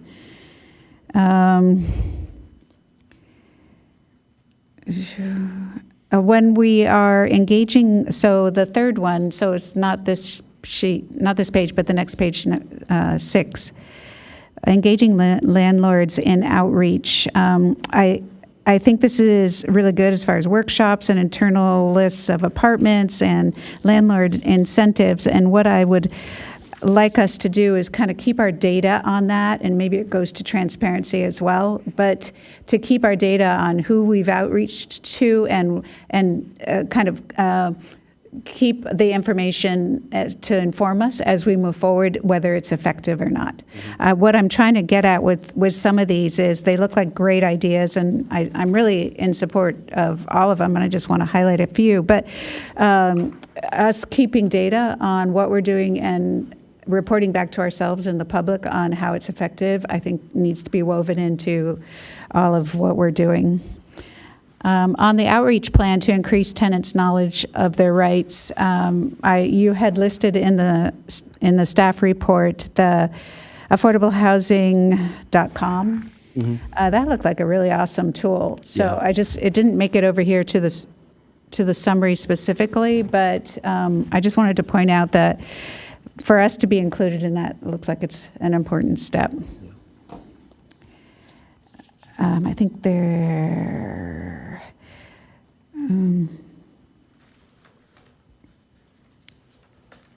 The only other comment I have is the residential rehab program, which is your last item. And I just want to reinforce what you may already know, but that is that this program is not very well known in our community. I've even asked about a program like this in the past and been told we don't have it.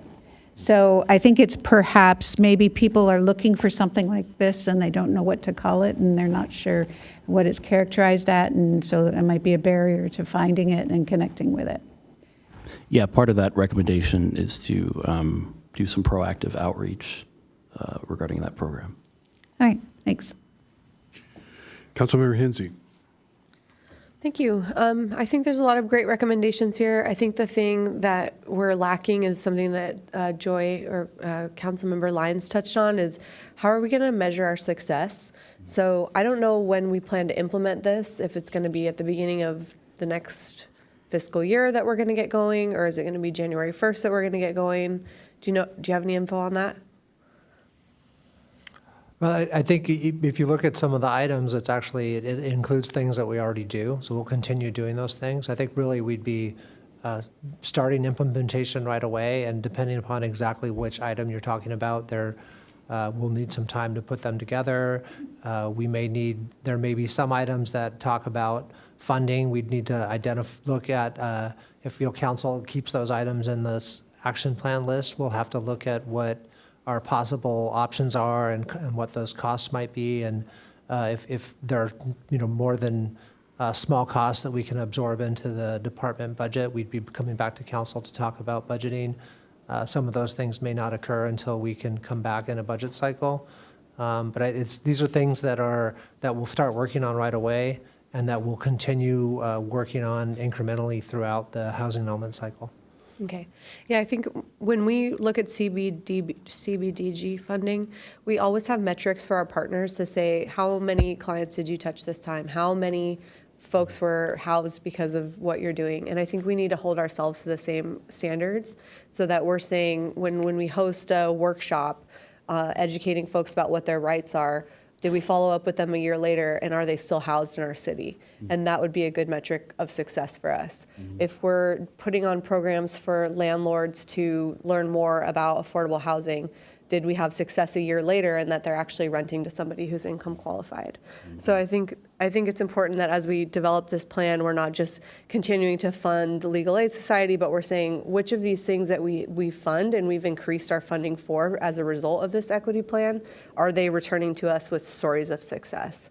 So I guess what we're trying to create here is more of, there's always this barrier between folks who are unstably housed within our city, where I feel like they're either afraid to approach the city or they're afraid to start coming into City Hall and learning about what their rights are because there's this fear of retaliation from their landlords. So I think our goal should really be able to create a community of folks who feel empowered to stay as Encinitas residents because we're equipping them with the tools to understand, like, look, if we need more Section 8 vouchers and a person to manage that, and you'd be on the list and you'd be housed if you needed it, here's how you advocate for that with your city council. So to me, if we're putting $10,000 here towards expanding the contract with Legal Aid Society, doing this or that, it should all be in the effort of bringing folks in with us, giving them a conduit to the council and to the housing folks here at our city, and making sure that our money is well spent and that we are ensuring affordable housing for people. Thank you. Deputy Mayor Blackwell. Yes, I'll make it brief. I think the comments offered so far have been really, really helpful. I do want to emphasize, I think we talked about those two that were missing. The one was adding greater transparency in how we're allocating affordable housing, but the second was how we protect existing affordable housing. So I just want to make sure that gets in there. Measuring success, very important. The only other one I had, and we talked about this earlier in my briefing, was the landlord incentive programs. I think it's on slide 6. Of your presentation. And the programs you'd be exploring are two in San Diego that relate mostly to persons experiencing homelessness. And I'd suggested maybe we could just at least research some options and understand the cost of what if we were to expand that to include very low income and even low income. So we're incenting beyond just persons, getting persons experiencing homelessness into apartments. So those would be my additions, but otherwise, thanks for putting this together and not having two totally separate action plans. Blending them is great. Thank you. So did we give you enough direction? We do have speakers. Oh, two speakers, I'm sorry. Yes, we do have Should two have called you speakers. earlier. Karen Koblenz and Stephen Lord. You just want to support, no speak? Okay, Stephen Lord? So, hop up here to the microphone and point out this sort of junk, is what I would call it, is what you're going to have to defend for your 1%. So, do you want to pay 1% sales tax for soft infrastructure like outreach to landlords to teach them how to rent out their apartments? I mean, this is the sort of stuff that you've wasted your money on. There was a study, one of the guys who actually was prepared and looks at what you do, huge increase in planning costs, huge increase. All these planners, maybe you should be thinking about cutting some headcount in the planning department and stopping this stuff. You know, you're not going to solve anything in Encinitas. I want to bring to your attention that this year is the 20th anniversary of Gavin Newsom's plan to stop homelessness in San Francisco in 10 years. So he has not been very successful. And you can't say he hasn't had the money. So he's had all the money. He's spent billions, I believe. We still have more homeless than we had before. San Francisco is a disaster because of homelessness. So these experts, these plans, all this stuff has not worked. Now you say, why not? Well, I'm actually a landlord. I rent out a couple of houses in New Jersey, one of them to a voucher organization, Section 8, no problem. The other one, not so much. So why do people lose their houses? Mostly family instability, right? The woman gets divorced. Her husband runs off with another woman who's younger and more attractive. She's left with a few kids. She's got to try and find a home to live in. Yeah, I understand. But it's got nothing to do with the city. There's a personal problem. And, you know, the reason Encinitas doesn't have a lot of low-income people is it's a really expensive place to live. You know, so it's like, you know, La Jolla doesn't have a lot of low-income people either. There's a reason for that. There's Beverly Hills, not so much either. Rancho Santa Fe, same thing. So what you're doing is you're asking people to pay more in sales tax for infrastructure, but you put it in the general plan. So anything in the general funding is open for question. Everything now. Why don't we cancel this and put in some storm drains in Leucadia? Maybe you could only get 10 feet. I don't know, but at least it'd be a start. We don't need all this planning. This is all a bunch of leftover from Blake Spear's, you know, dreams of glory, and successfully so. She got herself promoted. So time to cancel this sort of stuff, get rid of these action plans, stop all this vague planning for the future for things that will do no good whatsoever. Thank you. Thank you.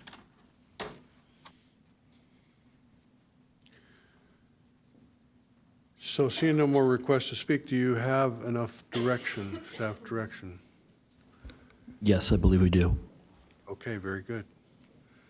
With that, we are on to city council member reports pursuant to AB 1234. And Warren, did you see my email? Okay. Last week, I attended the Lausanne meeting as Sandag's representative. It was in Oxnard, and so thank goodness I was able to attend by Zoom. And this morning, I attended the Encina Wastewater Authority board meeting. And I attended the same board meeting for Encina Wastewater. Okay, I have a little bit of a long one, but I think it's important stuff. So NCTD, last week, we approved an exclusive negotiating agreement at 2 Sprinter stations that would allow us to have up to 500 affordable, 100% affordable units at those sites. So that was very exciting.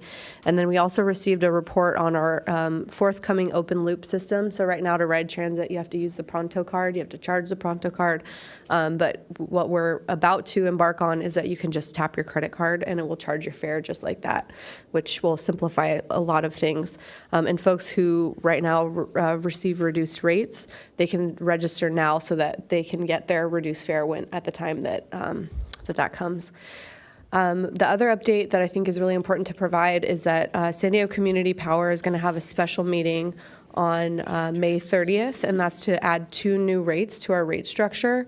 One is for commercial entities so that they can have 100% renewable portfolio for their business, and they can also achieve LEED certified status and another designation that I think is attractive to businesses. So it's going to be a higher rate for those businesses. We're also going to be considering adding a rate that's comparable to SDG&E's summer prices. So it's just 45% renewable in that portfolio. So it will be comparable to exactly what SDG&E's customers are paying. And for Encinitas residents, we're Power 100 customers, and we can expect to see a rate increase June 1st. That's an additional quarter of a penny increase per kilowatt hour, which is to cover our costs. So you'll see an increase on your next bill. Okay, thank you. Well, after that, I have nothing to report. I attended a transportation committee meeting, and we got a briefing on the Losan corridor environmental impact report process, NEPA, and there's going to be a notice of preparation issued on June 4th, and we'll have 45 days to prepare comments. My goal is to get the freight into the 15 corridor as part of the environmental impact study. And so we'll see what it will take to do that. City manager reports. North County's most exciting events are happening here in Encinitas. I only have one this week, Music by the Sea. Cellist Paul Sang and pianist Justin Hansen, who have collaborated since 2022, and they are the founding members of the Logos Trio. They will be performing Friday, May 31st, Encinitas Library, 7:30 p.m. You don't want to miss this one. City attorney reports. Thank you. I have nothing quite so dramatic to report. So no report this evening. City clerk reports. I wish I had something exciting to report, but I have nothing. Nothing to report. It's never good when the attorney has a dramatic report, just so we, we're all in agreement there. Okay, well, tonight I would like to adjourn this meeting in honor of someone who recently passed away, and it was quite surprising. A friend of ours who's been at this podium many, many times advocating for pollinators and bees and reduction in neonicotinoids and a variety of other steps that would make our environment better. His name is James McDonald, and I have a picture of him here. He was very passionate about his bees. He's on the right there. And on the left, you see his demonstration hive. He traveled with that demonstration hive to many events. I looked at my text messages from him. I have a picture of Bruce Ehlers where James had shown up at a native plant event and given a presentation and then took pictures. He had a tremendous sense of humor, and he was full of love and full of life. He loved to surf, and he is a guy that it's going to be, somebody that I miss. And I don't know if anybody else up here has relationships with him that they'd like to share some thoughts. Councilmember Ehlers. Yeah, I had a pesky bee infestation that actually I had somebody else take care of, and it came right back, and James came out. And being James, of course, he didn't just come and relocate the new hive. He threw me in a bee suit and had me help. And what a great experience. So he will be sorely missed. What a character. We talk about community character. He was part of the community character. So I appreciate Blackwell. Yeah, James came to our house twice because we had 2 bee infestations. And the second time he came and he couldn't quite find the queen, so he had to come back the next morning. What I remember about that is that when he arrived, he was outside and he was talking to my husband and his voice carried. And the bees became very, very agitated just from the sound of his voice. So talk about a bee whisperer. He was on a different plane than the rest of us with the bees. I met him not long after I was on the council, and he, through a mutual acquaintance, found out that I was a beekeeper. And so we met and talked a lot about my goal to get our urban ag ordinance so that it was possible for legally keeping bees on my property. I had previously been a scofflaw and been breaking the law when I had the beehives there. So he was a strong advocate for expanding the potential for keeping bees in residential neighborhoods. There were some concerns about that expansion, but I have to say that there have been no negative effects of that. So he was right. And in the meantime, it's a pretty big loss for the environmental community. Oh, Councilmember Hinsey. I have a few James stories of my own, which I'll keep most of them confidential till you ask me in one-on-one. But my husband described him as a trip of a dude, and you never knew quite what topic he was going to bring up to you. But I credit James with Joy and I bringing forward the Bee City USA affiliation. That was totally his idea. And I think that that's helping us move into the right direction in terms of not using the harmful pesticides on our palm weevil and to bring forward these native plant ordinances and demo gardens. I think that's all because of the education that James provided all of us. And Tony, you always get the credit, but there was a summer where I too was a beekeeper, and that was because I opted into James's program that he started, and he matched me with a beekeeper, and I decided to end that after a couple bees stung my husband in the back of the neck, and I became very protective of him. But honestly, when I think about this chamber full of people, it's not going to be the same without James, because when you'd see him sitting there, you knew that you were in for it. You knew he was going to give you a good story and something good to vote on, and an opinion that was so valued here. So he will truly be missed, and I really don't think Encinitas is going to be the same without him. I just have a quick James story. He's been an ally over the years, and when I first met him, it was here on Pacific View. I see this photo is at Pacific View, and it was back when we were using that for the storage of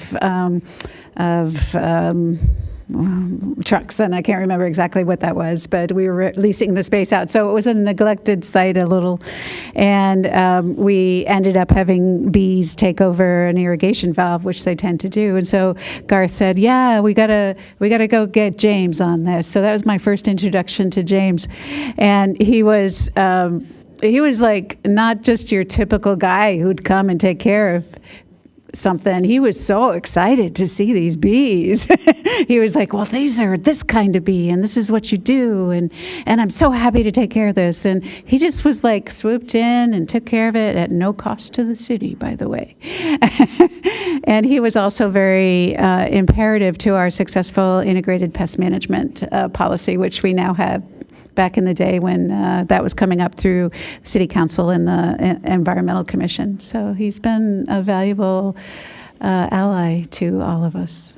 Thanks, Tony. Well, I appreciate you all sharing your stories, your James stories. I'm sure we could go on for hours. It is now 11 o'clock, and in honor of James McDonald, this meeting is adjourned.